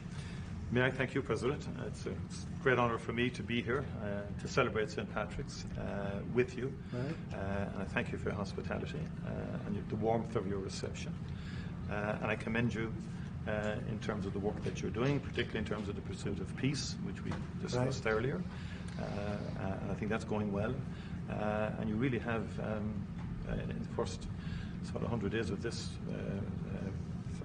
government, you've done some extraordinary things very quickly. Thank you.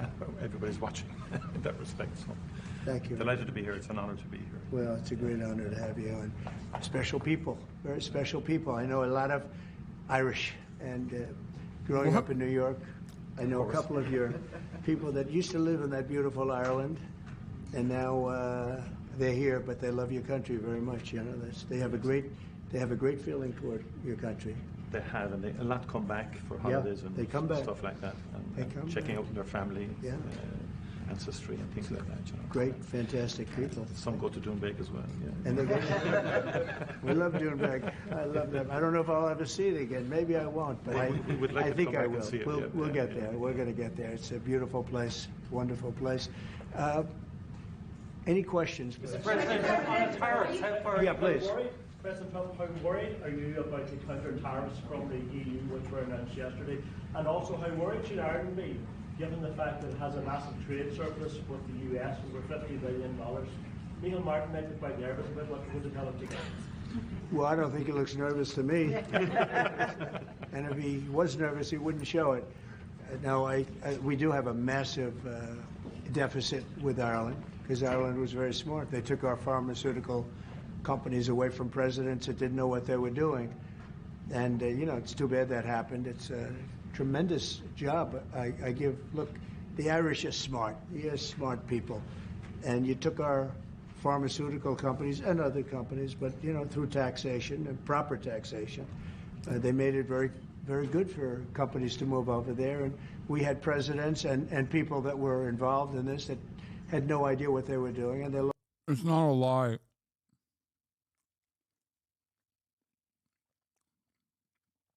It's not lying. Ireland is a tax haven. lost big segments of our economy. The European Union treats us very badly. They have for years. I saw that. I had it out with them in my first term. It did well, but we had to solve other problems, and we did. But European Union's been very tough, and it's our turn too. We get a turn at that also, but they have not been fair. They sue our companies and win massive amounts of money. They sued Apple, won $17 billion, and they use that for other reasons, I guess, or to run the European Union. So I'm not knocking it. They're doing what they should be doing, perhaps, for the European Union, but it does create ill will. And as you know, we're going to be doing reciprocal tariffs. So whatever they charge us, we're charging them. Nobody can complain about that. Whatever it is, it doesn't even matter what it is. If they charge us 25 or 20% or 10% or 2% or 200%, then that's what we're charging them. And so I don't know why people get upset about that, because there's nothing more fair than that. And we had a problem with Ontario, and they dropped that when I let them know what we were going to be doing. They dropped it immediately, so I'm glad, because electricity, you shouldn't be playing with electricity. It affects people's lives. Actually their life. I mean, it can affect, depending on weather, it can affect their life, so we can't do that. And it doesn't make sense that our country allows electricity to be made in another country and sold into us. Who did that deal for the United States? Okay, I looked at that long ago, and I said that's not something that's very smart. So we've had a lot of bad trade policies, and yet we're doing very well right now. But we're doing well because I won the election. If I didn't win the election, you would have had a very bad period. I think a lot of the stock market going down was because of a really bad 4 years that we had. It wasn't. Oh, shit, dude. I didn't realize. I thought it was because you kept saying you're going to do tariffs and then rolling them back like a dipshit every day. It turns out, no, it was Biden again. Damn it. God, he's so good at this. How can he keep doing this? When you look at inflation and all of the other problems wars and inflation and so many other problems, but we're going to have very good years. We had, I don't know if you saw a little thing like the cost of eggs, little to you, but big to people out there, down almost 30% in the last few days. We got it down. We did a lot of things. We have a great Secretary of Agriculture, and we did a lot of things that got the cost of eggs down very substantially, and so many other things. A very big thing that I'm very happy with is oil is down to $65 a barrel, and that's faster than I would have anticipated. We put on the gas, we stepped in the gas in order to get oil, and what's happening. So we're getting that down, and when energy comes down, prices are going to be coming down with it. So in a very short period of time, we've done a very good job. And I think that the tariffs that we're talking about, and again, reciprocal, I think that the tariffs, there are some cases where they're a little beyond reciprocal because, we've been abused for a long time as a country. We have been abused really for a long time, and we will be abused no longer. Okay. Are you going to retaliate to the EU? Education, sir, would you describe for us, is this meeting your vision by cutting about half the workforce? And what responsibility do you feel to the civil servants who have now lost their jobs? Many of them worked at the Department of Education during their first term. Sure, I do. I feel very badly, but many of them don't work at all. Many of them never showed up to work. Many of them never showed up to work, Kelly, and unfortunately, and that's not good. And when we cut, you know, we go, and that's what America, the permanent victim. Always the victim. I had a number of meetings with a lot of people over the last couple of months. When we cut, we want to cut, but we want to cut the people that aren't working or not doing a good job. We're keeping the best people. And Linda McMahon is a real professional, actually a very sophisticated business person. And she cut a large number, but she kept the best people. And we'll see how it all works out. But our country... Speaking about the people that Muda is capitulating to, oh yeah, I saw this. No. I also saw a bunch of people who were like, quote, retweeting him and being like, no, Hassan, we hate you a lot more than we hate Muda. And it's so funny because the dude is basically openly saying he's a racist. Dude is openly saying he's a racist, but like, yeah, he hates Muda because he's racist, but he hates me more. Country was run very badly. I mean, whether it was that or contracts that were signed that was so bad, so obviously bad, and I go through them in speeches. I could go through them all day long. I could read for billions and hundreds of billions of dollars, and all of that fat and waste and fraud and abuse is being taken out. But it's incredible what's happened. Now, Department of Education's maybe more so than any other place has a lot of people that can be cut. They're, number one, not showing up to work. Number two, they're not doing a good job. And if you take a look at our education process, and if you look at the charts, because they have numerous charts where they do the top 40, we're at number 37, 38, 39, and 40. And recently they hit, during Biden's last few days, they hit last. So they were number 40, and yet we're number 1 in cost per pupil.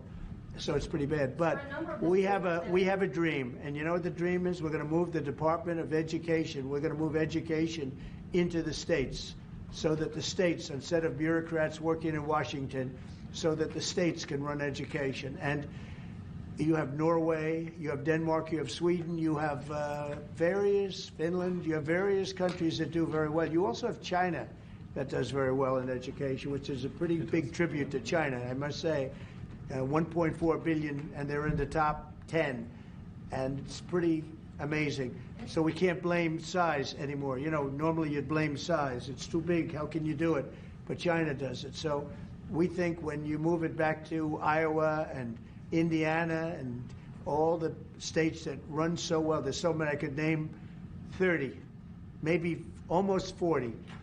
Those will be as good as Denmark, those will be as good as Norway, and they'll be as good as any of these. I believe they'll be as good as any. Now, then you're going to have 10 that won't be so great. You're going to have 5 that will not be good at all, but we'll work with them and we'll get them to be good. But that's interesting because I don't think it's localities that dictate how much privatization takes place in China or Norway or any other country that you mentioned. And yet your advocacy or what your solution is to the problem that Americans are facing is to gut the Department of Education instead of like gutting the private profiteering in this sector that causes the funding to move in the opposite direction. What we want to do is always school choice, but we're going to do school choice, and we're doing it. But we want education to be moved back where the states run education, where the parents of the children will be running education, where governors that are doing... Yeah, I want the dumbest people on the planet to have a say in what kind of education kids are getting. You know, Christian Science and the like. That'll certainly make us competitive in the fucking global stage in terms of education. A very good job. We'll be running education, not run... I drive through the city and I see like so many buildings, Department of Education, Department of big buildings, and by the way, they're empty. Nobody shows up to work. So I think Linda did a very good job. Mr. President, do you have a meeting with Vladimir Putin scheduled or a conversation? What would be your I won't comment on that, but we had a great success yesterday. We have a full ceasefire. If it kicks in, we have to see. It's up to Russia now. But we've had a good relationship with both parties, actually, and we'll see. We'll be knowing people are going to Russia right now as we speak, and hopefully we can get a ceasefire from Russia. And if we do, I think that would be 80% of the way to getting this horrible bloodbath finished. It's a bloodbath is taking place over there. On average, 2,000 to 3,000 young people a week are being killed in that stupid war that would have never happened if I were president. So we have people going over there, Mr. VP. Do you have anything to say about it? Because you're very much involved. What's going to happen? Well, we've got some conversations that are happening on the phone and in person with some of our representatives over the next couple of days. As the president said, we think that we're in a very good place where the Ukrainians have agreed to a ceasefire, and we're now going to see whether we can get the Russians to agree to a ceasefire too, and we'll certainly have news. Yeah, I want him to pull that "have you said thank you yet" shit to Vladimir Putin. That's what I want to see. Have you said thank you yet? Yeah. Say thank you to fucking Adolf Hitler, okay? I wonder how that would go. On that when we find out that news. Are you confident that President Putin will keep the ceasefire, considering that he's broken them in the past? We haven't spoken to him yet with substance, because we just found out and we just were able to get Ukraine to agree. So we're going to know very soon. I've gotten some positive messages, but a positive message means nothing. This is a very serious situation. This is a situation that could lead to World War III. And Biden should have never let it happen. Incompetence allowed this to happen. This shouldn't have happened. October 7th in the Middle East should have never happened with Israel. The horrible leaving, the way they left Afghanistan should have never happened. Inflation should have never happened. You know, we have great inflation numbers, by the way, just got released. Inflation is way down, and it's based on what we've done, and we've done it in a very short period of time. You know, we had virtually no inflation. For 4 years, we had almost no inflation, and when these characters took over, we went from no inflation to the worst inflation probably in the history of our country. So it's very interesting. Go ahead. Are you going to retaliate against and by the way, I have to speak of inflation. I love these socks. What's with these socks? It's in honor of the T-shirts. I'm trying to stay focused, but I'm very impressed with the VP's socks. That the United States is recognized as having such an important role in the peace process, and yet half the parties from the Northern Ireland government have decided not to come to St. Patrick's Day celebrations. They haven't, what? They haven't come over. They're boycotting the St. Patrick's Day celebrations. What are they boycotting? They are talking about your position on Gaza as one of the reasons why they... Oh, I haven't heard that. I really haven't heard that. Look, can I just say, I got to pay tribute to the President on the peace initiatives. The one thing we've learned in Ireland about the peace process that you've just spoken about, and I recall back in the early 90s, when the first tentative steps to get peace in Ireland, people criticised people like John Hume or people like Albert Reynolds, and then Taoiseach.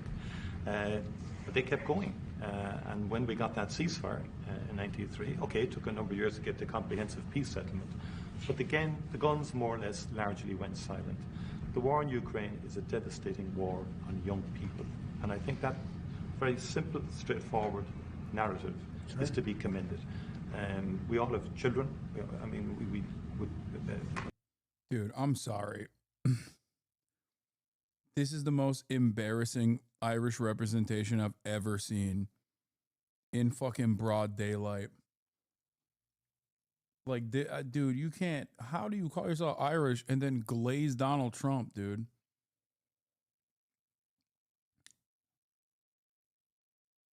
This is completely unacceptable. I guess you gotta do that. You gotta genuflect. You gotta kiss the ring.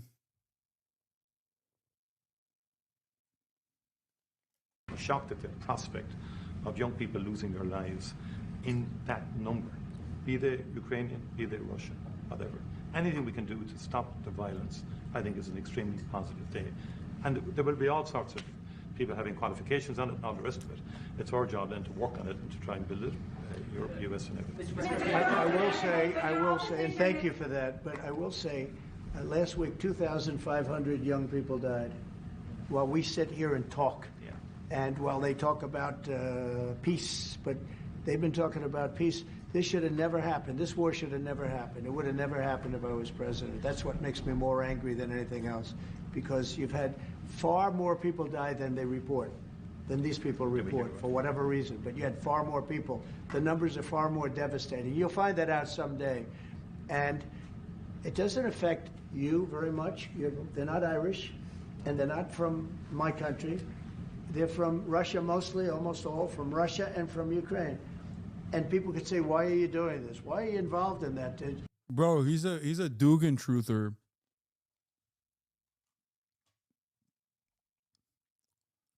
He's saying they're mostly Russian. Russia is killing mostly Russians. All of Ukraine mostly is Russian. And then maybe some Poles.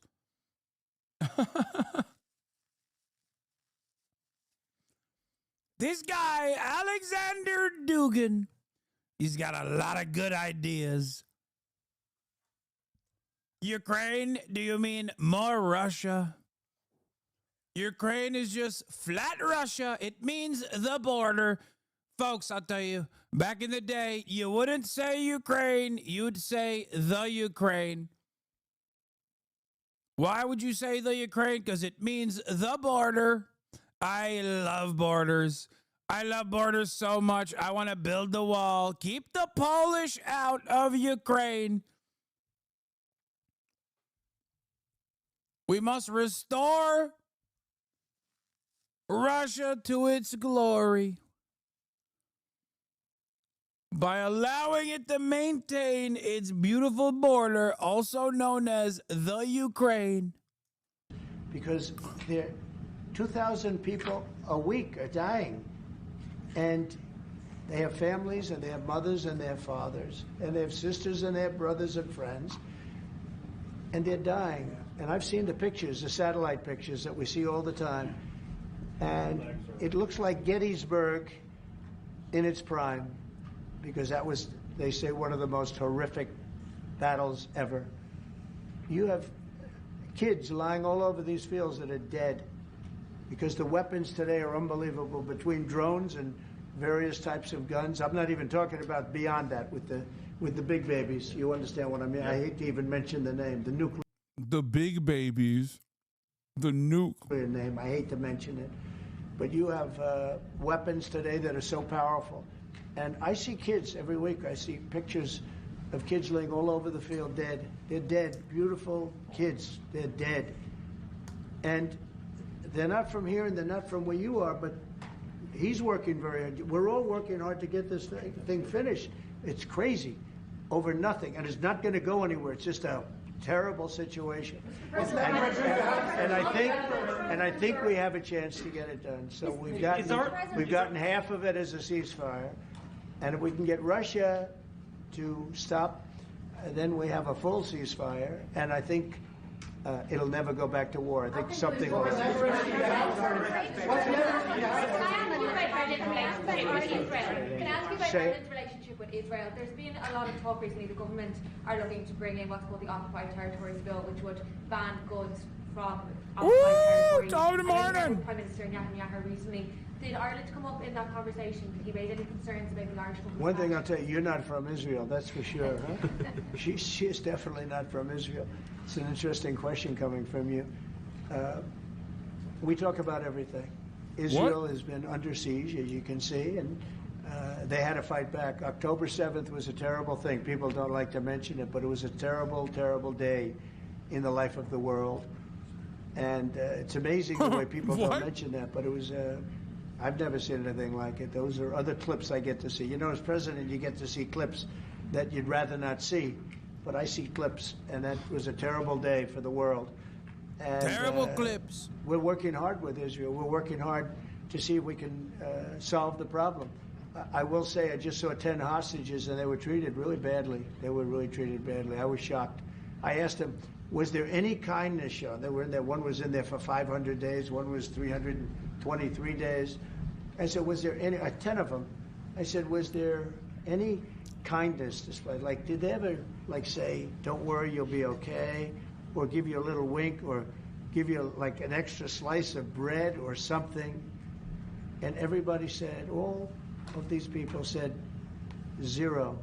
It was hatred. It was pure hatred. So, I mean, that's a very deep-seated problem. Could you give the Taoiseach some advice? Could you give the Taoiseach some advice? Ireland is in the midst of a housing crisis now, and I know you have a lot of experience as a businessman.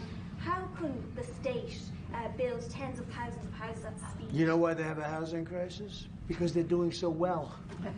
They can't produce houses fast enough. That's a good problem, not a bad problem. That's a pretty good answer, President. Congratulations. No, it's true. Will you put more tariffs on the EU, Mr. President? Mr. President, will you? Everybody should have that problem. That's okay. Will you put more tariffs on the EU? I know this gentleman. He'll get it solved. Will you put more tariffs on the EU? Will you respond to their retaliation? Oh, of course I'm going to respond. You will retaliate. The problem with more is tariffs. our country didn't respond. Look, the EU was set up in order to take advantage of the United States. Including Ireland? Is Ireland taking advantage of the US? Of course they are. I can't, you know, I have great respect for Ireland and what they did. And they should have done just what they did. But the United States shouldn't have let it happen. We had stupid leaders. We had leaders that didn't have a clue. Or let's say they weren't business people, but they didn't have a clue what was happening. And all of a sudden, Ireland has, you know, our pharmaceutical companies and other, this beautiful island of 5 million people has got the entire U.S. pharmaceutical industry in its grasp. And, you know, you mentioned housing and you mentioned other things. I mean, I have property in Ireland, as you know, and I love it. It does great. But I'd like to see the United States not have been so stupid for so many years, not just with Ireland, with everybody. You know, I looked at trade deals. I was telling the group yesterday, I looked at trade deals in term one. It's one of the reasons I decided I had to do this, because somebody had to straighten it out, and I didn't see anybody that was going to. I looked at trade deals that were so bad, I'd actually say, how is it possible that this could have happened? Who would have been so stupid to let these deals happen? For instance, when the pharmaceutical companies started to go to Ireland, I would have said, that's okay if you want to go to Ireland. I think it's great. But if you want to sell anything into the United States, I'm going to put a 200% tariff on you. So you're never going to be able to sell anything into the United States. You know what they would have done? They would have stayed here. So do you want to lower He's so lucky that I wasn't. He's so lucky. What's really funny about this conversation is that he's not technically wrong. Okay.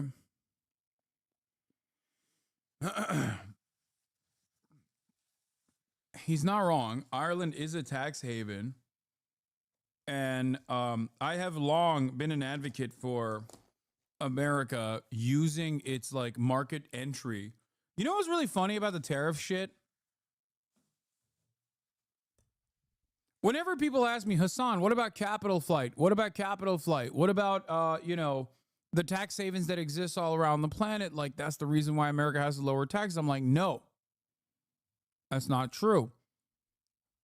Okay? Because we do have entry into the American market. It's a huge, huge benefit for these companies. And I have long maintained the position that if you are an American company and you move your assets overseas, or if you're an American company and you move your manufacturing overseas, then if you don't pay the taxes back to the United States of America that you need to pay, then you don't get to sell shit here. This is something that I've talked about quite a bit. This is something that I've advocated for quite a bit. And it's weird because on the one hand, Donald Trump refuses to advocate to increase taxes. He wants to make taxes competitive with tax havens. But simultaneously, he's just like saying, like, that's why I want to do tariffs.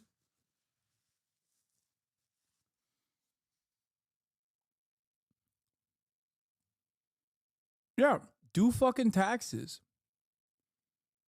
Do taxes and also apply tariffs if you want, in terms of companies leaving the country. And if they don't pay taxes and they want entry into the American marketplace, fucking tax the shit out of them at the point of entry, or just shut them off from the American marketplace.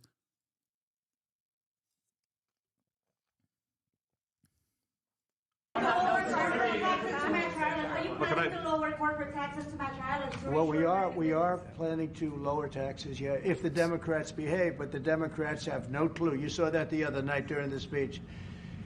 2 young women were slaughtered by illegal aliens. 1 young man has very serious cancer and many other problems. EU heads coping, claiming that they weren't created to screw over the United States. It's wrong.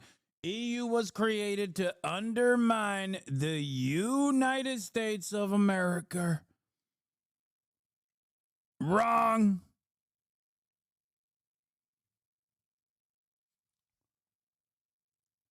That's why the EU was created. Look at the people up there. They all had difficulty, very serious difficulty, but... Yeah, he's like, oh, I can't believe Democrats didn't clap for the kid with cancer. Cancer baby. Had him on stage. Democrats didn't clap for him. They like when kids have cancer. They didn't clap for me when I said I'm going to deregulate the EPA so more children can also have brain cancer from chemical exposure. When we're talking about 2 young girls, beautiful young girls, Lake and Riley, you know the whole story that... He's literally like, look at all my props that I put forward, and the Democrats didn't actually, entertain them. How messed up. That evening was a disaster for the Democrats, in my opinion. And I would mention, and I'd see 2 mothers that were inconsolable as they stood, crying. Their daughters have been absolutely just destroyed, killed, viciously killed. And the young man who loves the police departments, he had cancer and has cancer, very bad cancer. There wasn't from people sitting there, Democrats, there wasn't a hand clap. Nobody stood. They were just stone-faced. These people are sick. There's something wrong with them. There was no standing for anybody. The only thing they liked is when they heard about the death taking place with Ukraine. They were happy about that. They were happy about that. Pocahontas was very happy. She's the one that was slapped. That's why I looked at her. I said, oh, it's Pocahontas. These people are sick. They don't know what's happening in the real world. The Democrats have to get their act together. And if they don't vote, then what you're going to do is you're going to have taxes that are going to go through the roof. You're going to have a very bad time. You're going to have some very bad things happen. And people are going to blame the Democrats. And Schumer is a Palestinian, as far as I'm concerned. He's become a Palestinian. He used to be Jewish. He's not Jewish anymore. He's a Palestinian. Okay. There's been a lot of on and off, some inconsistency. There's no inconsistency, only with NBC, which is one of the worst networks on television, by the way. Let me just tell you the inconsistency. I have the right to adjust. And I was called by the automakers, as an example, General Motors, Ford, etc., the big 3, the big 4, and they asked me to do them a favor. Could I delay it for a period of 4 weeks so that they're not driven into a little bit of a disaster for them? They actually love what I'm doing, but they had a problem. And I'm not like a... Yeah, he called Mahmoud a Hamas sympathizer, right? That's what you're... Palestinian, as far as I think so. I'm going to have to get their act. He called Chuck Schumer a Palestinian. I was very happy. She's the one that was slapped. That's why I looked at her. I said, oh, it's Pocahontas. These people are sick. They don't know what's happening in the real world. The Democrats have to get their act together. And if they don't vote, then what you're going to do is you're going to have taxes that are going to go through the roof. You're going to have a very bad time. You're going to have some very bad things happen. And people are going to blame the Democrats. And Schumer is a Palestinian, as far as I'm concerned. He's become a Palestinian. He used to be Jewish. He's not Jewish anymore. He's a Palestinian. Okay. There's been a lot of on and off, some inconsistency? There's no inconsistency, only with NBC, which is one of the worst networks on television, by the way. Let me just tell you the inconsistency. Okay, let me tell you something, okay? The reason why the ADL is not making a statement about that is because they agree with Donald Trump. They, too, like using Palestinian as a pejorative, and they also think that... and they also think that Chuck Schumer is not harsh enough. Under the regime of Zionism, a gentile U.S. official can denigrate a Jewish official's identity if the gentile demonstrates absolute loyalty to the dictates of foreign apartheid state called Israel. Under the same rules, a Nazi Sieg Heil gesture becomes a stiff-arm salute if delivered by an absolutely loyal gentile servant of Israel. Yeah.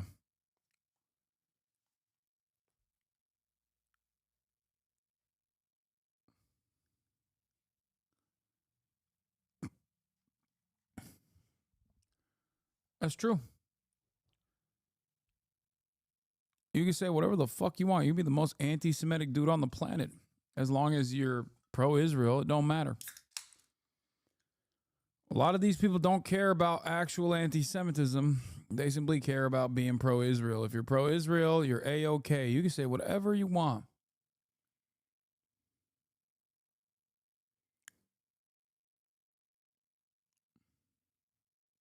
I have the right to adjust.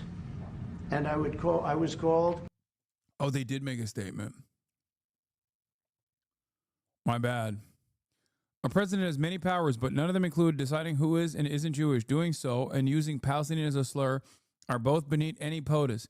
Instead of weaponizing people's identity, use the power of the bully pulpit to bring the American people back together. You were doing so great yesterday when you were advocating to deport. You were doing so great yesterday when you were trying to deport MAHMOUD.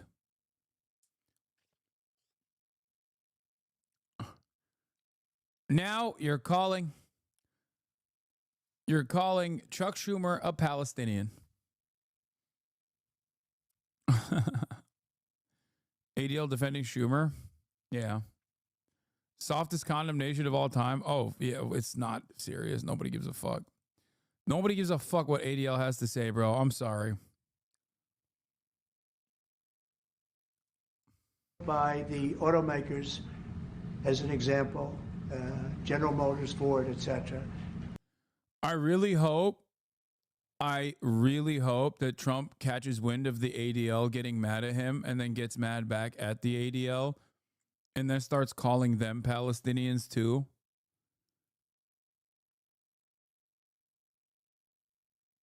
That'd be sick. I'm just imagining a world where Trump and the ADL are duking it out. Oh, that'd be so funny. I mean, nothing would come of that, obviously. ADL itself is no longer like an institution with any sort of teeth. Like they've completely lost their sauce, right? Having said that, it would be sick if they fought. The big three, the big four, and they asked me to do them a favor. Could I delay it for a period of 4 weeks so that they're not driven into a little bit of a disaster for them? They actually love what I'm doing, but they had a problem. And I'm not like a block that just... Why would the ADL push back? Are they trying to save their PR? Yeah. They want to come across like a legitimate institution because if all the normies... A lot of normies basically lost confidence in the ADL. They just like kind of dropped ADL in its entirety. And the reason why they did is because the Sieg Heil salute. Like when the ADL defended Elon Musk, very clearly hitting the Sieg Heil, I think that was a big point for a lot of normies to be like, okay, I'm done. Like normies that don't normally pay attention, where they're like, dude, come on. You are not a serious, reputable institution.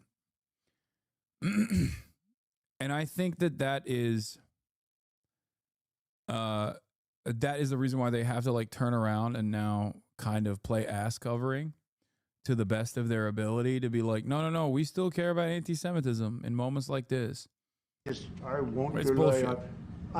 It's called flexibility. It's not called inconsistency. It's called flexibility.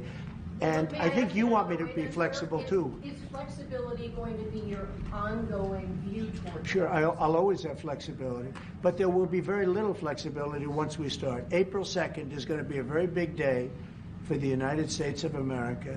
The United States of America is going to take back a lot of what was stolen from it. SpaceX rescue postponed. Nice. By other countries and by, frankly, Why? incompetent U.S. leadership. Grossly incompetent. I gave you an example of Ireland. I would have never let that happen. Impossible for that to have happened. But wait, what? Oh, I thought he was talking about like the Good Friday Agreement or something. For a second, I was thinking like Ireland, it had its own October 7. Let me tell you, okay? The Troubles, very troublesome. That's why they call it the Troubles. I would have never let that happen.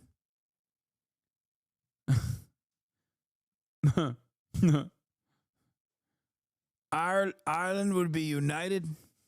we're going to take back our wealth, and we're going to take back a lot of the companies that left are coming. Bloody Sunday. It's the bloodiest, folks. It's like Gettysburg. From the standpoint of blood.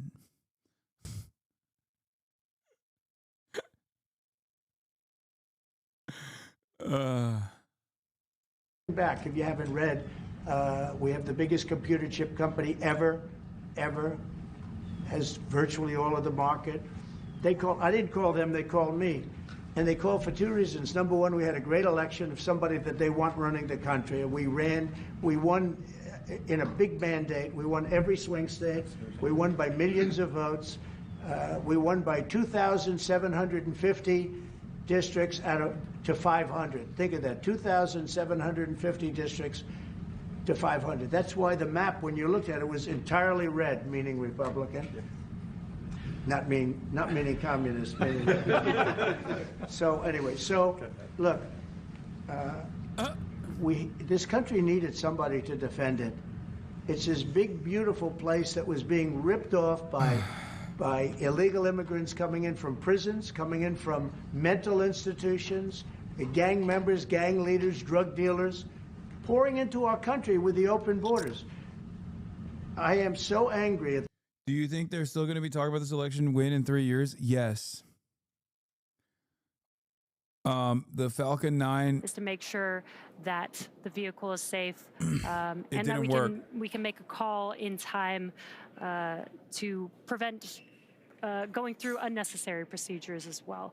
So again, we didn't load propellants on the vehicle. That does make this egress a little bit easier, a little bit faster for the crew. And that clamp arm that we keep referencing, so those clamp arms are on the transporter erector that the Falcon 9 is on top of, and they are located around the second stage of Falcon 9. There you can see them on your screen right above the lower thirds. And they stay around the second stage of the Falcon 9 until we have the strong back retract, which takes place in the final minutes of the countdown around the T-minus 4.5 minute mark. Dude, exactly. Dude, I saw this poll. I think this survey, this major poll that came out, would it say like, yeah, 56% of adults say they disapprove. 44% of Americans still say they approve. Okay.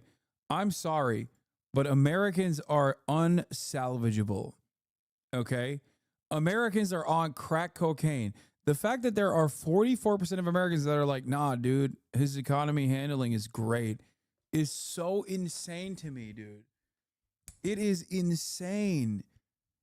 So much of this is just like cult-like thinking and having a telegenic guy be the messenger that says the economy is gonna be great.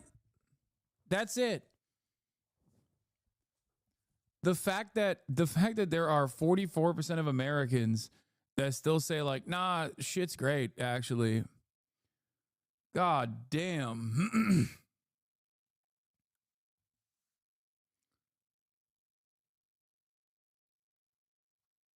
God damn. I had a coworker tell me volatility in the market is good. I'm excited. I think so much of these conversations revolve around people who just want to sound smart. And don't want to entertain the notion that they might have been wrong. And so they're just like kind of responding to whatever comes their way with like a, nah, you don't understand. Things are still good, brother. Like, I think that's what's going on. Because what your coworker told you,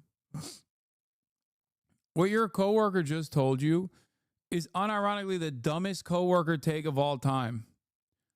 It's such a classic, incredibly stupid coworker take coming from a guy who just wants to sound smart.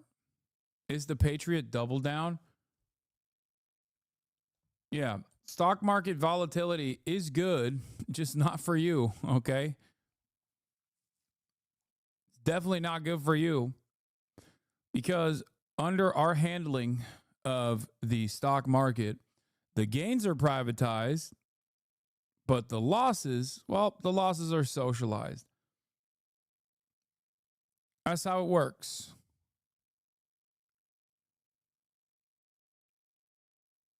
Bro, it's not that. These people don't think they're smart. They think Charlie Kirk is smart.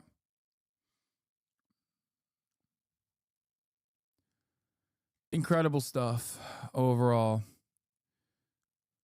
Every time I learn a new thing about the state of affairs in America, I lose even more confidence. It's not like I had a lot of confidence to begin with, but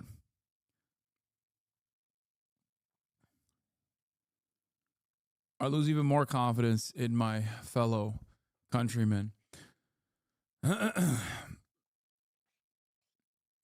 New York Times reports that Columbia admin is warning international students to avoid publishing work on Gaza and purge their social media mentions of MAHMOUD KHALIL. Dean of the journalism school openly said, "We cannot protect you from abduction by ICE. How is this still business as usual?" Days after immigration officers arrested a prominent pro-Palestinian campus activist, administrators of Columbia University gathered students and faculty from the journalism school and issued a warning. Students who are not U.S. citizens should avoid publishing work on Gaza, Ukraine, and protests related to their former classmates' arrest, urged Stuart Carl, a First Amendment lawyer and adjunct professor. With about 2 months to go before graduation, their academic accomplishments, or even their freedom, could be at risk if they attracted the ire of the Trump administration. If you have a social media page, make sure it is not filled with commentary on the Middle East, he told the gathering at Pulitzer Hall. At Pulitzer Hall. Pulitzer Hall. I'm going to repeat that. They're gathering at Pulitzer Hall, the journalism students at Columbia at Pulitzer Hall, to tell them, hey, don't do any journalism on issues that might piss off the fucking administration. At Pulitzer Hall. Super cool stuff. Anyway.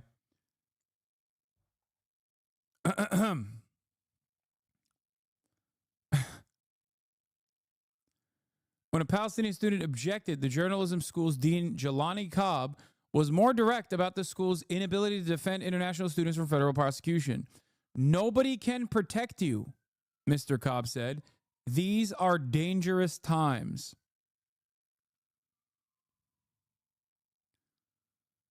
What good is it that you are a school if you are not going to forcibly purge ICE from your fucking campus? If you're not going to go to New York State to say, we do not want ICE on our campuses, they are not allowed to come here. What good is it? Like, what good are you doing as a school?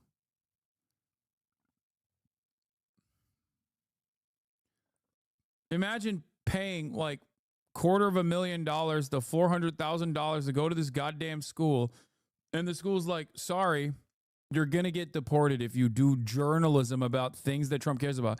Notice how they're not just saying Gaza, by the way. They're not just saying Gaza. If you do journalism about Ukraine and the protests related to their former classmates' arrest, you can't even talk shit about Trump's handling of Ukraine because you still might get deported. You might as well say you're complying with the administration.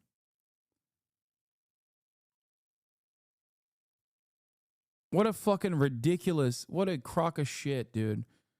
What a gross violations, what a gross violation of human rights and all norms is fucking crazy. Yale suspends scholar after AI-powered news site accuses her of terrorist link. Wait, what? Yale I read that and it didn't even register. Yale suspends scholar after AI-powered news site accuses her of terrorist link.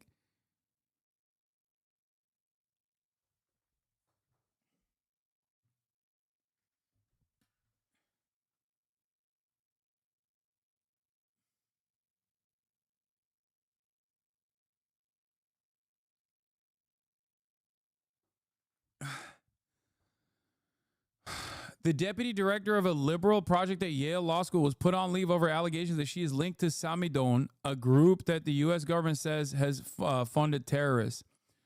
Khalil Dotagi, a scholar in international law, began a new job in 2023 as a deputy director of a project at Yale Law School. As an activist who has championed pro-Palestinian cause in both published papers and public appearances, Dr. Dotagi seemed to fit into the left-leaning mission of the Law and Political Economy Project, which promoted itself as working for economic, racial, and gender equality.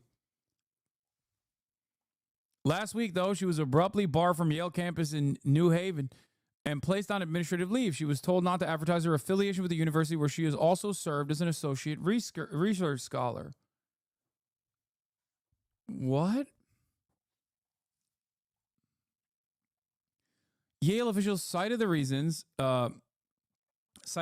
as allegations that she was tied to entities subject to U.S. sanctions. It was an apparent reference to Samidun, a pro-Palestinian group placed on U.S. sanctions list last year after the Treasury Department designated as a sham charity raising money for a terrorist organization, the Popular Front for the Liberation of Palestine. Oh my God.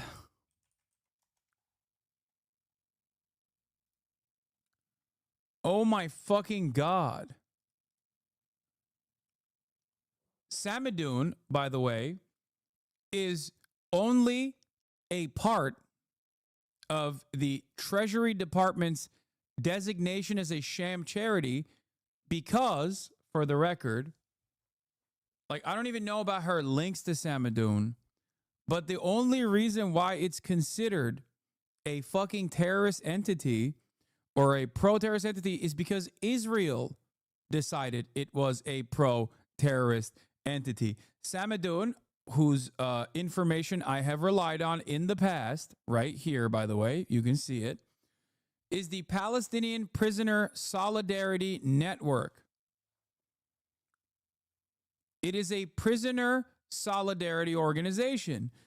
Do you want to know why the Treasury Department designated it as a terrorist organization?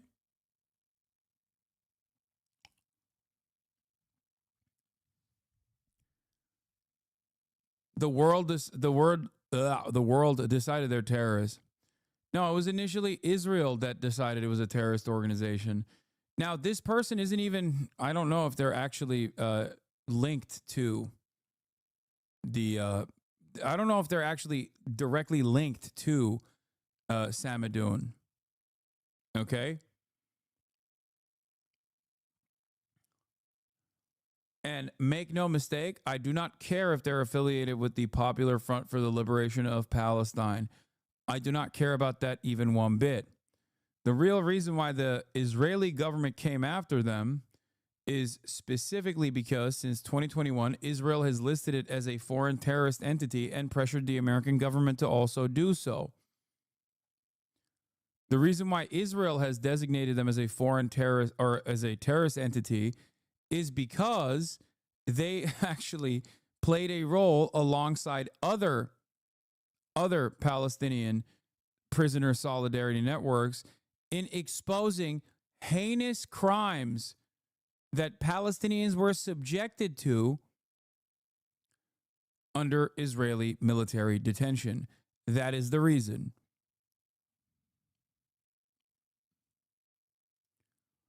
The decision came 3 days after a news site, powered at least in part by artificial intelligence, published a story about Dr. Dotagi's connections to the group. The news site called her a member of a terrorist group. Dude, I'm sorry. Let me tell you something. I think a lot of this stuff is escalating because Israel is spending more money on tarring and feathering virtually anyone that has ever even been tangentially critical of Israel. The sole purpose of this is to stop people from criticizing Israel completely.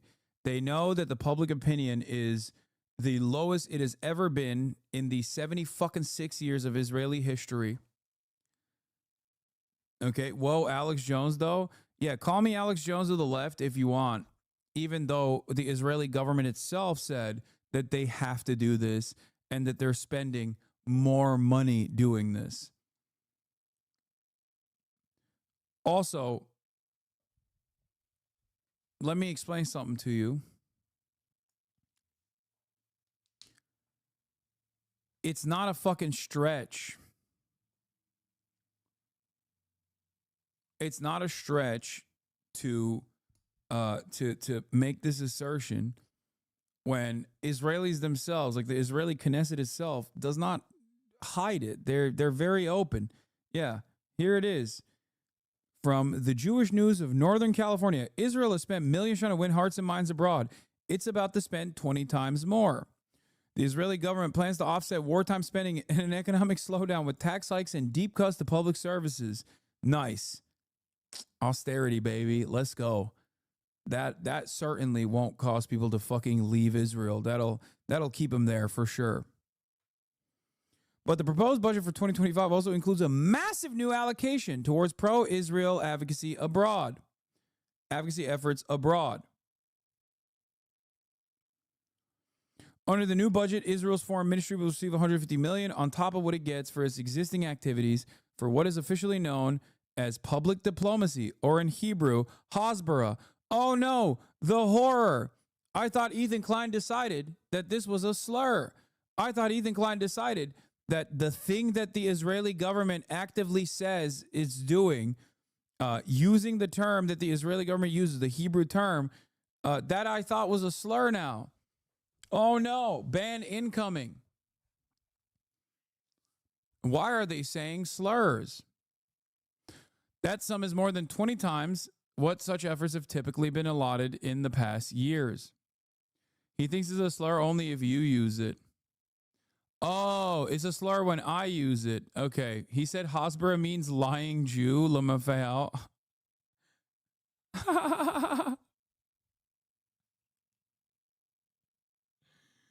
Bro.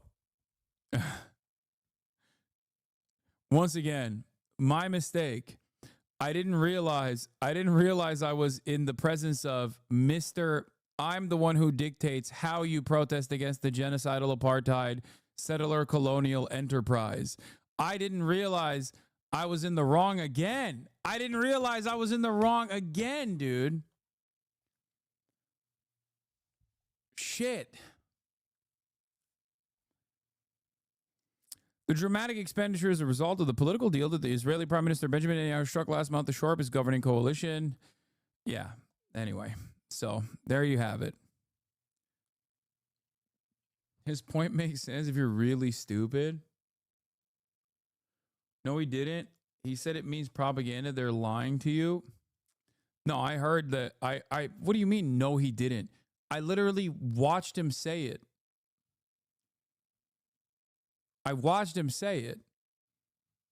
The fuck? What are you talking about? I don't know if you've ever been right. Wait, what?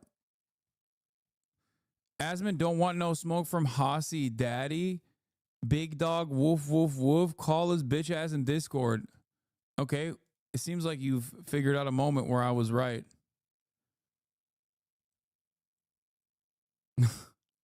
Lamau, Hassan equals October 7.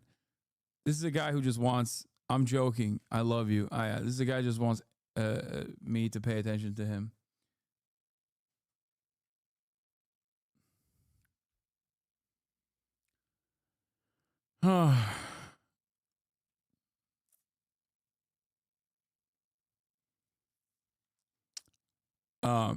All right, let's continue. Yeah, it was a notice me senpai moment. In an interview, Dr. Dutagi, 30, called herself a loud and proud supporter of Palestinian rights. I'm a scholar, she said, adding, I'm not a member of any organization that would constitute a violation of U.S. law.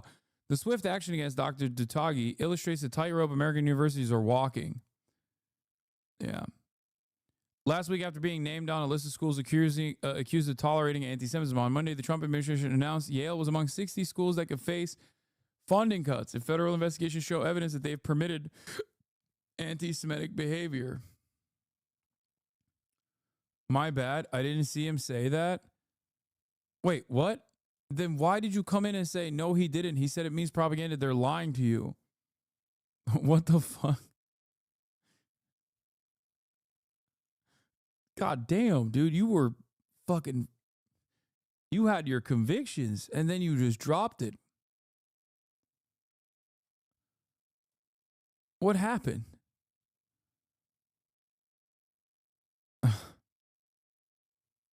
I'm still a fan of you and Ethan because I don't engage with online communities. Okay. Well, more power to you, brother or sister.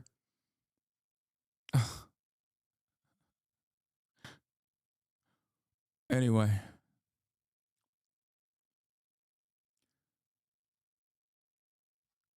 Let's continue.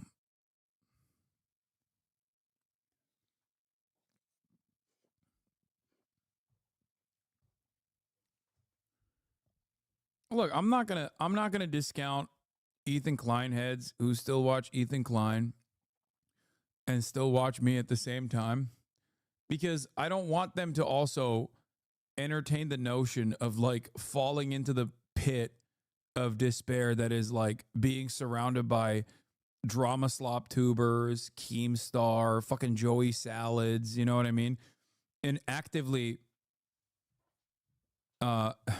yeah, I'm in here, but I don't fuck with y'all. Like, I would rather have this person still maintain their worldview instead of just like full tilt becoming a reactionary that spends all of their time and effort shitting on a person that's trying to do their very best in the face of tremendous fascist pressure. Like, there is just right-wing propaganda fucking everywhere online. And those guys who I still maintain the belief that, you know, there's a little bit of a progressive dog in them, okay? Not just headband, but there are certainly still a lot of active community members that have just been blinded by the stan culture attitude. Like, all this like stan culture behavior has like caused them to start thinking of me as just a fucking enemy. No, there isn't. Stop saying that shit. No, there is. There certainly is.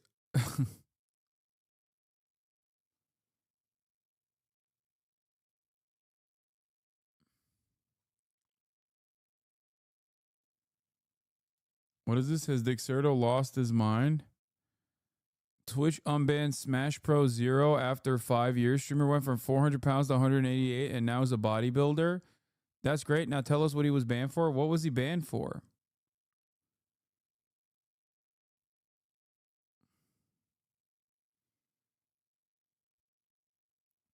However, Barrios was permanently banned on Twitch back in 2020 when multiple pros and Smash community members were accused of sexual assault and misconduct. What the fuck? Grooming and pedo stuff?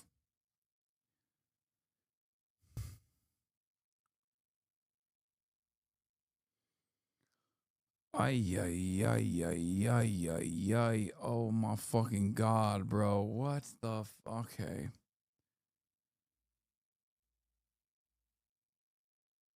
He told a 9-year-old girl, okay, you have to be lying.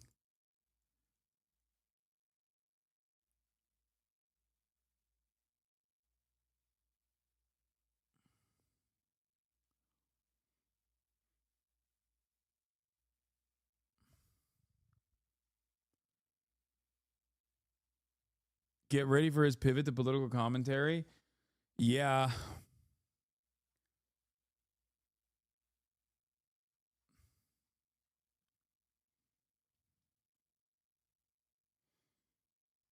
Relax. At least he never criticized Israel. True.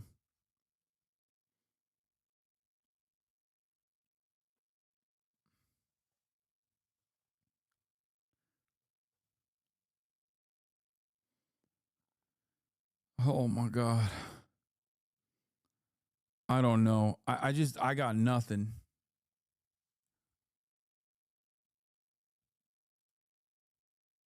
Partnership sexual misconduct allegations. On July 3rd, 2020, Zero announced that he would be retiring from professional competition following the allegations of sending sexual messages to minors when he was 19, and that he would also be ending all of his sponsorships. This includes an incident in 2014 where Zero allegedly asked Katie, a 14-year-old girl at the time, to Oh, God. Zero later made a statement on YouTube saying he was sorry and was seeking therapy. The following day, Tempo Storm announced that they would be severing ties with Zero, with Facebook following suit. When Invent Global asked the team's CEO, Andrew Reynad Yanyuk, if he saw a world in which Zero is able to rehabilitate himself potentially and potentially rejoin Tempo Storm in some capacity, he responded, I don't know. I don't like to speculate about the future. I just take things one day at a time, you know? I think Zero's a very different person today than he was when he wrote some Skype messages at 19 years old. I think he has had a lot of personal growth over the past few years that I've personally seen. So I'm optimistic about his ability to recover.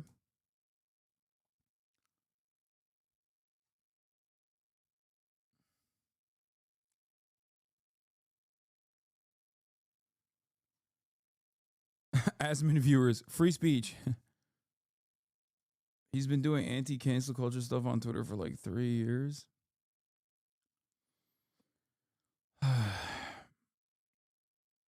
Okay, I don't want to know about this. I already have enough awful shit in my brain, man. Every fucking day, the American government is collapsing. Every goddamn day, there's just awful shit happening. Oh, this is a funny Hope Corps take. Hold on. Here, listen to this. It's a hoax science anyways. They don't know shit.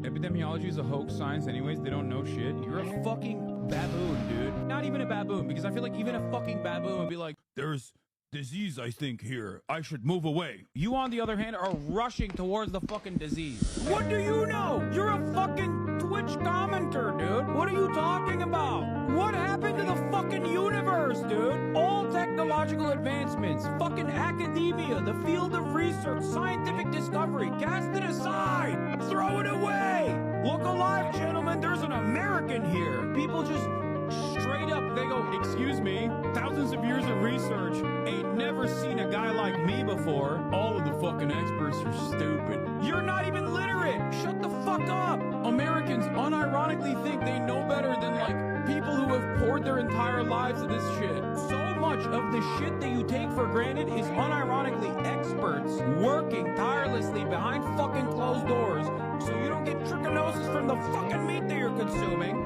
but you just take it all for granted. You know nothing. Like, I don't know what a germ is because I can't see it. So it... Ay, ay, ay.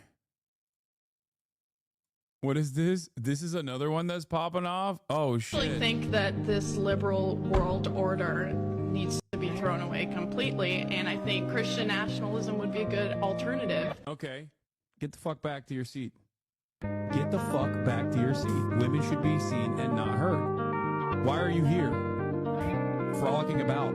Why are you here and not barefoot and pregnant in your home in the kitchen serving your man? Why are you talking to me? Why are you talking to cameras? Are you a witch? Are you a witch? Shoulders uncovered? Frolicking about like a harlot? What is this? Fuck you mean you want Christian nationalism? I really think that... Oh, that's, man, I crack myself up, you know?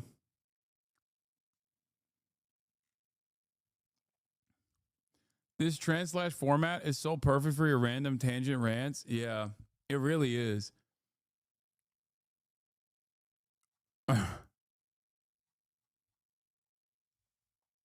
I'm hilarious. He right though? Thank you. That this liberal... We need more of those. I mean, I pop off like 11 times every single day. MHUD shared breaking news clip if you want to see. Man, that's cool. You see that? What? The dinosaur? That's it's a woolly mammoth. Yeah. Yeah, they just recently found one where I'm from in Philadelphia. They did? Yes, alive. Yes. Yeah, they found it alive, and it was just on the news last night. And they said that the scientist that discovered it actually made it in a lab. I'm on the phone with the scientists came to life? They found DNA and they took it from the bones, and somehow they created it and brought it to life. Oh, wow. Yeah, it actually got loose and was running around in Philly last night. It was all over the news. And they thought it was an elephant at first, but then when they saw the tucks, they knew it was a woolly mammoth. Wow. Yeah, so now they're trying to find... Is it scary?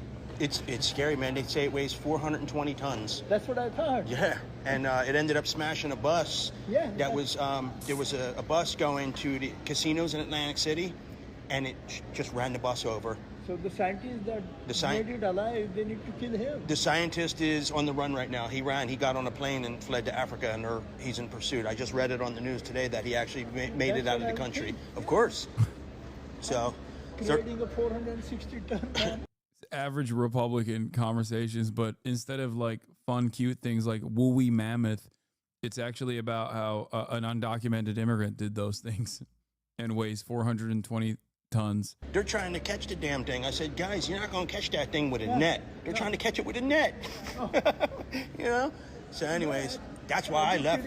No, that's why I'm dead serious. That's why I left Philly yesterday. I said, I'm getting the hell out of here.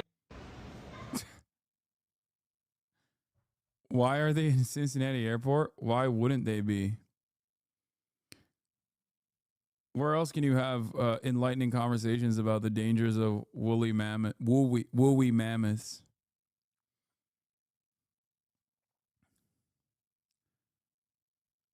Oh my God.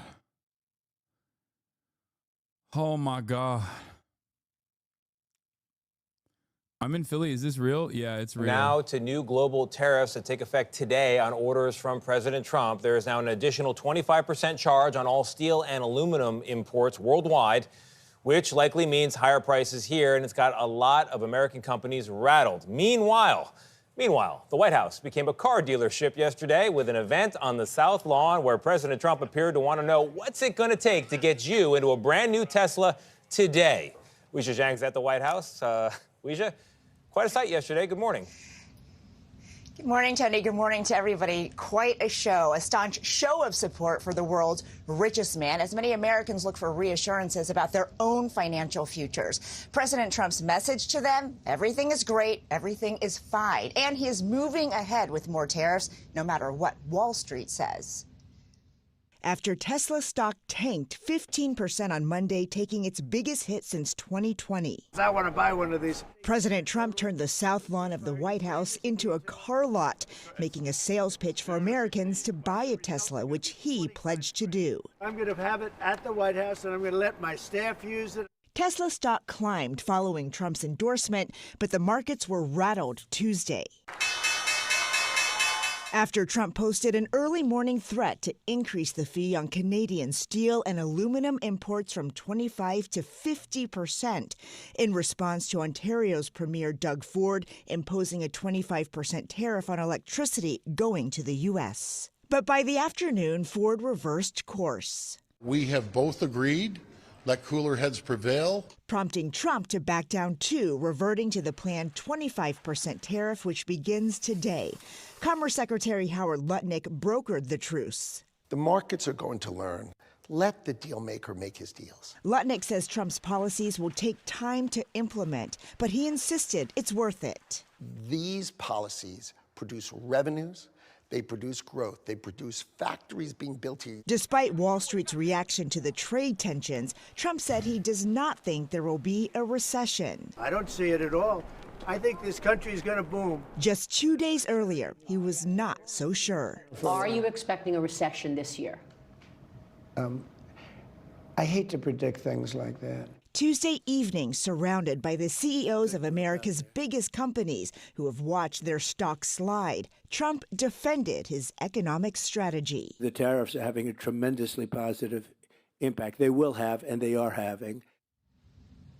Just a few hours ago, the European Union, the world's largest trading bloc, responded to that increase in steel and aluminum tariffs. The EU announced plans to impose counter tariffs on about $28 billion worth of U.S. goods starting in April, saying it must act to protect consumers and businesses. Gail. Got it, Weijia. Thank you very much. As of this morning, the United States is applying a 25% tariff. Bro, this is prosperity incoming. On imports of steel and aluminum. We deeply regret this measure. Biden famously never did this with the Ford Lightning or the Jeep Rubicon electric vehicles. All these guys are just salesmen.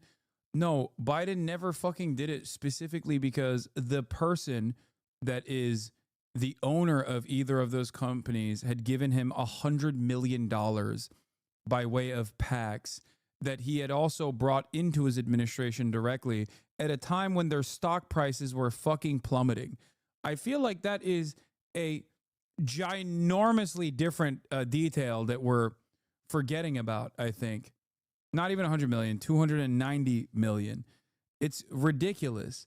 No, Biden at times as the American president has gone to an American car show to be like, buy American. You know what I mean? That's the difference. Tesla is an American car manufacturer as well. The difference here, however, is that Donald Trump literally had a fucking QVC price chart on his hands, like a crudely written price chart that he was stuck with to say the prices of each individual car, to be like, you should buy Tesla.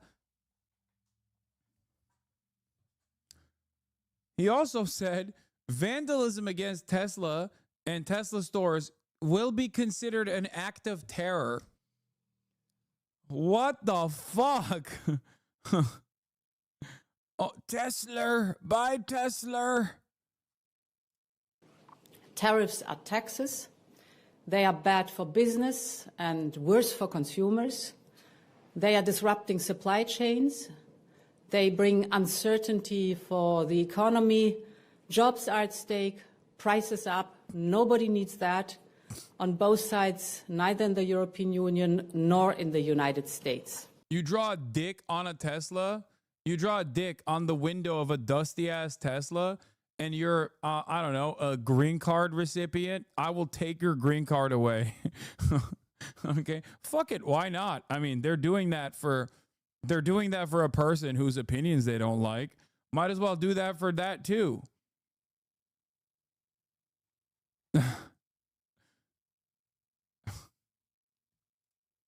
The European Union must act to protect consumers and business. The countermeasures we take today are strong but proportionate. As the United States are applying tariffs worth $28 billion, we are responding with countermeasures worth 26 billion euros. This matches the economic scope of the tariffs of the United States. Our countermeasures will be introduced in 2 steps, starting with April 1st and fully in place as of April 13th. In the meantime, we will always remain open to negotiations.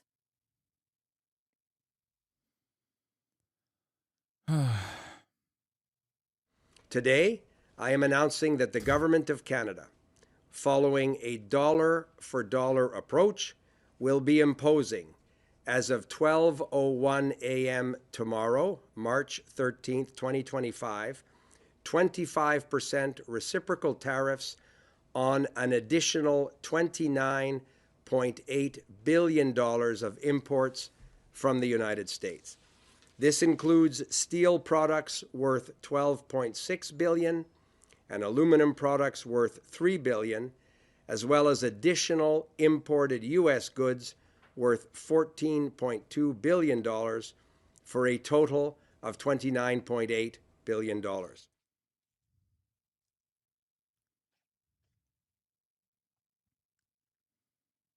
So we'll do a Canadiano. A coffee shop on Vancouver Island and a quiet act of defiance. Should have a Canadiano. You want a Canadiano today? Sure, let's do it. But beneath the bravado.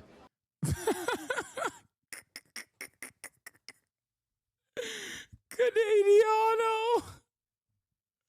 No, they're doing freedom fries, bro. Oh, Jesus Christ. Oh, no. At least, like, they have a more valid reason to be angry at America.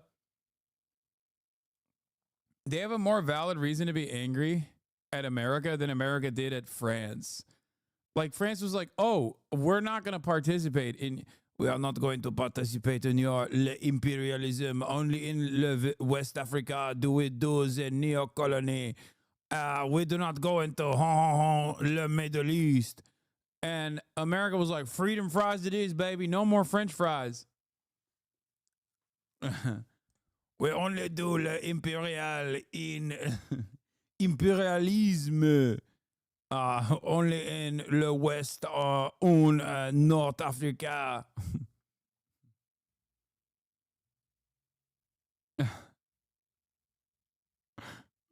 And then we were like, how dare you? How dare you? I'll show you what. Is giving French Zelensky? I know. I've been stuck on Zelensky. Mr. President. A seething sense of betrayal. Next up, the Capuchina.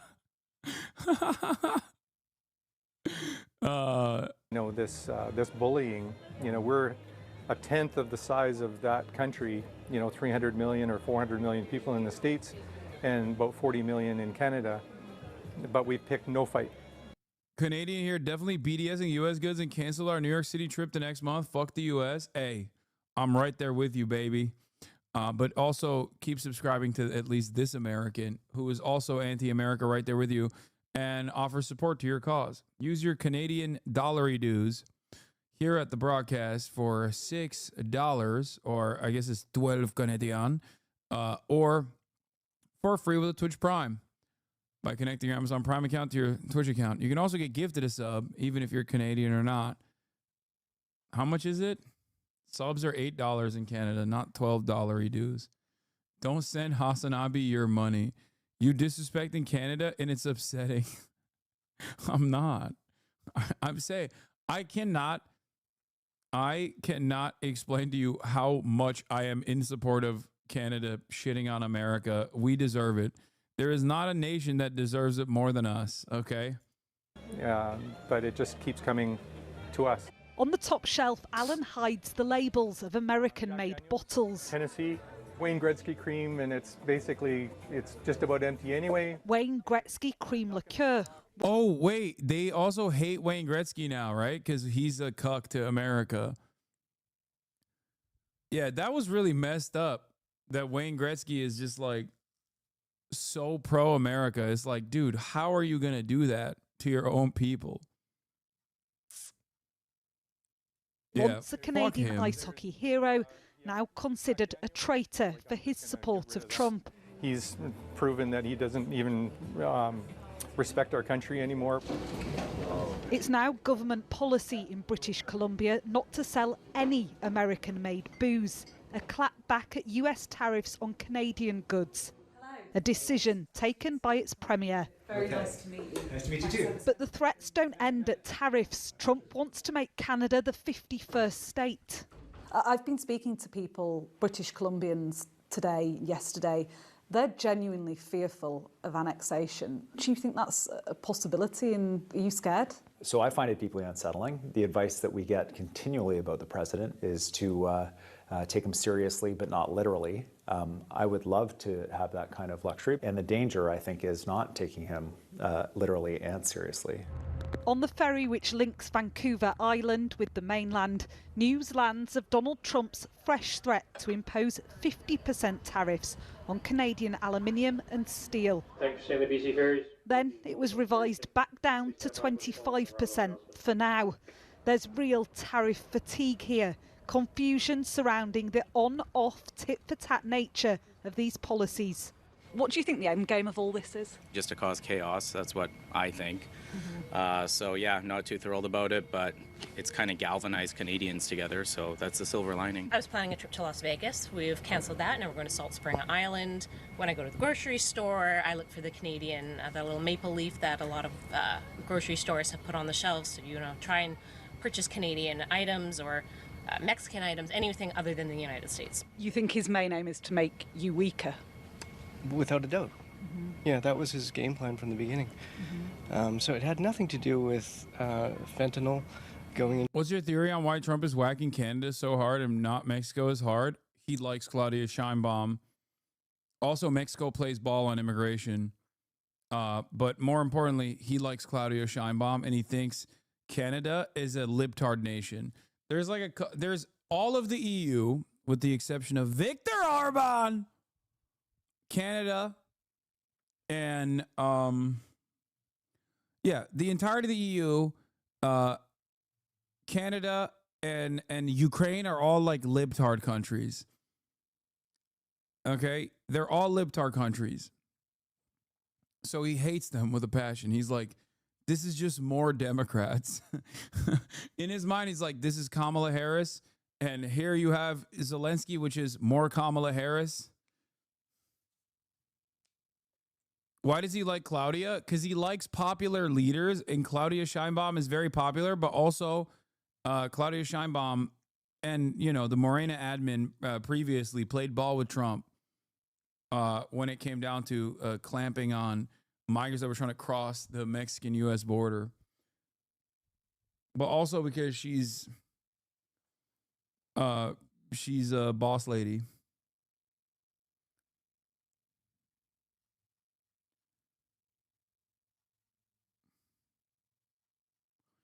Or maybe in my head canon, Trump hates Canada because he met XQC and he couldn't stand him.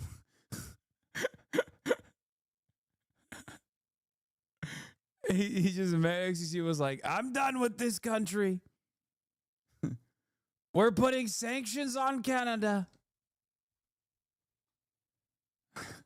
Especially Level. That's what happened. In my head canon, that's what happened.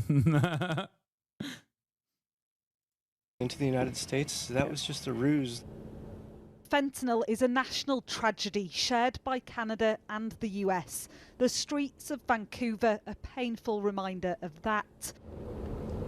But the Trump administration claims there are secret fentanyl laboratories across Canada and that the ruinous opioid is flooding. Or maybe he does want to legitimately annex Canada because climate change, which is both woke, gay, and fake, is actually not so fake, and that all of Canada is going to be the best possible real estate.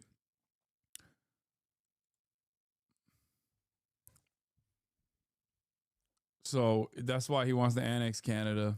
Flooding over the border. It's the reason, they say, for starting this trade war. A bogus excuse, say others. There is no one who knows anything about drug markets in North America who would agree with the statement that Canada is a substantial part of the problem in the United States. It's simply a fiction.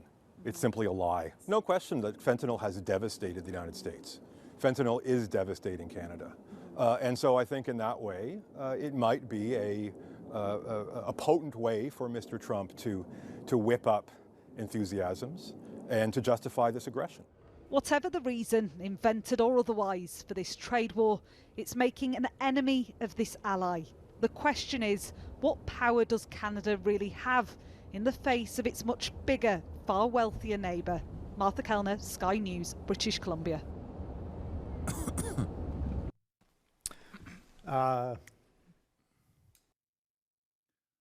Northern Lion on Wayne Gretzky? My goat on Wayne Gretzky, the traitor. Wayne Gretzky? I think he's a traitor.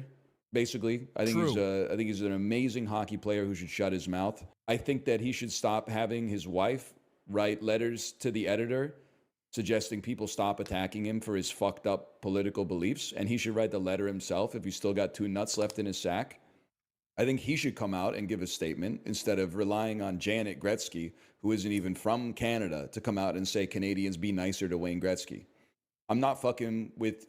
Damn. This is the most serious I've ever seen Northern Lion get. He does not play around with his Wayne Gretzky hate. What the fuck? Yo, I don't give a fuck about hockey, but now I hate Wayne Gretzky even more than I did prior. Your opinions. I'm not fucking with your wine. I'm not fucking with your gambling ads, and I wish you would go away. Bobby Orr, too. You guys can fuck off together, as far as I'm concerned. This is bigger than hockey. Who's the best I often ponder? Steve Yzerman would never, maybe. I don't know. I don't know. It's Steve Eiserman is a Canadian millionaire born in the 1960s who lives in Tampa Bay, Florida. I don't want to know his political opinions, but at least Steve Eiserman is keeping his fucking mouth shut, okay? That's the least you could do. If you're Imagine if LeBron was a MAGA guy, it would break me, dude. I'm not even kidding. It would be so sad. Holy fuck. I don't even want to imagine. I don't even want to imagine LeBron becoming like an incredibly reactionary figure after retirement. Oh no. He would never do that. He would never do that to me. Y'all are just racist, bro. Y'all are just racist for thinking you just want to bring another black man down, okay? That's what it is. That's honestly what it is. You're just, oh God, stop. Stop. Your job involved you getting paid millions of dollars to get hit in the fucking head for 2 decades. Just chill on the public statements, okay? I don't think Gretzky has CTE. He was silky smooth on the ice. He barely got hit, and when he did, McSorley was there to fuck him up. I think it's just it's like money poisoning. It's the small hits that get you, and it's all small hits, right? We should ban money. From now, the third decree, from now on, there will be no rich people and poor people. There will just be that. Hang on, I got to think about that for a minute. Stick to my stomach, fam. The Gretzky Follies. This Merlot is as weak as his namesake's moral fiber. Leaves the aftertaste of anything from a modern day Tim Hortons. Pair with boiled raccoon. Dude, they fucking... The Canadians hate Wayne Gretzky. You know what's funny about this? I respect that. Americans would never take ownership over a beloved iconic figure like changing sides. You know what I mean? Americans would still ride for it no matter what. The closest we got to that was with Dennis Rodman, who didn't defect to North Korea, but basically became like an ambassador. And Americans still fucking ride with Rodman, which I do as well, but I don't have a problem with North Korea.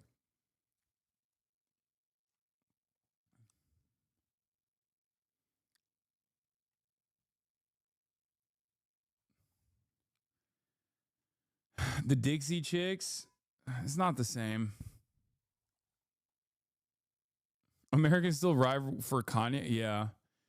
I guess that's also not the same because I think a lot of Americans like what Kanye is saying. Like, I think just a lot of Americans are super racist. And also they're racist, but also simultaneously they're racist enough not to care. Like, if they're not so racist that they're pro what he's saying, they're at least racist enough not to care. All right. Let's get back to Russia. Russia makes military advances as world awaits ceasefire Ukrainian decision. hands, the town of Sudzha is apparently Russian once more. Moscow's forces here are on the march. Kiev's incursion appears almost over.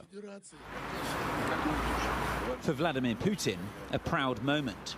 On a visit to Kursk region, the commander-in-chief was the commander in camouflage, and there was no talk of a ceasefire.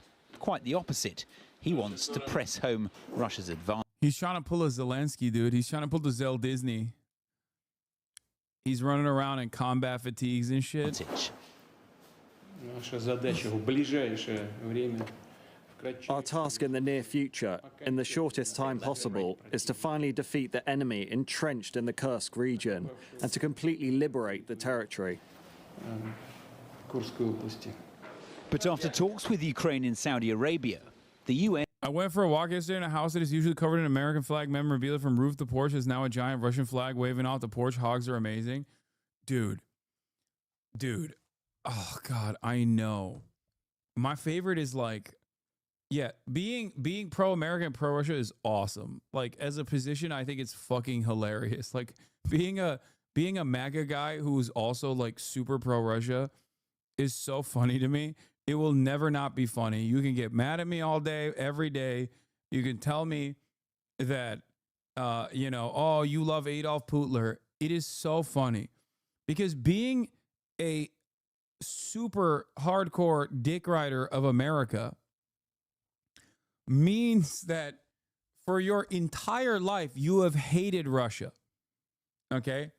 For your entire life, you have despised Russia because television man told you that Russia is communist, USSR bad, communism bad. It's at the root of all evil in your life. And then one day, out of nowhere, something flipped.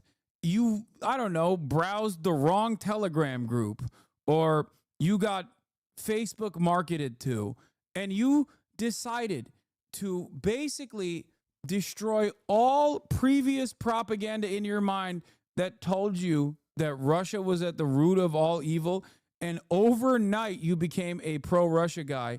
I love that. Like, how can you basically spend your entire life hating a country and then magically decide that that country is awesome? How the fuck does that happen? It gives me confidence that maybe one day we can do this for China, you know? Hopefully. Like one day. Please, Xi Jinping, please spend money on Hasbara. Please, sir. Do more TikTok, please. Maybe Americans will start feeling some type of way about China and be like, why don't we have electric vehicles here and are ramping up our electric vehicle production? Why don't we have high-speed rail? That's what I want. I want it so bad. US wants Moscow to agree to an immediate truce for 30 days. It could include a prisoner swap and the return of Ukrainian children from Russia. Kyiv hopes it'll lead to even more. A 30-day period to fully prepare a step-by-step plan for ending the war, including security guarantees for Ukraine. If all of this is done, then after the plan is prepared and its gradual implementation begins, this will lead to the end of the war. But agreeing to a deal that others have come up with is not how the Kremlin does business. Vladimir Putin likes to be the one in charge. And for the past few weeks, it looked like he was, appearing to have Donald Trump's ear. But now, all of a sudden, he's on the receiving end of the American president's demands. And his agreement on this ceasefire deal might depend on what else is being tied to it. For example, a seat at the table with the US. Their recent talks in Riyadh have opened the door to a reset of relations. But could Washington take that away? I don't have a problem with North Korea's wild, my guy. Bro, I love your taste, but I don't have a problem with North Korea is literally hilarious, bro. Really is hilarious to you? What the fuck kind of motion does North Korea have? What do they have? They got nothing. They have so nothing that they quite literally are like, oh yeah, we'll send some of our military members over there by Russia's way, sir. North Korea is never at the table. They have no motion. Anytime Americans try to make North Korea look like the big bad, they unironically are giving North Korea more attention than it even fucking deserves. They got nothing. They have like a couple cyber hackers, sure. They do cryptocurrency schemes and shit. But like, what the fuck has a North Korean done to you? You know, nothing. We've done everything to them, by the way. We've done virtually everything that we could.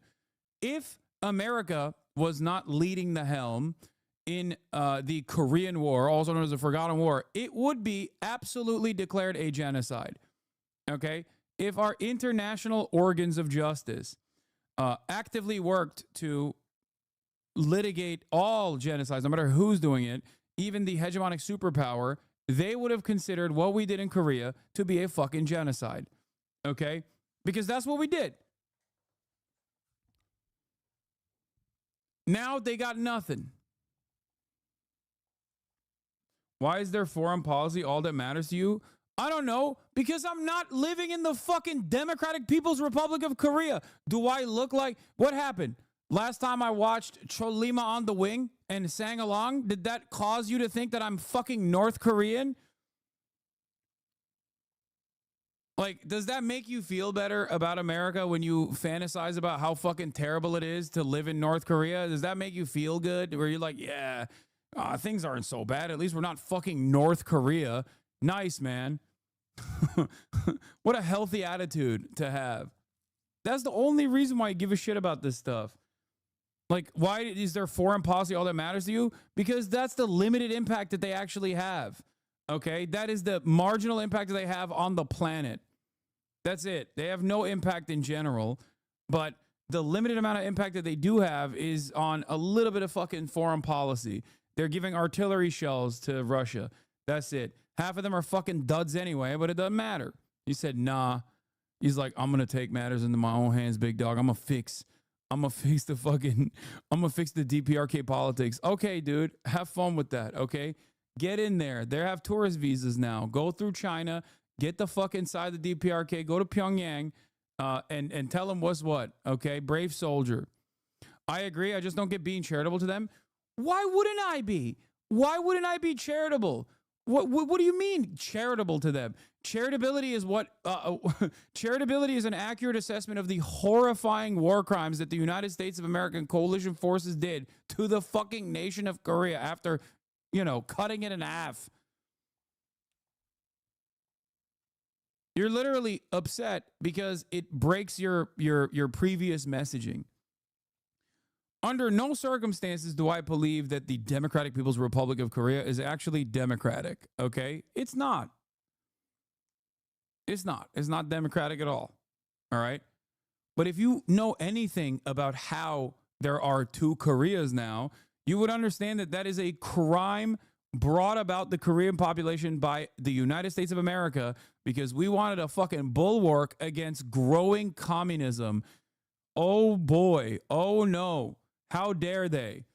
And it was a fucking bloody affair too. And I don't mean in just North Korea. In South Korea, it was insanely bloody in South Korea. Massive massacres that the American government oversaw as the South Korean military dictatorships time and time again destroyed any kind of fucking protest against the government. And then what else do we do? The handover from military dictatorship to a robust democracy came at the hands of South Korea basically becoming 6 families in a fucking trench coat. That's all South Korea is. There's a reason why South Koreans still are just like, I'm going to kill myself. This is the worst country on the fucking planet. It's literally hell here. There's a reason why young South Koreans are just so brain broken.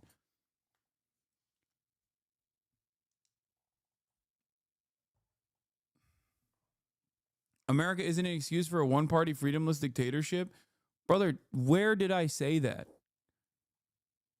Why? Why is it so difficult for you guys to go, you know what?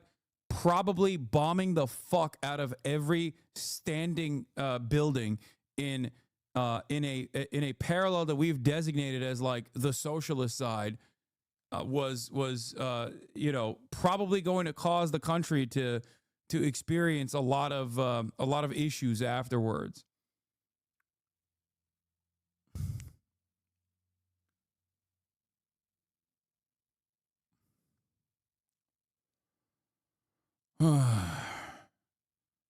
Meanwhile, it's so funny to have these conversations when we're like at the supposed beacon of democratic thought. The United States of America. Yeah. It's additionally funny to have this conversation in the heels of the American government. New video shows bomb striking South Korean town near DMZ. The South Korean Air Force says 8 MK-82 bombs were mistakenly dropped by a jet during a war drill with the U.S. The Mark 82 is a U.S. manufactured 500-pound bomb. 15 people are reportedly injured.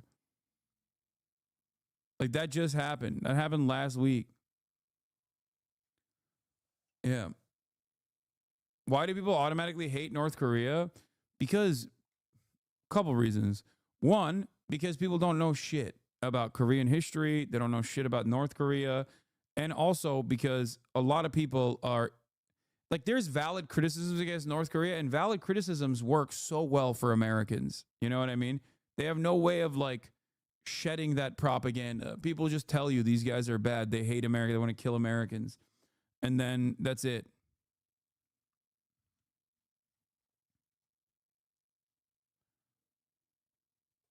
That's it. How else can you justify a permanent blockade? You turn me into a liberal, but you never say you were wrong ever. Nobody has all the answers, but you do, I guess. Holy shit. What kind of fucking response is this? Go back, read some stuff about America's actions in Korea, and then counter my position. If you, instead of getting upset that I guess, know a little bit more than you do in this process, you could just go back and be like, nah, here's why you're wrong. I have an economics degree, lol. Okay, did you learn about America's war crimes in Korea in the process of getting this degree? I'm so confused. I'm just saying that the DPRK has no motion. They don't. They don't. They just have nothing. They have been an endlessly fucked over country for the most part. And in the process, yes, there is a not even a one party dictatorship structure, but like the worst aspects of North Korean governance is specifically the top down leadership structure and the handover of power from family member to family member. That's it. When you do that, you're not a fucking democracy. Okay. There is no democracy there. It would be interesting to try to investigate why there is no democracy there. You know what I mean? Is it because they're simply their culture is different? Is it because they're just like evil? Or maybe there's a different reason. Maybe they've been fucking bombed into oblivion and basically tried to recover, had mass famine, and America never actually scaled back the economic warfare it waged against North Korea, not even one bit, which led to so much death and destruction, especially post 90s, especially after America also destroyed their one fucking ally, the USSR. You know? Bro's so disingenuous. Me? What did I say that's disingenuous? Maybe it's because they have labor camps to snuff out any dissent.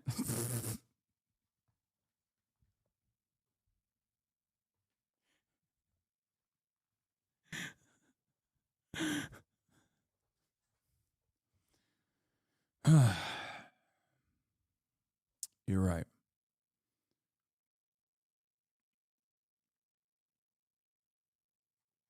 Good thing we live in the land of the free, home of the brave, where there's no such thing as slavery in prison. I'm just, you know.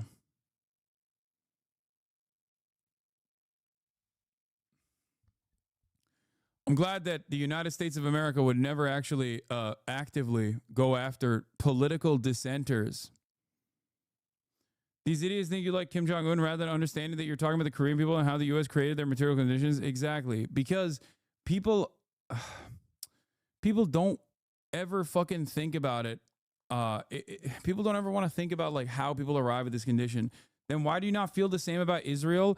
I don't know. Maybe because one state is a settler colonial enterprise, okay, and not cut in half by America, and instead is funded by America to continue being a violent apartheid state that does genocide with our fucking weapons. Are you stupid? They the people, not you? What? What? Oh, then why do they not feel the same about Israel? Oh, shit. You were talking to the other chatter. I'm Canadian. Y'all both fucked up. Okay. Dude, Canada would be less than North Korea if it wasn't comfortably in the bosom of American empire. What the fuck are you talking about? Don't get me started on goddamn Canada, okay? Mister, we'll come along with any violent enterprise that America is engaging in. Get the fuck out of here. Don't get me fucking started on this shit. Talking about Canada.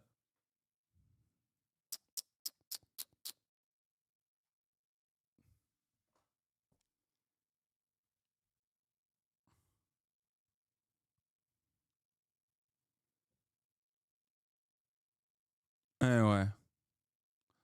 shut up, American dog. I mean, you're right. America is a dog. But I like that Canadians would be like, America fucking sucks. They're a violent colonial enterprise. But also, I hate North Korea. Like, what do you mean? Who told you? Who taught you to hate North Korea? Like, why do you care about North Korea? Do you ever have this smoke for, like, I don't know, Djibouti? Oh, man, I fucking hate Estonia. Don't you dare talk about Estonia. And before you say those places are liberal democracies, okay? No, the fuck they're not. All right, maybe Estonia. Like, the anger and resentment people feel towards these countries that are in the bad guy category is so funny to me. Especially, like, I get hating Russia, right? I understand hating the Russian government. I totally do. All right? They're a fucking violent country. They are doing incredible violence, unacceptable amounts of violence. They're an irredentist power. They're a capitalist kleptocracy. And they're bombing the shit out of Ukraine. But, like, North Korea is a small party in this process. Like, they got nothing. They got no motion. They got no smoke. All they do, all people do to North Korea is just dunk on them. Release the fucking sanctions, dude. Release the goddamn sanctions. Allow Korea to unify. Oh, we'll never do that. That'll never happen. We can't let that happen. Go listen to the Blowback season, what is it, 5? It's really helpful for you. And then come back to me. Judging Russia for a Soviet past still, huh? Are you fucking stupid? You think I'm criticizing Russia for its current actions in Ukraine? But season 3, Blowback season 3. Ugh. All right, let's watch why the far right is always worse than the far left. Extremism as being equally evil and dangerous. This is commonly referred to as horseshoe theory. If you follow both left or right-wing ideology to their extremes, they eventually become equivalent to one another. This is wrong for a variety of historical and ideological reasons. In today's video, we're going to take left-wing ideology and right-wing ideology, drag them out to their extremes in both personal characteristics and government policies, and show how right-wing extremism is more... Why do you feel the need to always run defense for regimes/people simply because they're seen as left? I don't have any... Wait, what? I don't have any fucking... I don't think North Korea is leftist, chatter. What the fuck? I think North Korea is a victim. That's it. I understand that when countries are pummeled into the fucking ground by much more powerful superpowers for political gain or geopolitical strategy,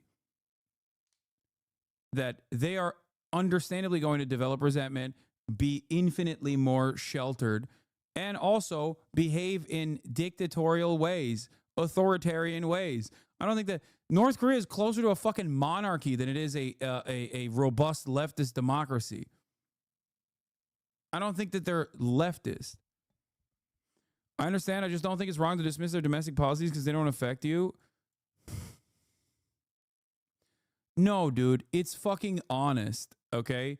That's what it is. It's honest.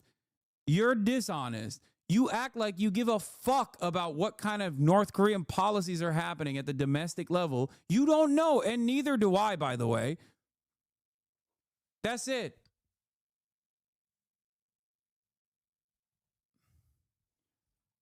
That's why I think it's so dumb to be like, oh man, I can't believe it, dude. It's like, I really hate that Estonia has a VAT. Okay, that's completely unjustifiable. I'm going to hate on Estonia now going forward. It's the worst. It's the worst country. I spit on them. How dare they?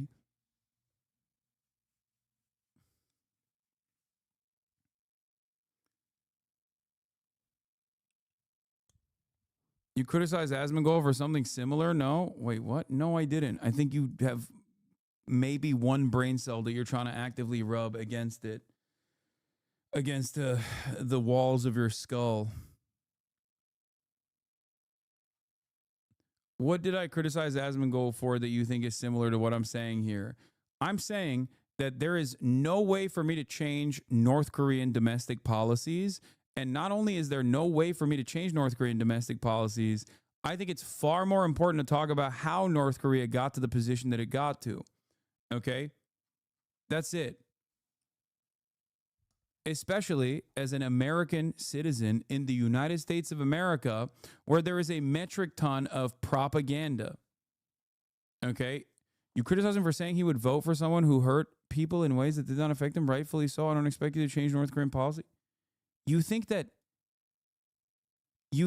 me saying that selfishness being inherent in your political ideology when making decisions about politics is the same as me saying I have no power over fucking DPRK's domestic politics and neither do you, and the overwhelming majority of anti-North Korea sentiment coming from the West is actually just a justification to continue having a fucking crippling sanctions regime on DPRK, and then that's the major reasons as to why North Korea is also so sheltered and this like weird monarchist style government still to this goddamn day. Is those two things are the same for in your mind?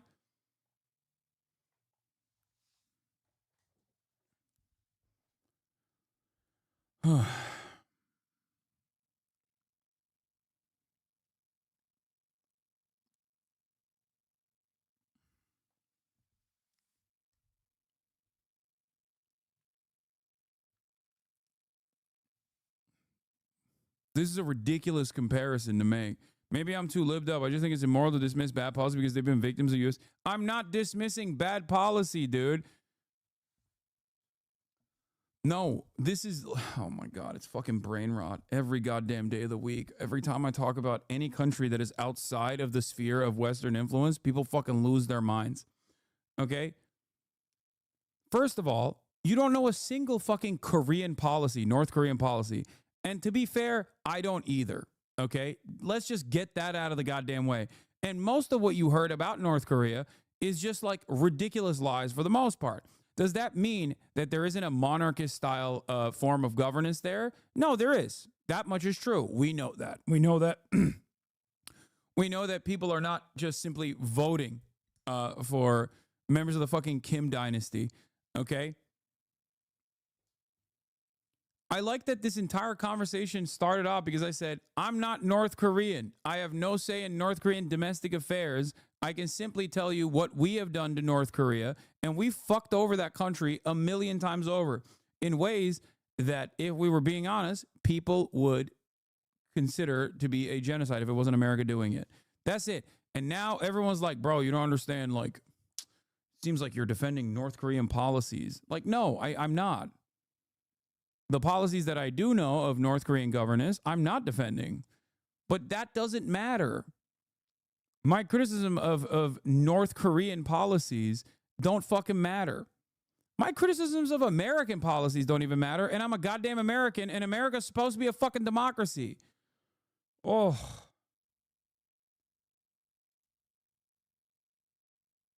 It's so crazy that, like, I can't have a... This is an example of a thought terminating cliche. You're engaging in this because you're like voluntarily and deliberately misunderstanding my argument. You're not even doing it. To be fair, it's not even deliberate. It's just baked into your consciousness. Okay, where you're like, no. This is a perspective that I have not ever entertained or heard about from North Korea. It seems like every one of your haters was right about you. You must be in love with the Kim family. Okay, you must be in love with them. You think they're great. You think they're amazing. You think they've never done anything wrong. You want America to be like North Korea.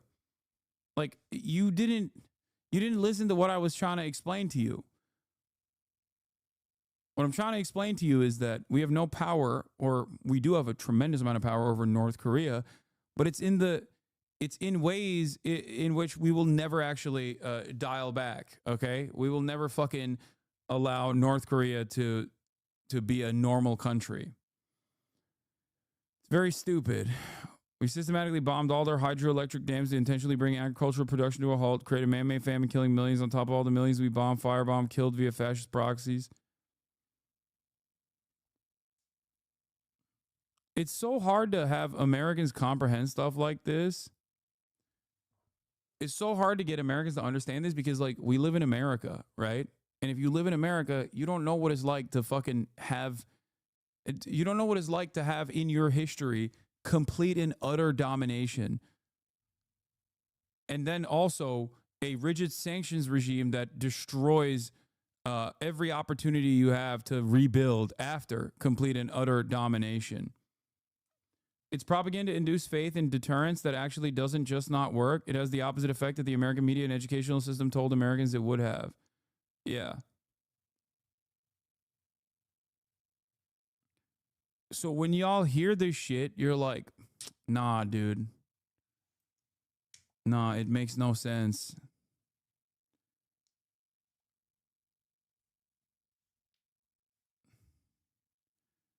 You can't comprehend what it's like when your material realities are dust, okay?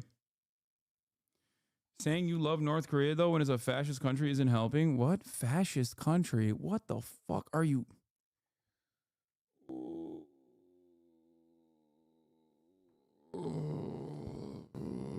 Words have no meaning. I swear to fucking God, dude. Holy shit. One, I've never said that I love North Korea, maybe as a meme.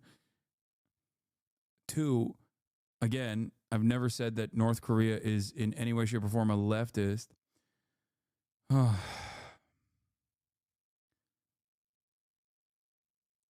don't know if you could consider it a fascist country. I don't even... What?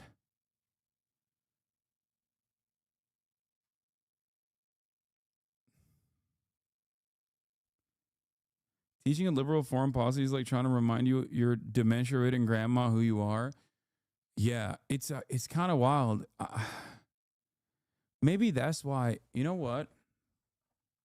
Maybe that's why fucking dummy Republicans are way easily duped and will change their minds on Russia after being taught that it is like, after being taught that it was like the USSR and the root of all evil. But liberals are like, no, you don't understand. Rule-based national order. If I repeat it to myself like Beetlejuice over and over again, it'll become real, okay? America is not the big bad, but actually America is the big good. And things that it's done at the behest of doing the big good sometimes is bad. But don't look at all the bad things. I will say that it's bad in a history book when I read it. But, you know, it was still at the behest of a larger, greater good. What was that greater good? Oh, that's right. Eradicating socialism.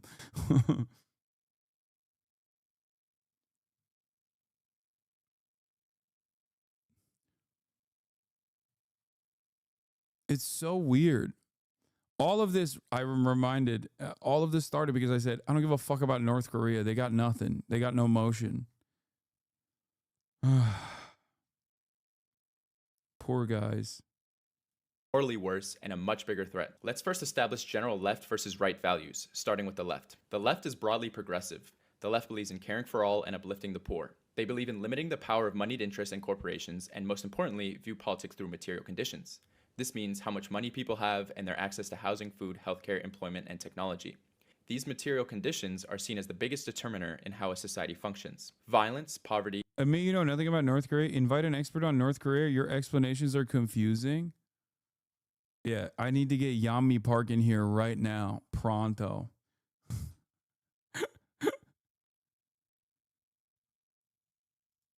What does she have to say? That's right. In North Korea, green card holders get kidnapped for practicing their First Amendment. I think it's because you said I have no problem with North Korea. Yeah, it's true. I don't. What do you mean? Like, if you spend any time, if you live in the United States of America and you spend more than 3.5 seconds in your life thinking about how dangerous North Korea is, you are a fucking moron. Okay? Sorry. That's just, I don't make the rules except for that one. I just made that rule up. You are a rube, a mark, a sucker. They have not the GDP of like Mississippi, but instead the GDP of like a fucking town in Mississippi. And you're out here being like, no, they're a part of this scary coalition force that is actively trying to undermine America and the Western world. Like, they got nothing. The fuck? We fucked them over. It's all dust. It's all rubble. Okay? That's it. We will never address the crimes that we engaged in Korea. Oh.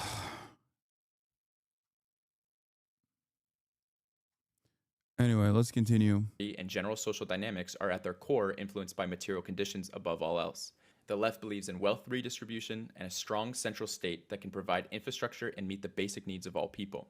The left believes in strong social safety nets and making sure that people in weaker positions, like the old, disabled, and minority groups, should be uplifted. They lastly value internationalism and solidarity amongst the global working class. Now let's take a look at right-wing values. The right is conservative, praising tradition over progressive ways of thinking. The right typically opposes political and social reform.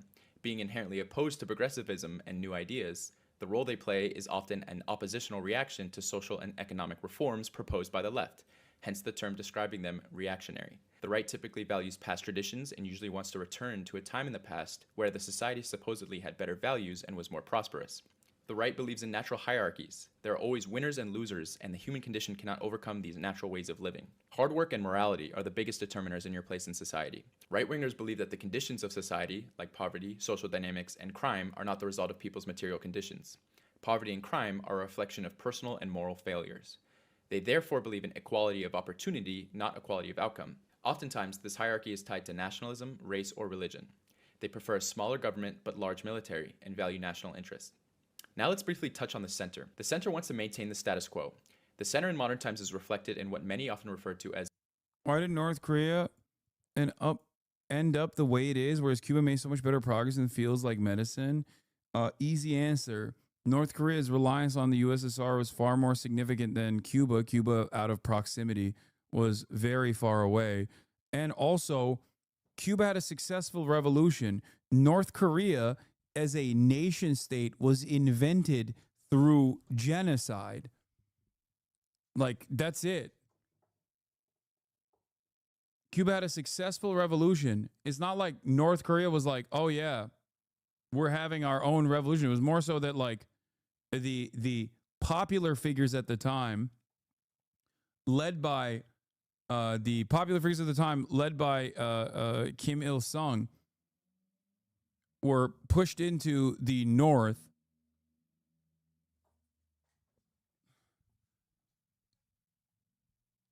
and that the initial war heroes were slowly cast aside by the American military.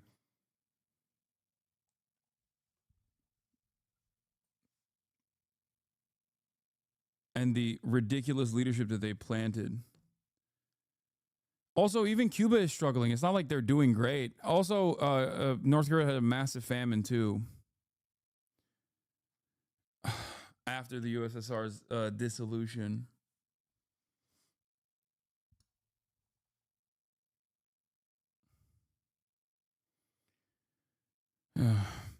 as neoliberal politics. They do not believe or want to fundamentally change the economic system. They believe in free markets and much less constrained capitalism. Liberals do not believe in a hierarchical society as conservatives do.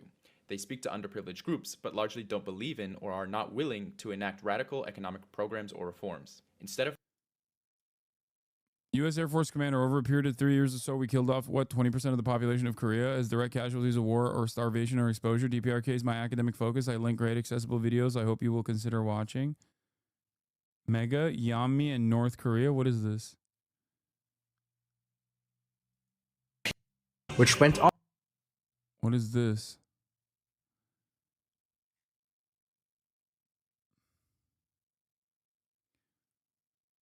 North Korea has a worse embargo than Iraq before the 2003 war, dude. I don't even know how the fuck they've been functioning. It's so sad. They've been basically a arm of China for the most part. That's how they've been functioning. China is their entry point into the global market. Instead of focusing on funding social services, safety nets, and universal programs like the left, liberals prefer information campaigns and a media culture war to uplift underprivileged groups. Liberals and centrism love procedures and rules. They love trying to work with Republicans even when they're actively spitting in their face. Centrists often create programs to help minority groups, but many only focus on improving visibility and representation. Their vision of success is getting diverse people into the top jobs in the same oppressive structures in government or corporations, dominating the communities they come from. From a left-wing view, centrism ignores the root causes of inequality by avoiding big reforms like universal healthcare, raising the minimum wage, addressing policing, or wealth inequality. They see progress as just selecting a more diverse ruling class. From a right-wing view, centrism is seen as giving special treatment when everyone is supposedly starting on equal ground. This, coupled with liberals' desire to maintain the obviously failing status quo, and elitism frustrates both sides, which is why people on the left and the right hate liberals. Many people in the United States confuse liberals with the left when liberals are very much not leftists. Many self-proclaimed liberals in the US only call themselves liberals because of mainstream media framing. Liberalism is presented as the only alternative to conservatism or the Republican Party. In reality, when you ask them about key policy issues, like cutting the military budget, legalizing marijuana, free college, universal healthcare, canceling student debt, and medical debt, their views are far to the left of the Democratic Party and liberalism. The center/liberals believe that the current system is broken, we just need to make a couple tweaks to fix it. Never anything too fundamental. While the left believes that the system is not broken, but working exactly as intended. Capitalism will naturally create the problems we are seeing in society. The left does not want to fix the current system, but dismantle it and create a different system. So in reality, there are a lot of people in the US who may claim to be liberals, but are actually leftists. Now that we have a very condensed idea of left, right, and center, let's take these ideologies to the extreme and show which ideology is more dangerous. The criteria we are using to judge the morality of each extreme is which ideology gives the best outcomes to pursue happiness, peace, and enrichment for a majority of society. First, let's talk about your average right-wing conservative. As a moderate conservative, you believe in hierarchy. You see winners and losers in society, but you think it's based on merit. People get what they deserve by working hard or making good choices. Maybe your family struggled in the past, but they pulled through by working hard and doing everything the right way. And now you're looking around and wondering why other people can't do the same. To you, things like poverty or crime aren't about systemic issues. They're excuses. You're tired of hearing about handouts when you and your family didn't need them. You wouldn't call yourself a racist at all. You might have minority friends you genuinely like. Maybe you work or grew up with some. You respect the ones you know personally, the ones who work hard and do it the right way. But when you look at the larger picture, it's harder to feel the same way. You see the news or scroll online, and it's full of stories about crime, drugs, or poverty in minority communities. It starts to feel like those things aren't just individual problems, but tied to cultures or communities. And politically, you're frustrated. You've seen your town go downhill over the years, jobs disappeared, industries left, and everything has gotten more expensive. Democrats or liberals in power didn't fix any of that. If anything, things got worse. You miss the days when your community had better paying jobs and people seemed to have stronger values. You like someone like Trump because he sticks it to those liberal elites who are completely out of touch with normal people like you. You're not extreme though. You might laugh at an edgy joke here and there, but you don't see yourself as one of those far-right types. Their open racism or fascism is a step too far for you. Now let's take those baseline right-wing beliefs to the extreme. Let's look at the far right. Maybe your town was pretty homogenous, or maybe the only minorities you saw were poor and struggling. You probably had someone in your life, like an uncle, parent, or cousin, who was openly bigoted and planted those ideas in you early on. Once you started getting online, the stuff you saw there backed up what you already thought. It's not that some people aren't working hard, it's because they can't. They're not making bad decisions because of bad luck or tough circumstances, they're making those decisions because they're inferior. And you start going deeper into those ideas. It's their genetics, their culture, their religion. All of it is supposedly worse than yours. Poverty and crime aren't because of material conditions or any system, it's because those people are naturally like that. And now it's not just their problem, it's society's problem. They're the reason for crime, poverty, and everything else that's wrong with the world. They're taking your jobs, they're ruining your country. The solution, according to these extremists, is to get rid of them. Whether it's controlling birth rates, forcing them out, or outright violence, the goal is a pure society. If they don't do something now, there'll be more of them than us, and that can't happen. At first, it's just online talk. You find some message board full of people who feel the same way, and you start hanging out there. Maybe you even show up to a protest in real life, covering your face, of course, to complain about a mosque being built or something. But here's the important thing. This ideology always ends in violence. That's the final step. It's terrorism directed at the outgroup. The mass shootings in New Zealand, New York, Texas, there are countless examples of where this goes. Those shooters didn't act in a vacuum. They wrote manifestos, and guess what was on them? The same far-right talking points you'll find on those message boards. This type of targeted violence is almost exclusively right-wing. On a personal level, far-right extremists are some of the most isolated, miserable people you'll ever meet. Most of them are losers. They've got maybe 1 or 2 friends in real life, and they're constantly trying to outdo each other in how extreme they can get. The rest of their social life is online, hanging out in echo chambers with racists and incels. There are 2 main types of these guys. First, you've got the more socially awkward ones. They're bitter, jaded, and insecure. They don't share their views confidently in real life, so they stick to dark humor or mumble it under their breath. Online, they're very loud. Then you've got the Proud Boy types. These people need to play up their masculinity and 1950s-ass idea of male values. Unsurprisingly, the people who want to play up their masculinity are also deeply insecure and cowardly. They love playing pretend cowboy and dedicating their life to hating others. They channel their insecurities into the most pathetic form of community imaginable and a fake form of ethnic white unity. Truly, some of the biggest losers in the world. To live this lifestyle is corrosive to the core, and these are deeply sad, miserable people. That was the personal journey of extremism. But it doesn't take a genius to guess what the results are when far-right extremism captures a country's government. Let's look at some far-right governments. Taking baseline conservative instincts of hierarchy and in-and-out groups to their extreme has dire consequences. Conservatism is inherently dividing. The degree of how far on the right translates to how far you crack down on the people you think are different from you. As a result, far-right extremism results in brutal attacks on perceived outgroups. Employing the power of the state, its media, and industry against targeted groups. I wonder what country he's gonna shout out here. Groups leads to oppression, apartheid, or extermination. A majority of the worst atrocities you can think of in the past 150 years or so can be tied directly to this ideology. In Spain, Francisco Franco's fascist forces carried out mass executions. This is a really good video. Holy shit, dude. This guy's got 232 subs.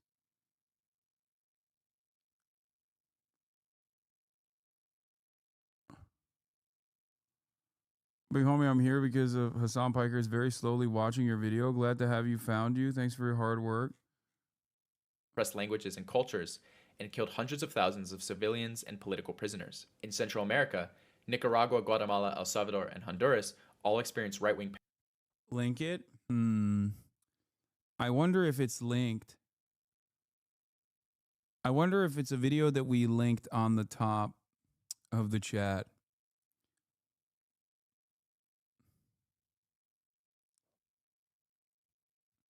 I'm thinking if there's a link, it probably would be pinned, right? On the top of the chat. Oh, that's right. It is there. Why do fucking chatters always do this? You literally will. No, because you never link anything. No, because you never see it. It's always linked. Literally, always. It is always linked. The video that we're reacting to is always linked to the chat. The problem is you don't fucking see it, and then you just assume that it's not linked. It's linked every time.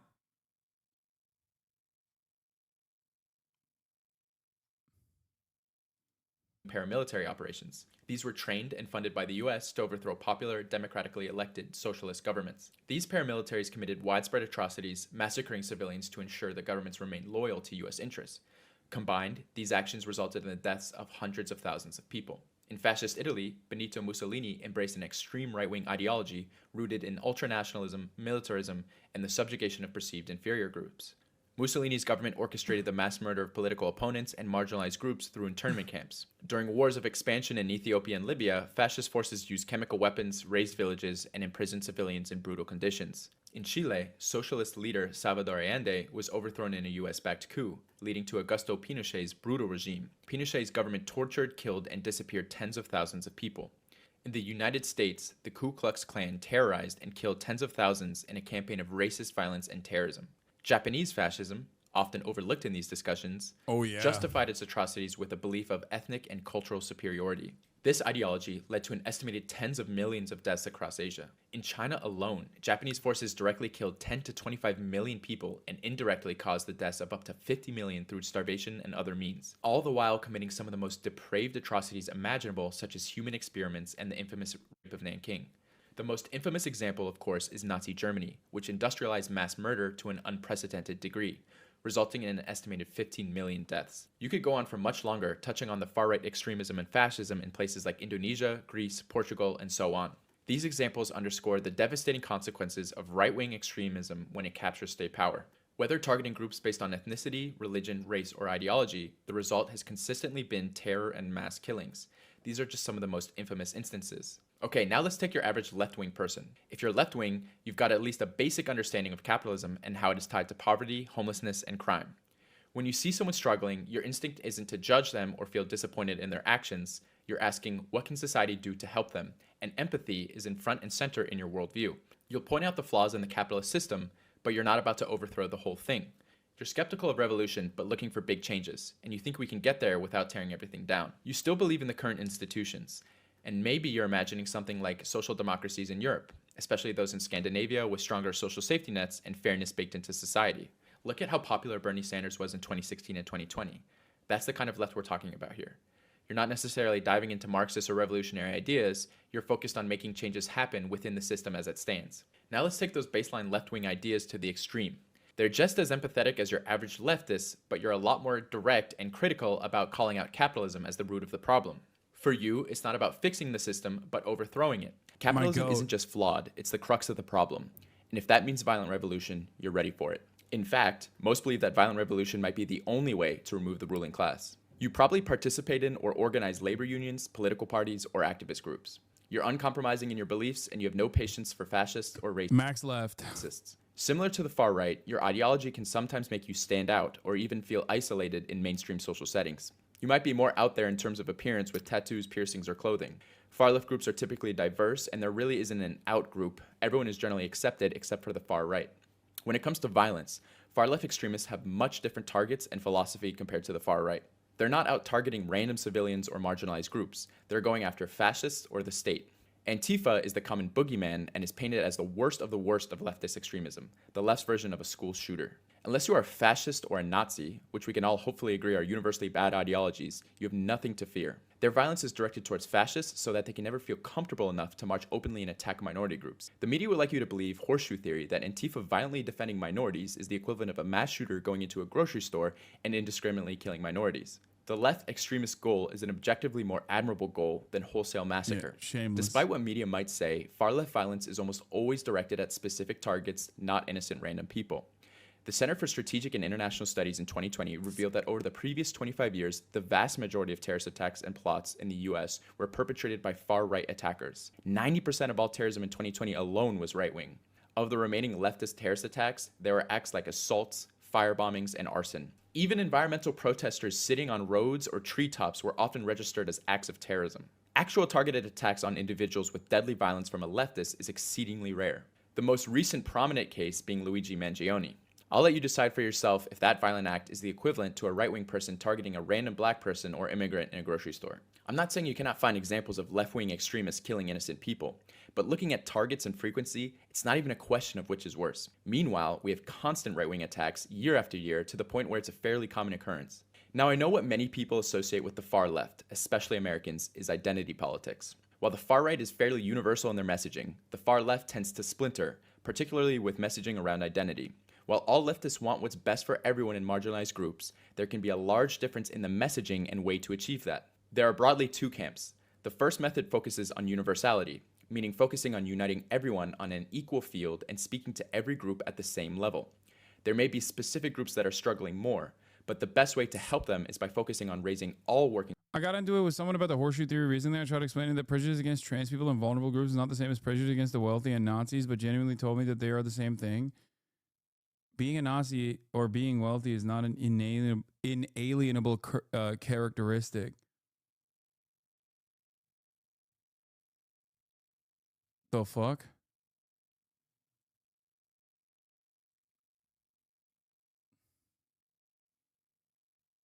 They're immutable. Immutable. It's just something you can't change about yourself. You're just born trans, you are trans. You're black, you are black. Also, yeah, the horseshoe theory is completely made up. That's the other thing. It's just not like a real valid it's not like a real valid political theory. Working class people's standards together. Hyper-focusing on specific identities only divides the working class and alienates people who would have otherwise been on board with the class struggle. It drives their attention away from class politics to focusing on their racial, gender, and identity differences. In the modern day, this method of messaging is typically divided between Eastern and Western leftists. The former Soviet Union and currently Communist China does not participate in any type of identity politics messaging that you would be familiar with in the West, focusing much more on universalism amongst class. Modern Western leftists tend to focus much more on individual identities and develop specific messaging campaigns and terminology. They attempt the impossible task of trying to accommodate catered messaging to every possible difference between different groups, usually to the dissatisfaction of every group. While this is certainly done in good faith and by well-intentioned people on the left, the alienation that this is done on the working class is undeniable. The rules specify that when we have a gender non-binary candidate or officer, the non-binary individual is counted as neither male nor female, and the remaining 6 offices must be gender balanced. With the results of the previous 4 elections, our elected officers are currently 2 male and 2 female. In order to be gender balanced, we must elect 1 male, 1 female, and 1 person of any gender. New wave academic terminology, discourse, and aggressive messaging around marginalized groups can be off-putting and not very accessible for your average working class person. Western leftists have placed themselves on a tightrope between messaging on universal programs that benefit everyone, while at the same time not wanting to figuratively or... I think radical liberalism of that sort that seeks to actively undermine solidarity is just unhelpful, unproductive. It doesn't mean that you should just like drop... It doesn't mean you should drop allyship over social causes. But yeah, it's just... I don't think that those guys are like extreme leftists in general. I think they're just silly people who desperately cling on to any sort of radical politics they can that still somehow fits within the neat confines of permissible politics. You can be as radical as you want when it comes to, like, I don't know, gender-related things, as long as you're not undermining the pre-existing, pre-established hierarchy.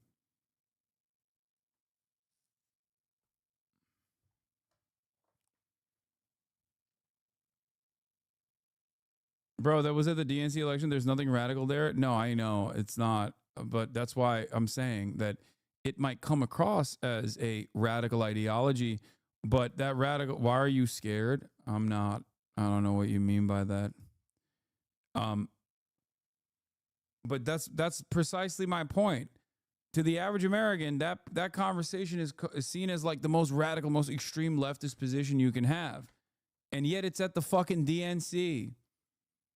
Do you see what I mean?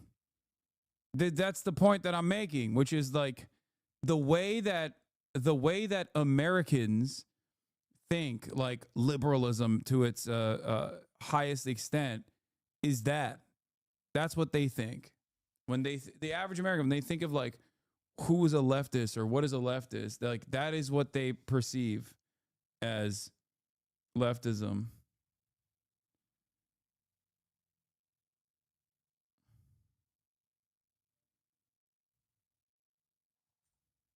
Literally abandon specific groups. This has undoubtedly contributed to the failure of the left in the West. The right wing capitalizes on this weakness by using working class people's annoyance with identity politics to vote completely against their best interests and focus on the culture war. Now let's get to the far left government. Before we get into discussing the far left government, please take a second to subscribe and like the video. Thank you. Let's look at what happens when these far left beliefs are... Okay, this dude is definitely a Hasanabi head. I'm sorry. That right there is some shit I would do. ...held in positions of power. The left's main targets are those who are perpetuating... This video sucks? I don't think this video sucks at all. ...systems of inequality.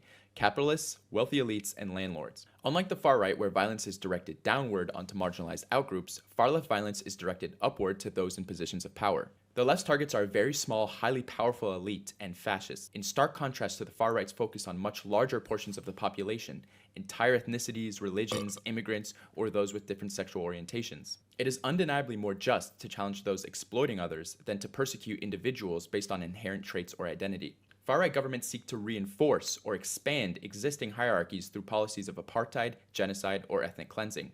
Left-wing governments, even when authoritarian, aim to eradicate feudal systems, redistribute land, and eliminate poverty. These goals are intended to benefit the majority, even if they fail in execution. After addressing the atrocities of far-right regimes, it's essential to confront the darker chapters of far-left governments as well. One significant group of victims under far-left regimes have been those perceived as traitors or counter-revolutionaries. These victims, most notably during Stalin's purges, the Cultural Revolution, and the Khmer Rouge genocide, were casualties of paranoia, authoritarianism, and internal power struggles. Undoubtedly, many, if not most of the victims were loyal communists or innocent swept up in the chaos. I don't think However, it's unfair. it is crucial to separate these actions from the core tenets of leftist ideology. Nowhere in Marx's works does it advocate for purges, paranoia, or suppression of intellectuals. These killings were products of authoritarianism and power struggles, not intrinsic to leftist ideology. This is a fundamental difference between the far left and far right. These are traits that can manifest in any regime, right-wing or left-wing. To act like these are exclusively communist or left-wing traits is absurd. Right-wing regimes have employed the same methods to suppress dissent and consolidate power. Also, way more frequently and way more brutally, and also not with like a higher purpose of distribution in mind or development in mind. Also, not all leftist governance is authoritarian. Many democratic socialist systems, such as those in Nordic countries, demonstrate how leftist principles can also exist without authoritarianism.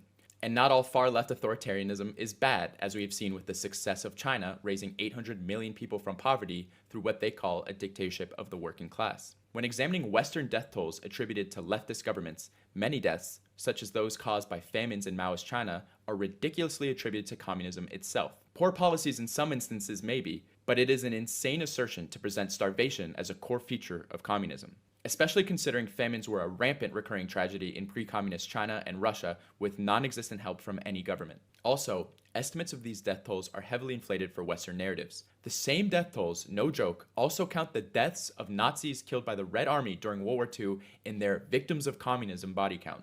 In contrast, the tangible improvements brought about by leftist revolutions cannot be ignored. In the Soviet Union, Cuba, and China, literacy rates doubled, life expectancy rose dramatically, urbanization and industrialization surged, and infant mortality plummeted.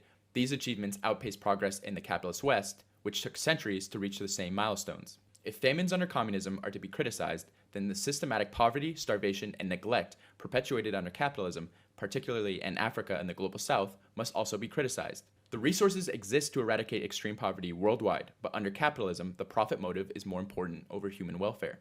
Communist China, for instance, has not only eliminated abject poverty, but is bringing the global South with it through its Belt and Road Initiative.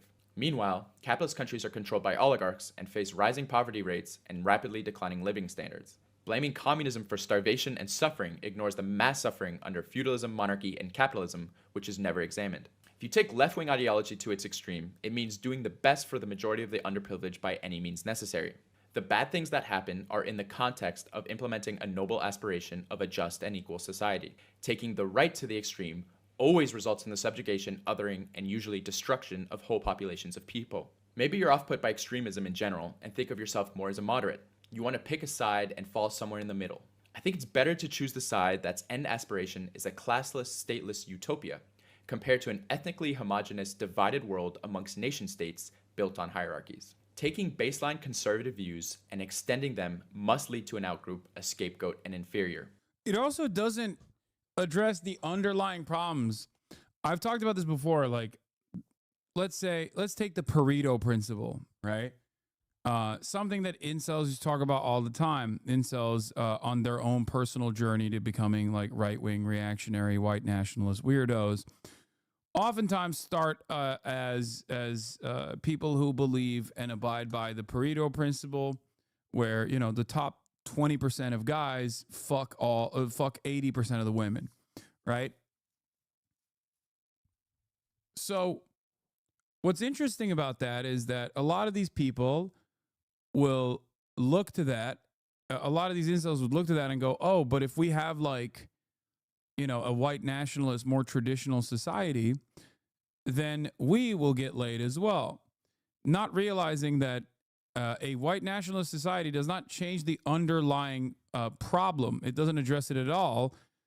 It would be the top 20% of Aryan dickheads that would be having sex with 80% of the Olgas and Helgas in a white nationalist society. Your ass, as an incel, would still not be getting pussy in the white nationalist dystopia that you envision for yourself.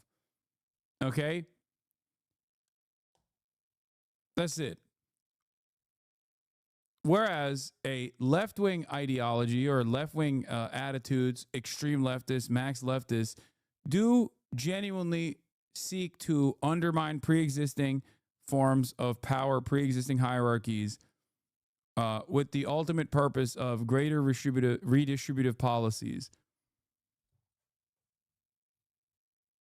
Okay?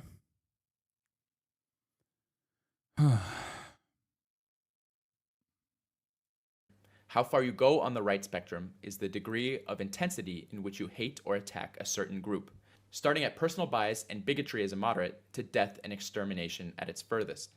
Meanwhile, your targets on the left are not everyday people, it's the small populations of oligarchs or fascists. Their removal also isn't necessarily death, as many on the left believe in rehabilitation and re-education. When communism took over in China in 1949, the last emperor of China from its dynasty-based government system was still in the country. Instead of killing him, Mao just educated him on communism and gave him a normal-ass job. You should never feel threatened by a far-left person. Unless you are an open racist or Nazi, which I hope you shouldn't feel concerned for, then you are within the 99% of people who are not a target. In personal relationships, it should be universally clear which side of the spectrum's extremists you would rather deal with. For one, leftists seldomly commit acts of terrorism. When they do violent acts, it's often targeted at corporations or government infrastructure, like vandalizing weapon plants, sending arms to apartheid states. They never intentionally target innocent civilians. Far-right people are jaded, antisocial, violent, openly misogynistic, and racist. They are insecure and full of hatred. They are inherently dangerous and nihilistic. Identity politics and left messaging can be cringe and annoying, but like, what's worse? There's a good Stavros joke about this that I can't remember exactly, but it goes something like, the left extremist person at worst might look strange to you, have a weird hair color, and be annoying. At least they want what's best for you, and they're definitely not going to hurt you.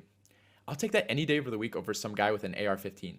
The nature of the human condition is cooperation and progress, not division and hierarchies created on a superficial basis. Thank you guys for watching. Please subscribe and let me know what you think in the comments, whether you agree. Yeah, this was great. Let's see how many subs you got Left since and we right started extremism watching. as being Damn, equally evil almost and 2K subs. Let's go. Good shit. This video very clearly looks this from the left. Yeah, of course. Yeah, this was a yes. But I don't think it would be effective video in converting people in the middle as well as it will be seen as partisan. Yeah, I don't really care. I liked it.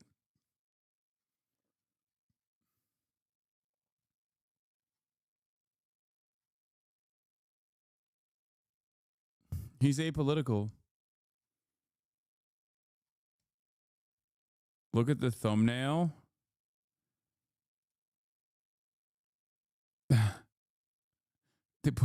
He put me there with Mao and a faceless Antifa guy.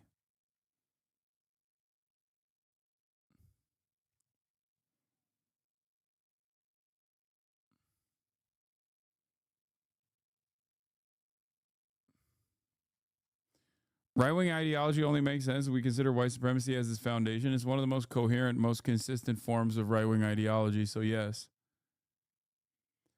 I agree. There should be less content friendly to centrists. I'm convinced all centrist content is what keeps centrists comfortable sitting on the fence. I think centrism is a stupid person's easiest way to come across as like sophisticated on an issue that they don't know anything about. Centrists love going, yeah, I think both sides are somewhat at fault on this issue. And that way they get to masturbate on their intellectual take without putting any thought, consideration, effort into the subject matter.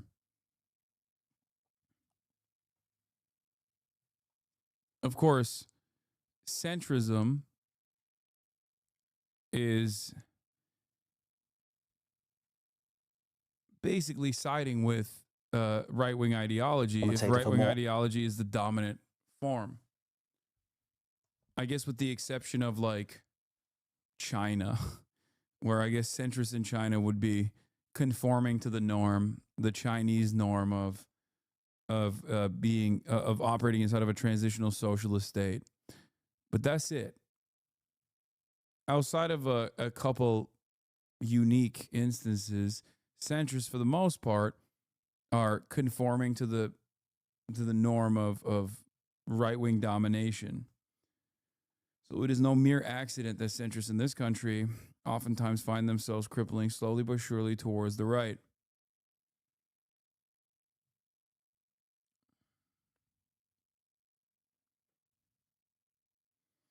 Can confirm as an ex-centrist, it was mine and many others' first step in criticizing the status quo, though. It led me here, although many centrists find themselves elsewhere. Yeah.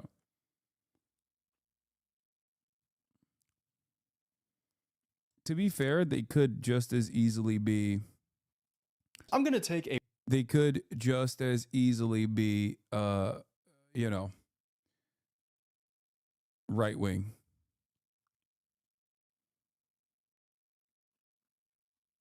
wild guess and assume that this isn't your first time on the internet. I'm also going to assume that during your time on this big, beautiful invention we call the World Wide Web, you've probably come across a grifter before. As a quick refresher, a grifter is defined as a person who engages in a small-scale petty scam. Well, in today's modern and politically charged world, these scammers, swindlers, and con men have taken on a new, more lucrative form. And a lot of them just so happen to be conservatives. But I can safely say I have never felt more optimistic about the United States. Really intervened, like we need this guy to come back in and make America great again. But let me know your honest thoughts. I think it's incredible. Ted, Trump knows there's plans to kill him. One of my favorite things Trump has ever said. Seems like just about everyone and their dog is grifting their way through this. Yeah. Doesn't this alarm liberals who spend an insane amount of time fucking being like, Hassan, you are the greatest evil of America. You are the greatest evil America's ever seen. Like, don't you just like kind of feel creepy about how heavily dominated the discourse is by right-wingers who are becoming increasingly more reactionary, more openly right-wing? Genuinely, the reason why I always do this call out to liberals is because you know, that's it. That's the vein. That's where I need to tap. That's where I need people to wake up to the reality that's unfolding in front of them.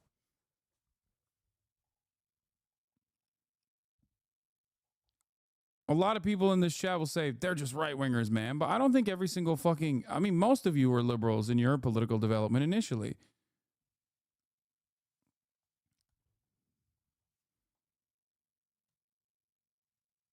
Like, I don't think every liberal is so cynical and personally invested in propping up the right so that they can feign moral superiority while simultaneously turning the other way, looking the other direction when the right basically follows through on a lot of the violent agendas that they would also personally love.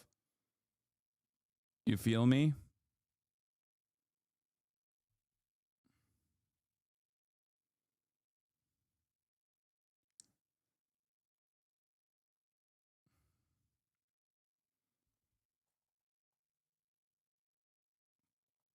Mass cultural right-leaning vibe shift. And with all of these people wanting to profit and get their hands on a slice of this big right-wing pie, I thought it'd be helpful to walk you through exactly how to pull this off. So today, we're gonna go through my 12 essential steps. And by the end of this video, you too will have all the tools necessary to grift some right-wingers. Don't worry, folks.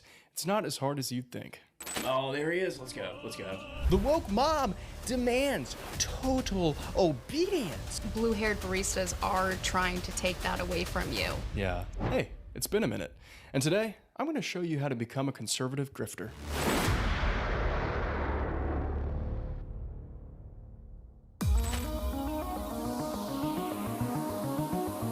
So first things first, if you want to be a good conservative grifter, you need to craft a unique style, one that will stand out against your competitors while still feeling somewhat similar. Let's start I put the apolitical cap on for this one. with the head. Now, we have a few options here. We could do a yarmulke, but I'm not Jewish. We could do a Great Clips haircut, but I unfortunately don't have one near me. Or we could do a hat. I think we'll just go with a hat. Talbot Henley, what the hell are you doing here? Okay, now for our clothes. Looks like our only two options are a black shirt or a suit jacket, so let's just do both. Now, big bonus here if you are a white guy, but if you're not, that's totally fine. You can still pull this off, and I'll show you how in these next few steps. Well, I'd say we were just about done, and all we need now is a name. Something cool, maybe a little bit edgy, but still smart. A moniker that screams Patriot Freedom Fighter. What about Slade? Strider Slade.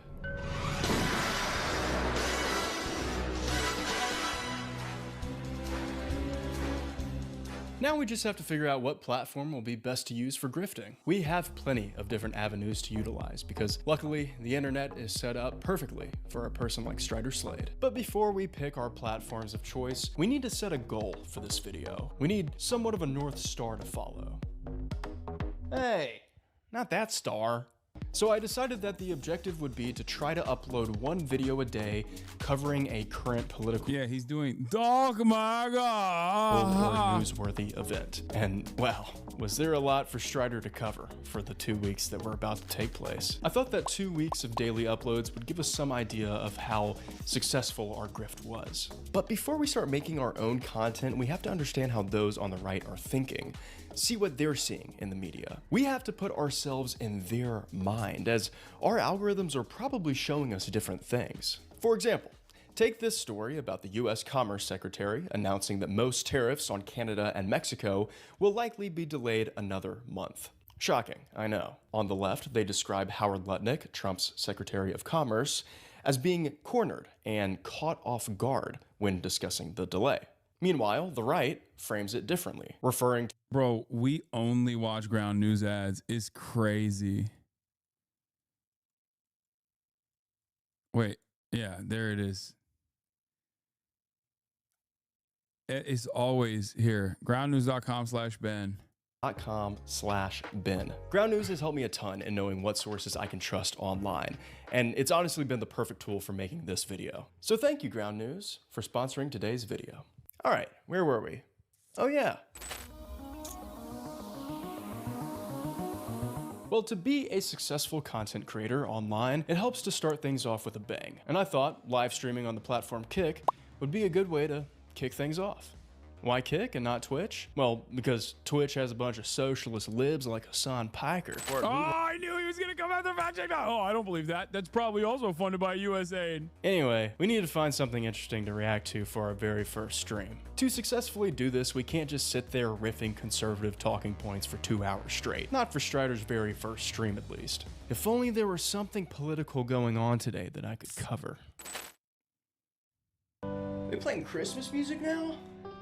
What's up, guys? If you're just tuning in, we're watching the inauguration of Donald Trump. Guys, I'm excited about this one. It's gonna be good. Hey, would you look at that? What perfect timing. Oh, there she is. The First Lady is back in action. Interesting hat, though. I mean, it's definitely unique, and I think that's what the Trumps are all about. Every time it goes back to Barron, I just keep thinking about how he's 6'9". Look at him, like unit. He's like an oak tree. Dude, this guy is killing it. He kind of looks like the Penguin, I'm not gonna lie. You know a guy can sing well when his undershirt barely fits him. Oh, there he is, let's go. Yes, all right. Let's go. Been waiting for that one for 4 years. Let's go, baby. Hell yeah. Well said. Well. This guy's great. He's got so many good ideas. Has he delivered a single opinion so far? No, but that's precisely why I like it, because he agrees with things that I also agree with. I will not be putting any more thought into this process, and I will be coming back and clicking on the broadcast day in, day out, based. Set. A real apolitical kind of guy. Yes. I love that. Man, I'm getting hyped up. Now, as you can see, you want to be as partisan as possible during a live stream like this. You really got to make sure that anyone who joins would immediately be aware of where you lean politically. That way, they're more likely to stay and watch. With my actions today, we will end the Green New Deal and we will revoke the electric vehicle mandate. Perfect. Let's go. Bring the tariffs out. Let's tear it up. Tariff it up. Doge, let's go. Let's go. Doge is gonna be awesome. Sit down, Biden. Well, for someone's first time live streaming, I thought that Strider was doing a pretty decent job. According to Kick, he had a total of 5 whole people who tuned in for the stream, and 2 of them watched the entire thing until Strider eventually got a little angry towards the end. God, I'm so hungry. Sorry guys, I'm trying to text my girlfriend to bring me some lunch. Babe! Is lunch ready? Sweet. Alright, thanks. So you're kind of cold. Babe! These are so cold in the middle. Got that woman representation. That's what it's all about, guys. Now that the stream was over and Strider's new saviors, DJT and JDV, were sworn in with their mandate to destroy the woke mind virus, it's time to do what all good content creators do. And that was to cut down the highlights of the stream and upload it as a new video to YouTube and Rumble. What's YouTube, you ask? Well, see, it's a website where you can upload videos. Oh, what's Rumble? Sorry. Well, see, it's a website where you can upload videos, but for the right. So I'm gonna try to upload a video on Rumble. This is so bad.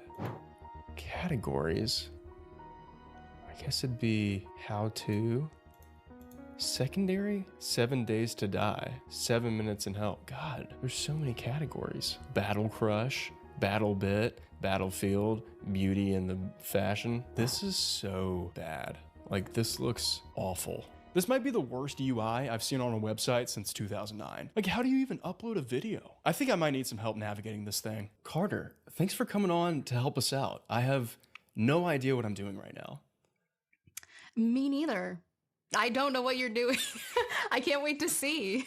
I think it's gonna be great. I think the world needs more conservatives and right-wingers because, you know, blue-haired liberals are taking over the world and they must be stopped. Yeah, I agree. I feel like I can't, you know, get a coffee anymore without seeing liberals. Right. Hi, my name's Carter. My channel is Doxy Carter on YouTube, and my videos are always a surprise, and you never know what you're gonna get. So, yeah. So, I'm trying to teach my audience right now. I'm trying to teach. Don't trust her, brother. She seems like she's one of them sacred liberals, okay? She got the bisexual lighting in the background. Also, I'll have you know, she's a woman, all right? And you already know how women are. Women are gay. That's right. Women are gay. Remember that. They're woke libtards. That is the closest you can be to being the wokest and libtarded is if you're a woman. Everyone how to become a conservative grifter. And I was actually introduced to Rumble through your video about infiltrating alt-right social media apps. And it seems like a pretty good place to call home if you are an aspiring right-wing grifter. But I'm curious if you have any tips in utilizing this website, maybe how we could get some views. Women are low testosterone. It's true.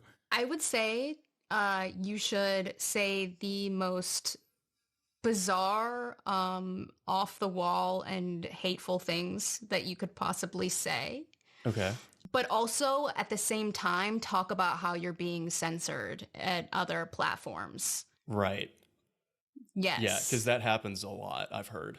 As much as you can, I would try to play the victim in this scenario, right? Like, you're a white man. Like, everyone is coming for your land, your job, your wife. Yeah. You know, like, be angry about that. Yeah. Like, because conservatives love to feel like they're being persecuted, is what I've learned. We are. I mean, not we. I'm apolitical, but also We are persecuted.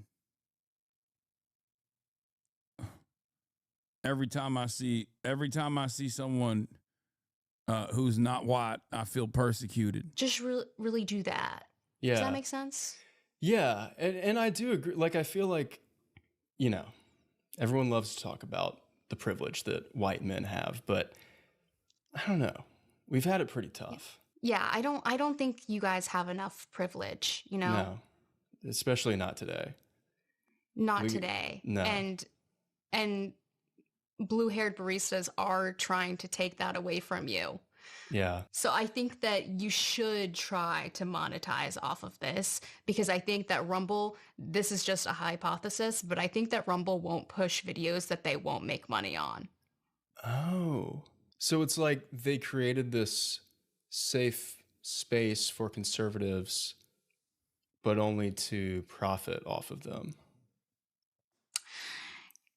That is correct. Once I upload a video, if I had to find a good place to share these commentary videos via Rumble, where do you think it would be a good place to do that? Because I don't want to use anything woke, anything like lived up. I want to use something like honest, something true. I would say that there's a great app that's just for this occasion. Oh, really? And it's called Truth Social. Truth Social. Okay, Yeah. what is that? Truth Social is a social media app, and it was basically created as an alt-right alternative. So your posts are called truths, and then you'll see other truths that have been I think posted. Twitter is the best place to do this, by the way.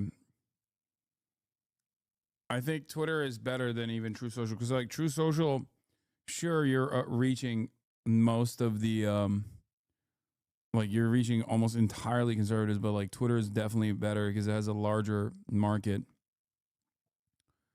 and also is entirely comprised of right-wing dipshits now. And guess what you can do? What? You can re-truth it. Oh, that sounds like a unique feature. Yes. Wow. Is it true that you can't tell a lie on Truth Social? Okay, so now that we had a better idea of how to use these apps, Strider Slade's content machine was up and running. This is the part where we need to start honing in on the To be fair, he did do a Twitter one already, so type of personality we want portrayed in our commentary videos. What type of conservative grifter is Strider going to be? A crypto fascist? What does a fascist mean?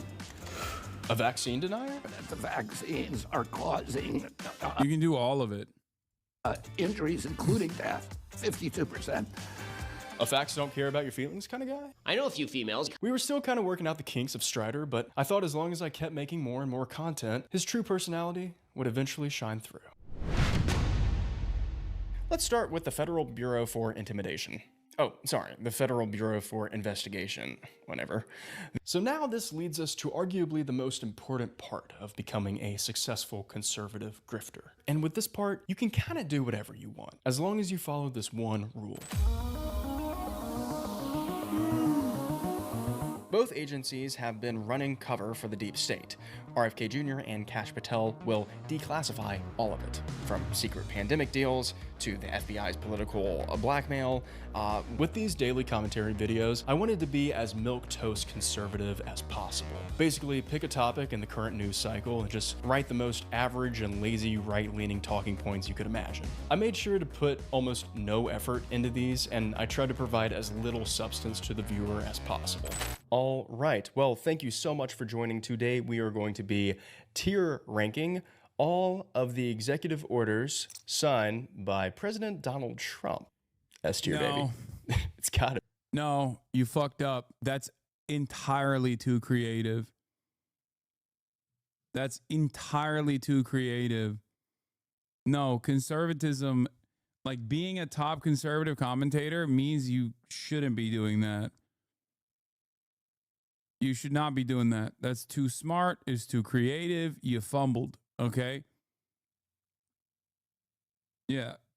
All you need to do to be a conservative is to just say like, I love Trump. He's based. He's going to kill libtards, and I love that. That's it. That's all you got to do. He's killing wokeness. To be. I mean, like, come on. Think about all the good things that have happened so far after pulling out of DEI. Okay, so next we have ending birthright citizenship. Egg prices are out of control, and Americans are feeling it. But here's something the mainstream media won't tell you. The woke mob demands total obedience. And when someone fights back, when someone actually does something, they call it dangerous? But hey, I'm just glad that Taylor Swift has a reason to be pissed off. Remember, stay sharp and stay skeptical. Strider Slade, out. Well, it had been about 5 days so far, and I had uploaded 5 long-form videos to Rumble and YouTube. Also posted a couple banger truths on Truth Social. So far, I have to say that things weren't going as well as I expected them to be. No one was really listening to Strider Slade. I'm sorry, guys, but I wasn't really seeing any results from my plan so far. What was I doing wrong? I was following the guide to it. He should have shit on me. And like a bunch of like high profile liberals as well. Try to actively create drama.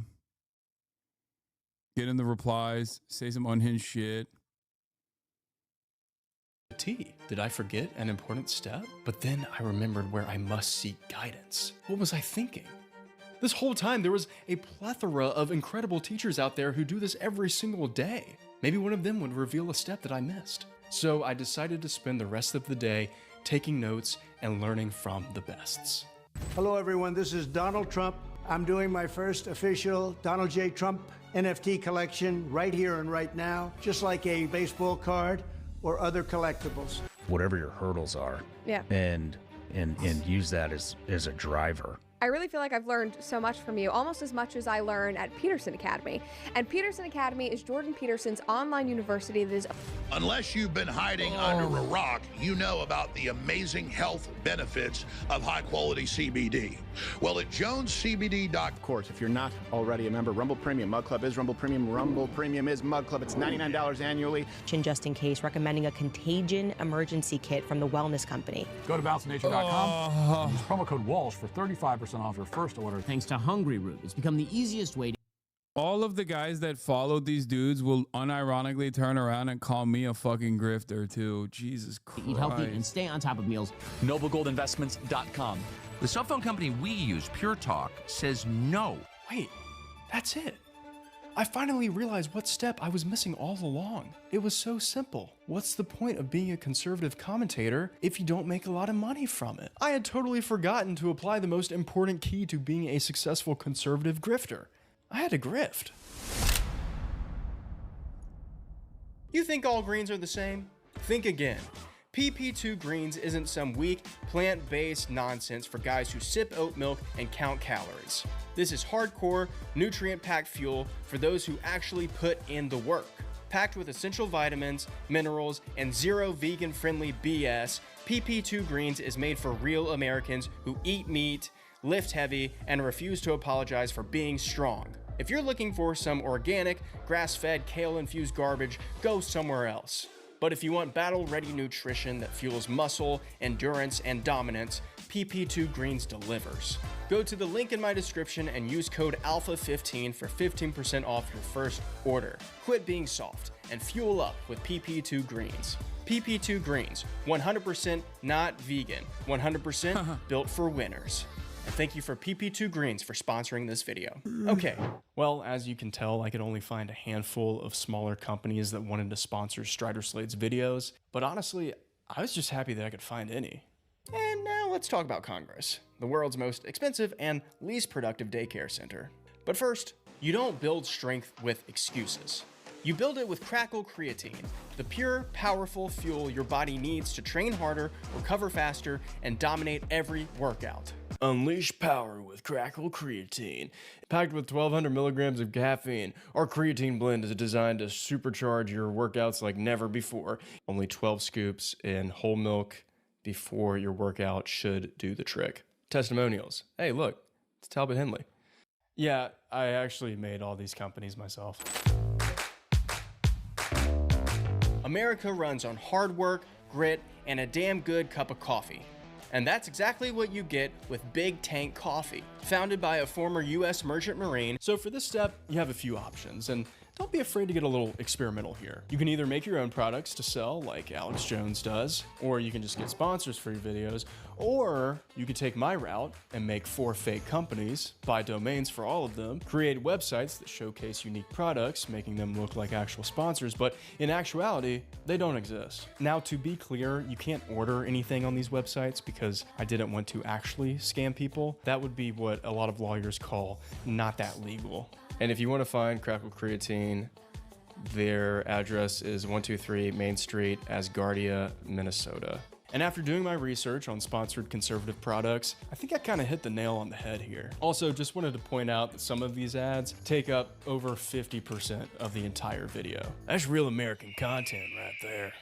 All right, now we're cooking. And I'm not just talking about Graham Grunt's Peanut Brittle. Today's sponsor, Graham Grunt's Peanut Brittle. I think we're finally going to be getting some much deserved attention. Soon, Strider's newfound voice was going to be piercing through every conservative screen in the nation. Oh, and don't worry, I didn't forget to put multiple ad reads into one video. Just like my mentors taught me. Because remember kids, there's no point in being a conservative unless you want to, say it with me, make a lot of money.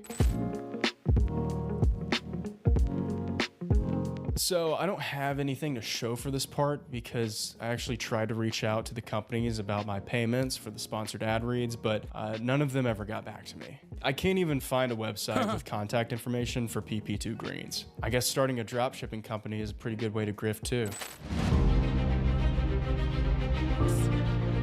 Just because I know everybody wants to see it, I'm gonna go through some of the results after posting a video almost every single day on YouTube, Rumble, and Truth Social for 2 weeks straight. So here are my results after following 11 of the 12 steps. YouTube, I got this many views and this many subscribers. Truth Social, I had this many likes, this many retruths, and this many replies, and this many followers. And Rumble loved Strider Slade because I got this many followers and this many views. So now this leads us to our final step of becoming a conservative grifter. Now, I actually haven't seen any of the other big ones get to this step yet, but maybe it's just because they don't know how to do this part. So, to all of my conservative grifters out there, here's the very last thing that you need to do. True. I never thought I'd make this video, but I can't keep lying to you. So here is what I know. For years, we called the woke mainstream media. It's not that he's not good at the bit. It just takes too long. Content creation is a difficult endeavor. And also on top of that, it takes a long time to, and you need a tremendous amount of luck. When I say it's easier to grift to the right, I simply mean that once you are established or out of the established content creators, it's infinitely easier to grift to the right. The enemy. But let's be real. We are the mainstream now. Money drives the industry, and right now the money is on the right. That's why corporations are ditching DEI. It's not because they're buckling under pressure, it's because it's more profitable for them. Conservative media isn't about truth, it's about power. Billionaires fund it because it serves them. Tax cuts, deregulation, political influence. Meanwhile, real leftist media struggles because under capitalism, leftism isn't profitable. The Daily Wire, Blaze Media, PragerU, Turning Point USA, they all push the same fear-driven narratives. Cultural Marxism, the Great Replacement, fringe conspiracies made mainstream. The far right isn't lurking in the shadows anymore. They won the culture war. And I played right along. I pushed narratives I knew weren't true because it's what my audience wanted. It's what the algorithm rewarded, and it's what the movement demanded. I get why my videos resonated with you. I do. But here's the truth. Conservative media is designed to keep you afraid, take your money, and make you vote against yourself. They manufacture your anxiety and then sell you the cure. The Republican Party, led by Trump and funded by Musk, isn't fighting for freedom. They're seizing power for the billionaire class. And they've built a media machine to keep themselves in control. But this isn't the only grift. The Democratic Party sells you hope but protects the status quo. They promise progress while serving the same billionaire class. They just keep enough change on the table to stop us from demanding more. The system isn't broken, folks. It's working exactly as designed to keep us powerless. It's time for something new. something real, a movement that puts people over profit, a true third way. The grift must end. So remember, stay sharp and stay skeptical. Strider Slade. Mainstream is left, dumbass. That's right, dude. Mainstream media is actually all socialist, and all of the platforms that seemingly keep pumping out right-wing content everywhere are also socialist. That's why the largest content creator, the largest political content creator on this socialist website, owned by socialist Jeff Bezos, owned by socialist Amazon, his name is Asmongold, who is a right-wing political commentator. That's why Asmongold also is the largest right-wing commentator on YouTube as well, which is another socialist website. That's why the entire field of podcasting is completely dominated by, even though they're socialist companies, dominated by right-wingers. Look at the top 10 podcasts on YouTube, on Apple, anywhere you go. They are all, you know, people like Candace Owens, Tucker Carlson, Ben Shapiro, Charlie Kirk.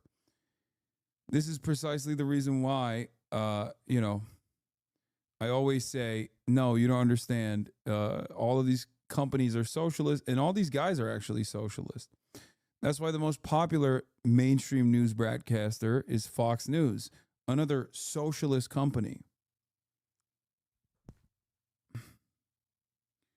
Asmongold isn't right-wing. He's a slightly right-leaning centrist, at least by American standards. You are out of your fucking mind.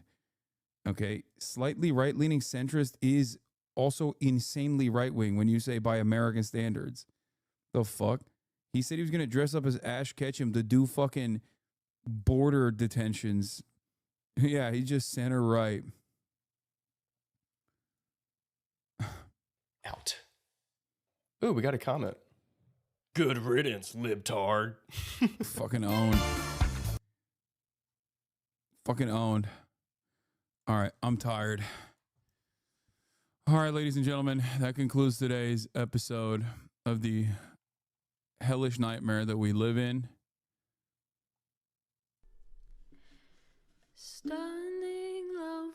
That'll be all for today. I'm tired. I love you all, and I will see you tomorrow, as always. Oh, before I forget, actually, tomorrow I have a Rainbow Six announcement that I'm going to be live reacting to, and then be playing Rainbow Six as well early in the morning. So I'm actually going to be starting off earlier than usual. No gaming right now, but gaming tomorrow. So get excited for that. I'm going to be live by 9 a.m. as a matter of fact. 9 a.m. Pacific time. And at 10 a.m. Pacific time, I'm going to be watching the Rainbow Six announcement. And I'll be dominating the world. I'll be dominating the world of gaming. All right. Love you all. See you there. Peace.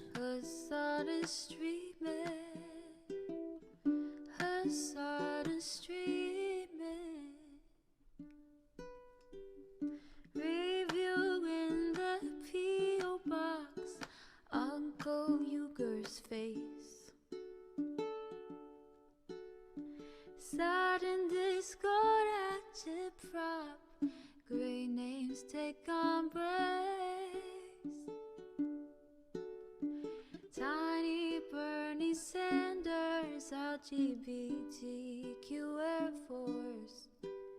The whole left at your fingertips, on at your door. H3 crowded debate, the Young Turks online show. 3 full fucking years of this, plenty more to go. 90-day fiance talks of champagne bourgeoisie. A Trump rally live reaction, a mass riot